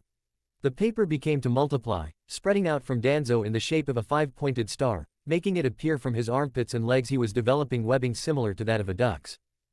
Muffled noises came from behind the paper, but she no longer had any interest in what he might say. Paper crumpling technique. And like that, it was over. The webbing-like modifications folded inward on Danzo's body, bending it inward to an inhuman degree with multiple sickening cracks and squelches. Breathing hard, she allowed the paper to fall away. Miraculously, he was still clinging to life, although his rib cage had been broken and all his limbs having their bones equally shattered. He lied there in a pool of his own blood and the paper that had destroyed him. He seemed to be trying to speak, but Konan looked away. "That was for Yahiko," she said with quiet venom. "And for who knows how many more. And how many more to come." She didn't turn around, feeling too tired to do so. "Nagato didn't send you here. Are you going to kill me, too?" Far from it. Toby came to stand beside her, looking down on Danzo's last moments. "He told me he wanted me to train Sasuke. This was the fastest way to do so." "How do you see that?" She snorted, her hair hanging loosely around her. The blue flower in her hair, she noticed, was gone, burned away by Danzo's attack, perhaps. She felt oddly hollow without it. "How? You're living proof of it, Konan." He waved a hand at Danzo carelessly. "Hatred. The quickest way to mature. The quickest way to gain immediate strength. It gave you the strength to finally end Danzo here. It certainly allowed Sasuke to hold his own against the cages, for as long as he did. All in preparation for when those beings return, which they have, at any rate." He didn't seem to notice her predicament. This is still a large step. Hypothesizing Nagato is actually capable of killing the two beings with the rest of the Akatsuki, the removal of Danzo leaves the Leaf Village rudderless, and the cages an entire nation short. Our plan will progress like never before. Oh. What have I done? Blood loss and a sickening sense of dread coagulated into a slimy feeling building inside her. She looked at her hands, the blue nail polish smeared red, the skin tinted crimson as well. What have I done here? I left Nagato alone. We must break the cycle of hatred. Remove ourselves from vengeance. I embraced it. What have I done? Konan. What have I done? She lashed out at Toby, grabbing him by the front of his cloak. Now, it's happening now. Yes, he said calmly, taking her hands off his cloak. They are already fighting. Did you not know? I thought it was why you sent them back unless you were acting on instinct. And she had, but at the same time she'd known something was wrong. And yet, her anger, her demand for vengeance against Danzo had caused her to consciously ignore her own judgment. If Pain lost, because she wasn't there. You knew, didn't you? Toby said it with an air of almost disbelief. You came out here to kill Danzo, even though you sent the others back. For a moment he was silent, and then he chuckled. It's always the quiet ones, isn't it? You never suspect they're the most vehement until their actions do the talking. What have I done? She looked down at Danzo, abandoning Toby. He should die, needed to die, but today shouldn't have been the day. There's time. He grabbed her this time, and she saw the air ripple around them. We have time, hold on to me, Konan. There's still time to help Pain. The cycle of hatred. What have I done? Pain. Flaming birds, winds of over 100 kilometers and over, rocks taken from the metal ground and hurled as fast as Kunai. The diva path flowed like a dancer, disabling them all and throwing attacks back. The boulders became counter-projectiles, gusts of his chakra sending black receivers spinning away. Each time an attack of his failed, Momoshiki grew more incensed. The veins of his Byakugan looked close to popping, and some had appeared on his scalp. Frustration in not being able to kill this human, seemed to be getting to him. Pain smiled. Having difficulty, creature. You will never walk again. As if to emphasize his point, the ground around Pain suddenly latched onto him in knee level, pinning him in place to the earth. He blasted the ground with a universal pull, throwing himself into the air and lobbing black receivers down. Momoshiki gnashed his teeth as he swung a receiver of his own about him, knocking the projectiles away. The other Pains, with Kisame, Sasuke and the rest of Taka, had Kinshiki done for. He had broken free of the human path's technique, but he was deeply shaken by it. The broken pieces of the chakra rods remained stuck in his body as a permanent impairment. No amount of glowing red weapons were able to hold back the combined, if wearisome, attacks. They were busy at the cage summit, Pain thought, and above, the one called Nagato felt his chest tighten uncomfortably. Enough to keep Konan from returning. No sign of her, even after all this time. It unnerved him. Sasuke swung his lightning-enhanced sword down and threw the thin handle of Kinshiki's chakra sword. Before he could create another one, Kisame had hit him with a water shark head-on, buffeting him into a wall. Kinshiki roared and blue lightning raged from him in a repulsion. Suigetsu recoiled, his skin sloughing slightly while everyone's hair stood on end. The Pains, unmoved, focused their chakra into the rods still impaled inside Kinshiki. Instantly the lightning stopped as his agitated chakra refused to properly produce the elemental chakra. He roared again, but no attack came forward. Your partner is done for, Pain commented through the diva path. You're next to follow. To his surprise, Momoshiki smiled. Are you certain? He unleashed a flourish of molten lava, which he blew away. But it kept coming, longer than the duration of the almighty push could handle, and he had to leap away. The other was waiting for him, and the diva path grimaced as he was engaged in another parley of stabbing and clashing receivers, demanding his attention. Suddenly, the connection to the Naraka and Asura paths were broken. Confused, Pain re-established fuller connections.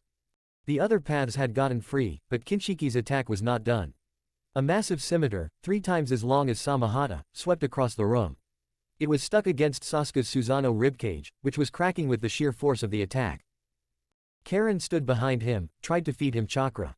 The remaining 3 Pains tried to attack Kinshiki, but Momoshiki was relentless, a victorious, maddening smile on his face. He's figured it out, there's just one mind controlling the paths. I can't control them all equally. The boy of Nagato panged painfully, and all the paths froze, their connection disturbed. I'm reaching my limits. This fight has carried on much too long. I never guessed the chakra levels of these beings would be greater than even the 9 tails. Sasuke. Kinshiki's attack shattered the purple Susanoo, and Karen threw herself in its path. The fraction of a second it took to cut her in half was enough for their silent teammate Jugo to grab Sasuke and pull him into the air out of the path of the swinging scimitar. The tower groaned unhappily, and Pain realized with shock that the swing had done more than physically seen. It had completely sliced through 3 ends of the tower, stopping only where the Gedo statue was. It's going to fall. The Rinnegan flicked to Karen, where her teammates crouched beside her while Kinshiki bellowed once more, his wounds steaming as they seemingly healed. Dead just like that. This wasn't meant to end like this. One receiver plunged into his chest, slamming him to the floor. He quickly tried to remove it, but Momoshiki hadn't thrown this one. He was on top of the diva path, holding it in place with one wounded knee. You have thought yourself to be very clever, he said breathlessly, the Rinnegan in his hands glowing bright red. But you are nothing compared to us, in the end. A god. You are nothing. Pain. Kisame shouted to the unmoving bodies, but the chakra agitation was far beyond just that of the diva path now. The loyal Akatsuki member swore and re-engaged the enraged Kinshiki with a worrisome Sasuke and Jugo, while Suigetsu still kneeled beside the dead Karen. He felt it inside him. Momoshiki had found his main body, the source of the chakra, at the top of the collapsing tower. Let us see how divine you are in person. From both Rinnegan he shot a dozen more receivers, utterly pinning Yahiko to the floor and disfiguring his body. There was no Naraka path to heal his wounds anymore, or an Asura path to let loose a volley of bombs to stop Momoshiki. Pain was defeated. Nagato. But not Nagato. Nagato had never been defeated, though he suspected now this might be the case. Through the eyes of the diva path, he watched as Momoshiki's metallic laughter floated up with the main body as the tower began to shift unpleasantly around them. That's right, come to me. See me face to face and let's see what you saya. He was at peace, truthfully. As much as he could be, he knew what was coming, and though part of him yearned to flee, to escape, he not only knew such action was impossible, but that it didn't even seem attractive to him. From here on out, it would be up to Konan. Konan, I know you're alive out there. He licked his bloodless lips, feeling depressed. I'm sorry this is so sudden. There's so much I should have said to you. Below, the rumbles of the rest of Akatsuki fighting Kinshiki echoed violently. He tried to re-establish a connection to the rest of the pains, but all he could do was return to the diva path, still pinned in place. It seemed Kinshiki had taken advantage of the temporary paralysis and finished the other paths off. Not that it matters anymore. The sound of sandals clacking upon the metal tongue of the entrance face announced the moment of peace had arrived. He banished every doubt of the fight below, every worry for Konan, every hesitation for his coming action. What mattered now was what he held, the same courage his sensei Jiraiya had had when facing the six pains to discover their identity, the courage Naruto Uzumaki had had to come face Nagato in person in the paper tree. Momoshiki's Byakugan swiveled, clearly searching for traps of some sort. Finding none, he entered, his clothes damp with the endless rain outside. He too in Nagato's skeletal, imprisoned form, and his mouth actually opened in visible shock. This is a mistake. You are not him. I am. Impossible. Look at yourself, you are barely a shell of what you vermin should look like. You are telling me you are the one who controlled those puppeted bodies below. Nagato stared straight into the Byakugan, and Momoshiki's eyes widened with the confirmation. Rinnegan, it is you. Sorry to disappoint you, Nagato said scathingly. He did not even feel vulnerable to the disgust the other being had. The moment is coming quickly. Don't restrain yourself. Your claim to divinity is even weaker than before, Momoshiki said, almost harshly. He approached, retracting another black receiver from his palm. The large cage Nagato was in shifted slightly, the tower was beginning to tip in earnest. Time was ticking down, and quickly. Momoshiki still spoke. From my land, a being born as weak as you would have been stamped out upon birth. There is no room for you in that world, or this one. His lips curled cruelly. I am doing this world a favor by destroying you. And I think you should stop talking so much. Your interference in my quest for peace ends here. Nagato's Rinnegan snapped open, and Momoshiki recoiled, no doubt sensing the shift in pressure. He raised his right hand's Rinnegan to absorb whatever was coming, but what was unleashed was beyond anything that could have been absorbed. Yuku Sakusei. His hands clasped together with a smack that for a moment drowned out the sound of the tower's collapse. Reverse Creation. Chapter 18, Reverse Creation. Konan.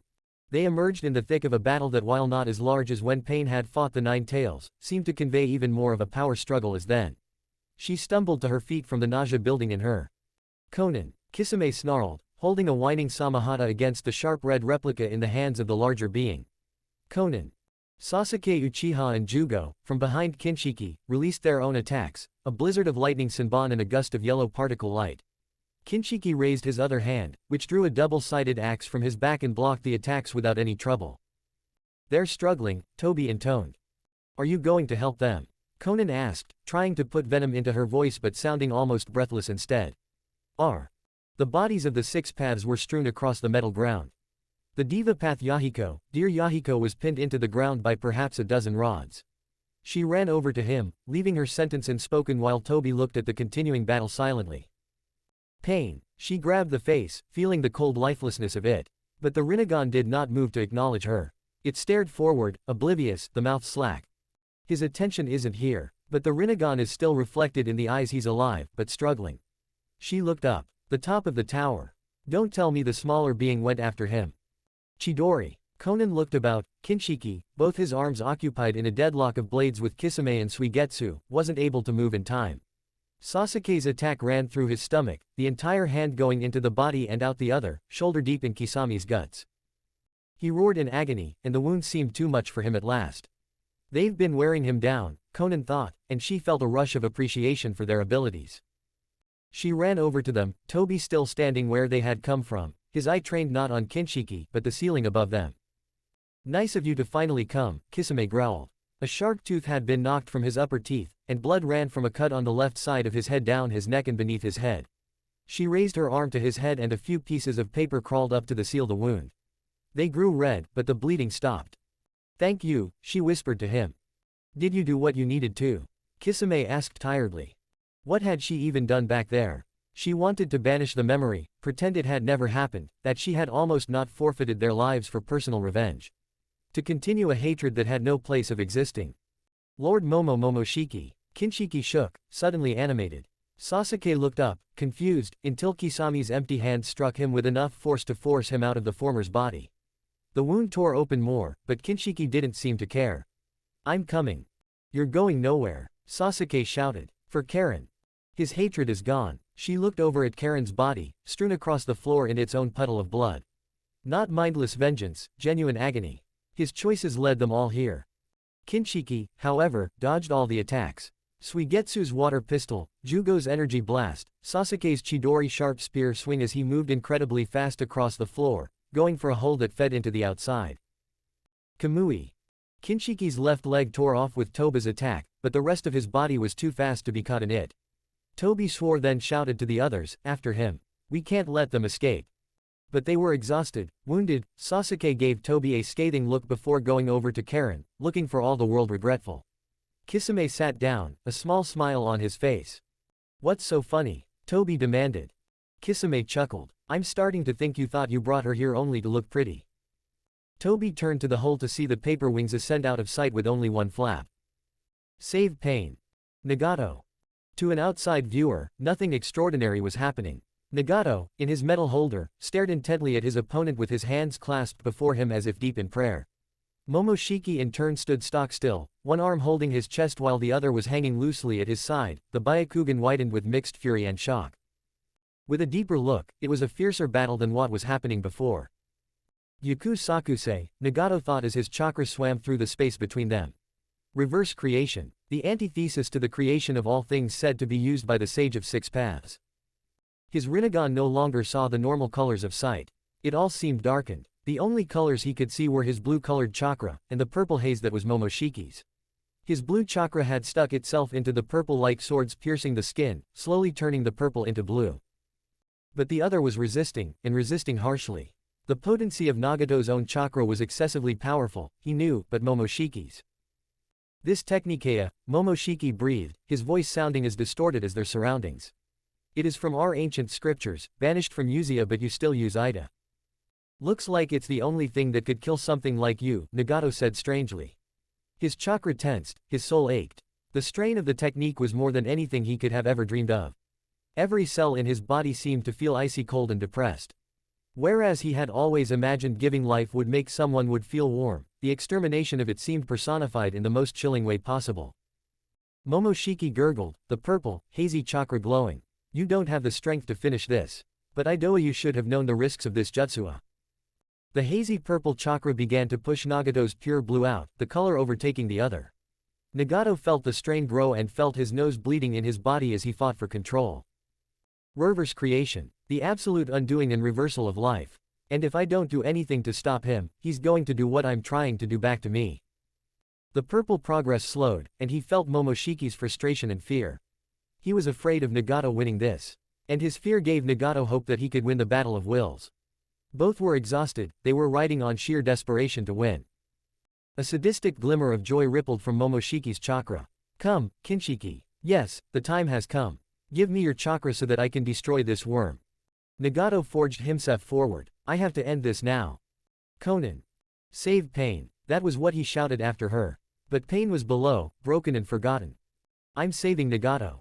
Her paper shuriken, laced with explosive tags, zipped through the air. They all missed striking Kinshiki as they flew up the side of Pain's tower, but one embedded itself far enough to explode and impair his approach. Foolish girl. Kinshiki threw chakra weapons at her, which she swiveled through the air to avoid. The tips of her wings fired off needle-sharp Senbon paper that Kinshiki, flying almost casually, swerved to avoid. They both flew through the air, clashing or throwing projectiles at each other. The stump of his left leg bled freely, and Konan realized that even though she was tired from her own fight, Kinshiki had non-stop been battling even longer. However great his chakra reserves, he was finally reaching the end of his rope. Then what does he hope to do for Momoshiki? She wondered. What does he have to offer? He rushed through the air with a glowing sword, and her left wing bent inward to take her out of the way. Kinshiki impaled the blade on the building, but ripped it free and swung for her again.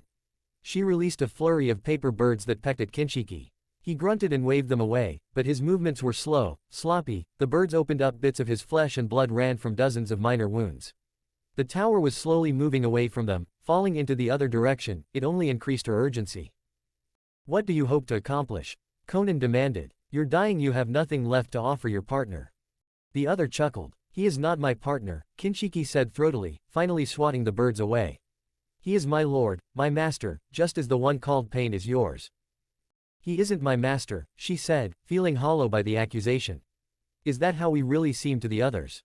But she thought of Kisame, and how they had spoken of camaraderie and loyalty. No, he saw how we were. Her fists tightened. Nagato and not pain. Like any lesser being, my life is only in service to my master. In this Kaseya very literally. Kinshiki held a hand to his chest, the Byakugan filled with fanatical light. I will give myself to Lord Momoshiki as is required to me, and the power he will acquire will make him unchallengeable to any one being. He will take his divinity and open up an entire new plane of it. Konan didn't like the way he was talking. I won't allow you to proceed. The other smiled bloodily. Of course you won't. You yourself must give yourself to your master now, if he is to win. Only of us will reach our Lordsa and that will be decided now. As if in answer, the rain fell harder than ever.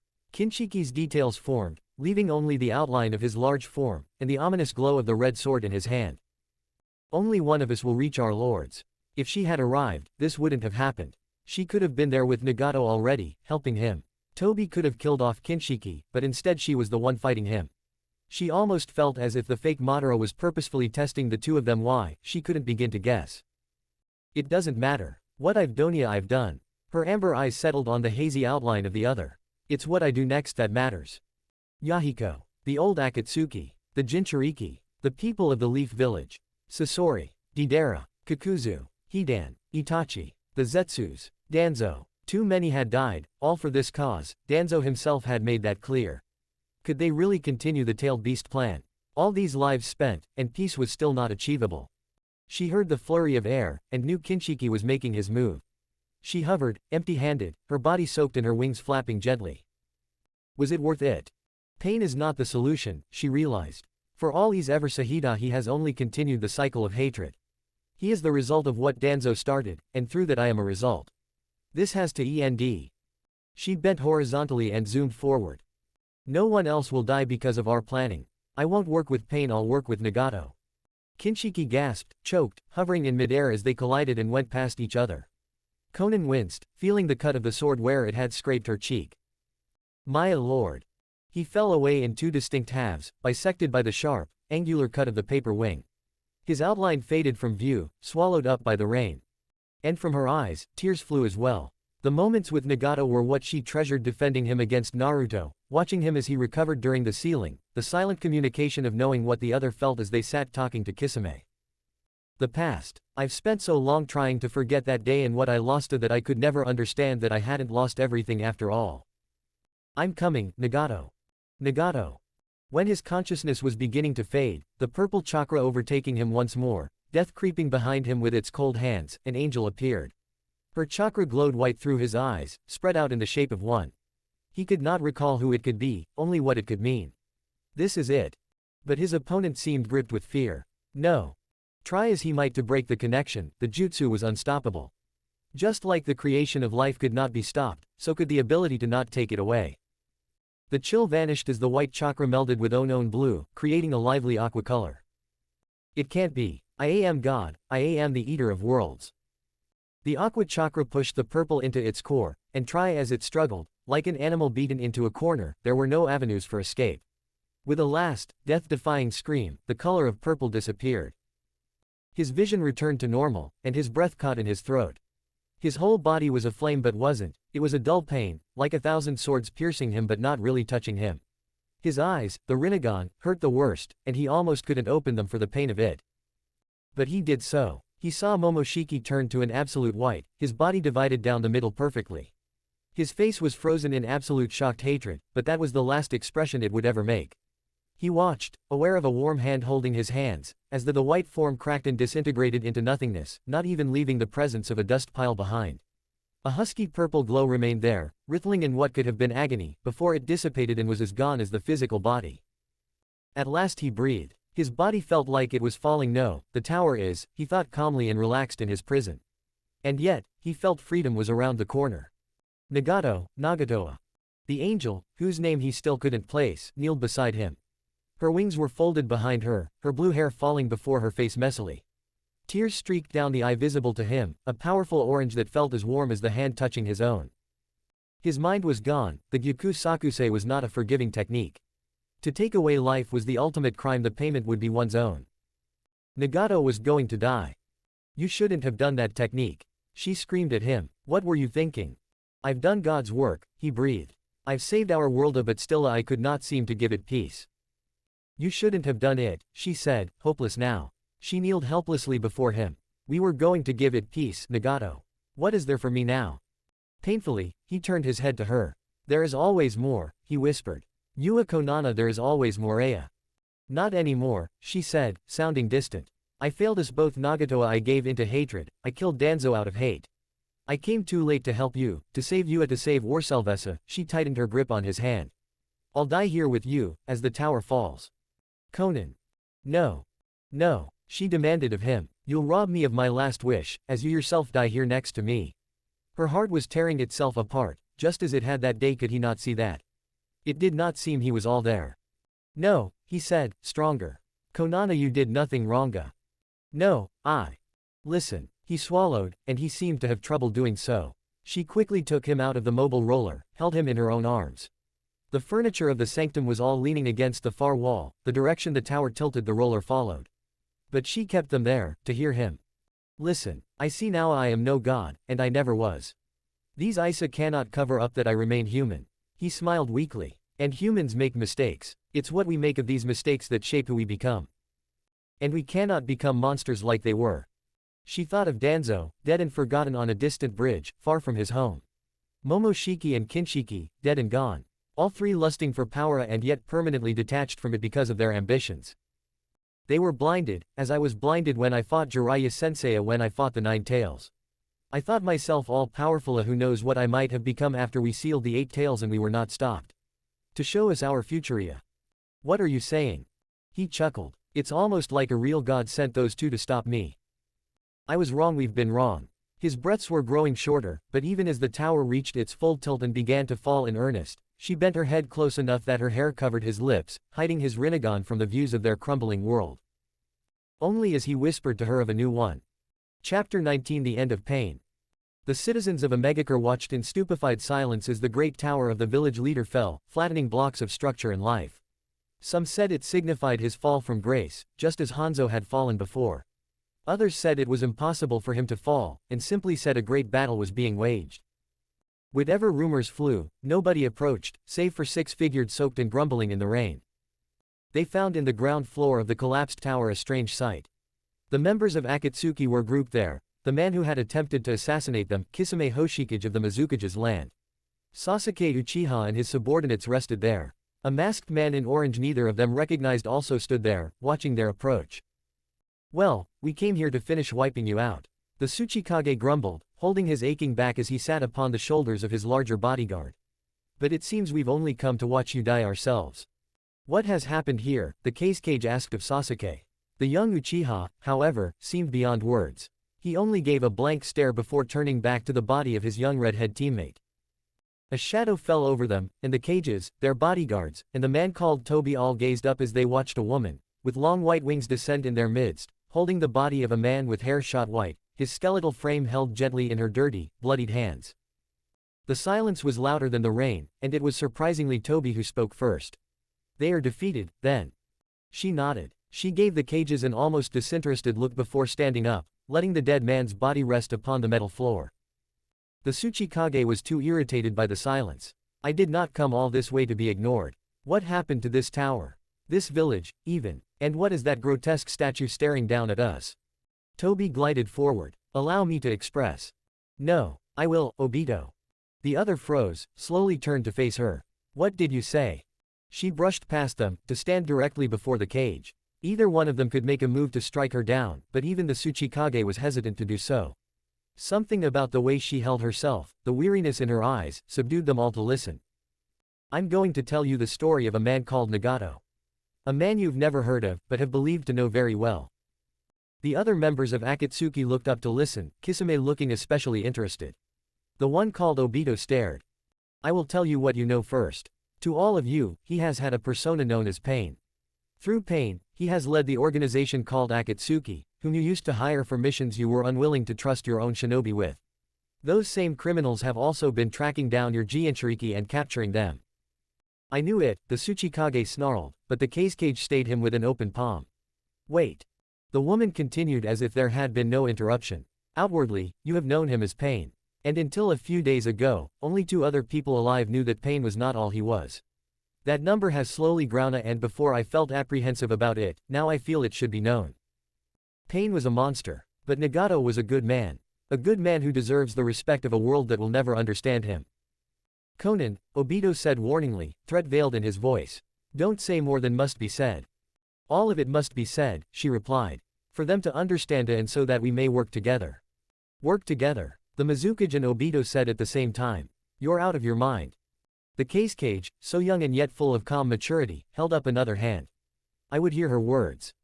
The other cage and their bodyguards seemed oblivious. The Tsuchikage gave a nod to his guards, and they both took on hand signs. Are you afraid that what I might hear will change you? Konan challenged. Or are the words of one just beneath you? You're an Akatsuki, an international criminal. The Mizukage retorted, though she had stopped in her aggressive moves. Nothing you can say will change anything. What's been done has been done. But you have no idea what's been done, what's happening, or what can happen. Konan paused. But if you do now without listening, then you risk repeating the history of your ancestors.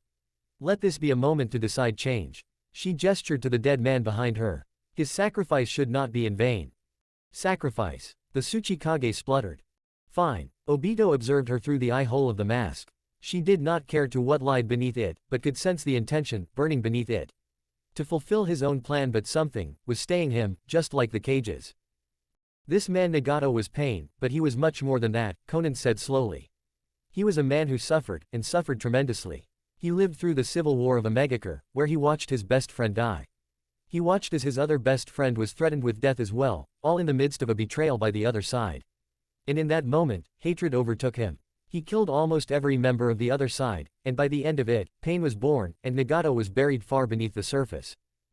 He claimed he had risen about that hatred, that the pain of loss had made him mature beyond his humanity. In short, he claimed to be God. And I, the friend he rescued, became his angel. Together, we restored our battered land to peace and reunited it for peace, we said. In reality, Pain killed one of the men who had betrayed him, Hanzo, and usurped his place as leader. The cages murmured in amazement. News of Hanzo's death had never officially been told. That he had actually been killed also struck them, and they looked to the dead man with renewed interest. Still Konan spoke. Then he created Akatsuki, guided by another man equally twisted by hate.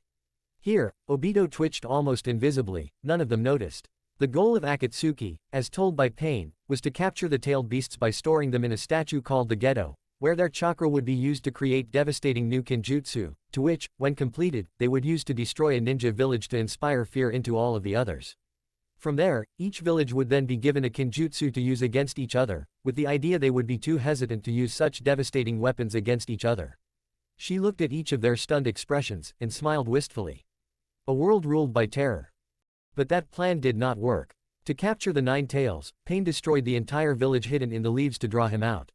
Then, in capturing the last tailed beast, 2 beings emerged from another dimension that stopped the process of cultivating their chakra, forcefully stopping our plans. They were real gods, easily stopping us.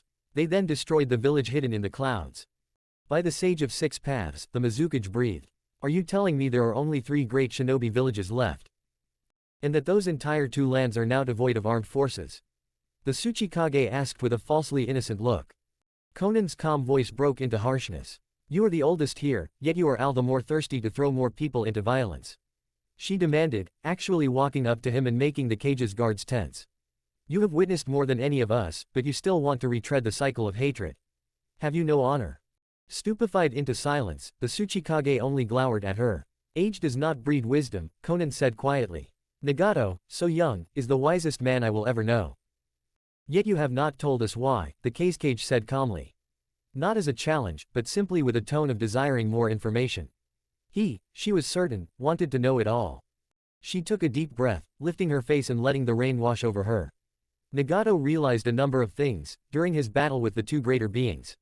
And I, in my own journeys, have to agree with everything he has said. I hope you will, too. All too many times we have lied to ourselves, saying the wars we fight will be the one, to end the next. Or that this one, will be the one that builds a peace. The threat of war hangs over weary nations until they are no longer weary, and they are ready for war. Fear, he realized, could not be used as a motivator for real peace. Likewise, the methods to achieve it could not be any more hypocritical. How many lives have been spent to get the Akatsuki to where it is? We have been no better than any one of the warring ninja villages. We have lied to ourselves, blinded our own movements saying we are building towards peace when we have only been speeding up the countdown to a war that could spell the end for even more lives. Konan closed her eyes, thinking of a man called Danzo who she had killed. I killed the upcoming Hokage, Danzo, out of hatred, she said softly, making them all stiffen. I admit it, I was so lost in my anger that I acted on a whim, instead of realizing helping Nagato and the rest of Akatsuki fight the two beings would be much more beneficial. Had I been able to overcome that feeling, who knows what might have happened here. The Mizukage bit her lip. These two beings area. Dead, yes, they are responsible for damage done here. She gave them a look of steel. He gave up his life to stop them. To save this world. We could have stopped them, the Tsuchikage murmured, though he sounded more subdued than ever before. His eyes traveled about the fallen tower, the dead girl and man, the battered look on the others. Maybe. Thanks to him, you will never have to know, Konan said flatly. And he wants no one else to ever know the pain he did, nor go through the sacrifice he did. So what are you proposing? The Kazekage asked. For the first time, she truly smiled. Something that not only our sensei proposed, but another one of his students did. We must accept the pain we have taken, but we must not let it grow us towards the direction of causing pain for others. We must look at it and truly come to terms we want no one else to feel it. Pisa through understanding, the blue-haired guard of the Mizukage asked, before quickly backing down. However, Konan nodded eagerly. Yes, exactly. Through compassion, negotiation, and honesty, we can make a world where the violence that bred people like pain, that put men like Nagato under layers of reclusiveness does not exist. The silence returned. The cages looked at her, seriously contemplating her. But once again, it was not them who spoke first. You truly believe this? Obito whispered, almost in disbelief. You believe that simply by talking to one another, we can end our individual pain. It's absurd, impossible. If Nagato could realize a peaceful solution, so can you, Konan snapped at him. Open your eyes, Obito. He told me your name, yes. I see that look in your eye, I know what you plan. But taking his Rinnegan and the stolen-tailed beast chakra in him will not solve anything. You will only continue the very cycle you claim to be stopping. She stared him down, into the pits of the red Sharingan. Can you really tell me what you're going to do is noble?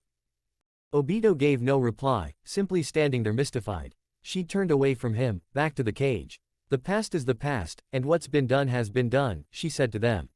But if we continue to follow the past, the future holds no meaning. We must create a new beginning, starting now.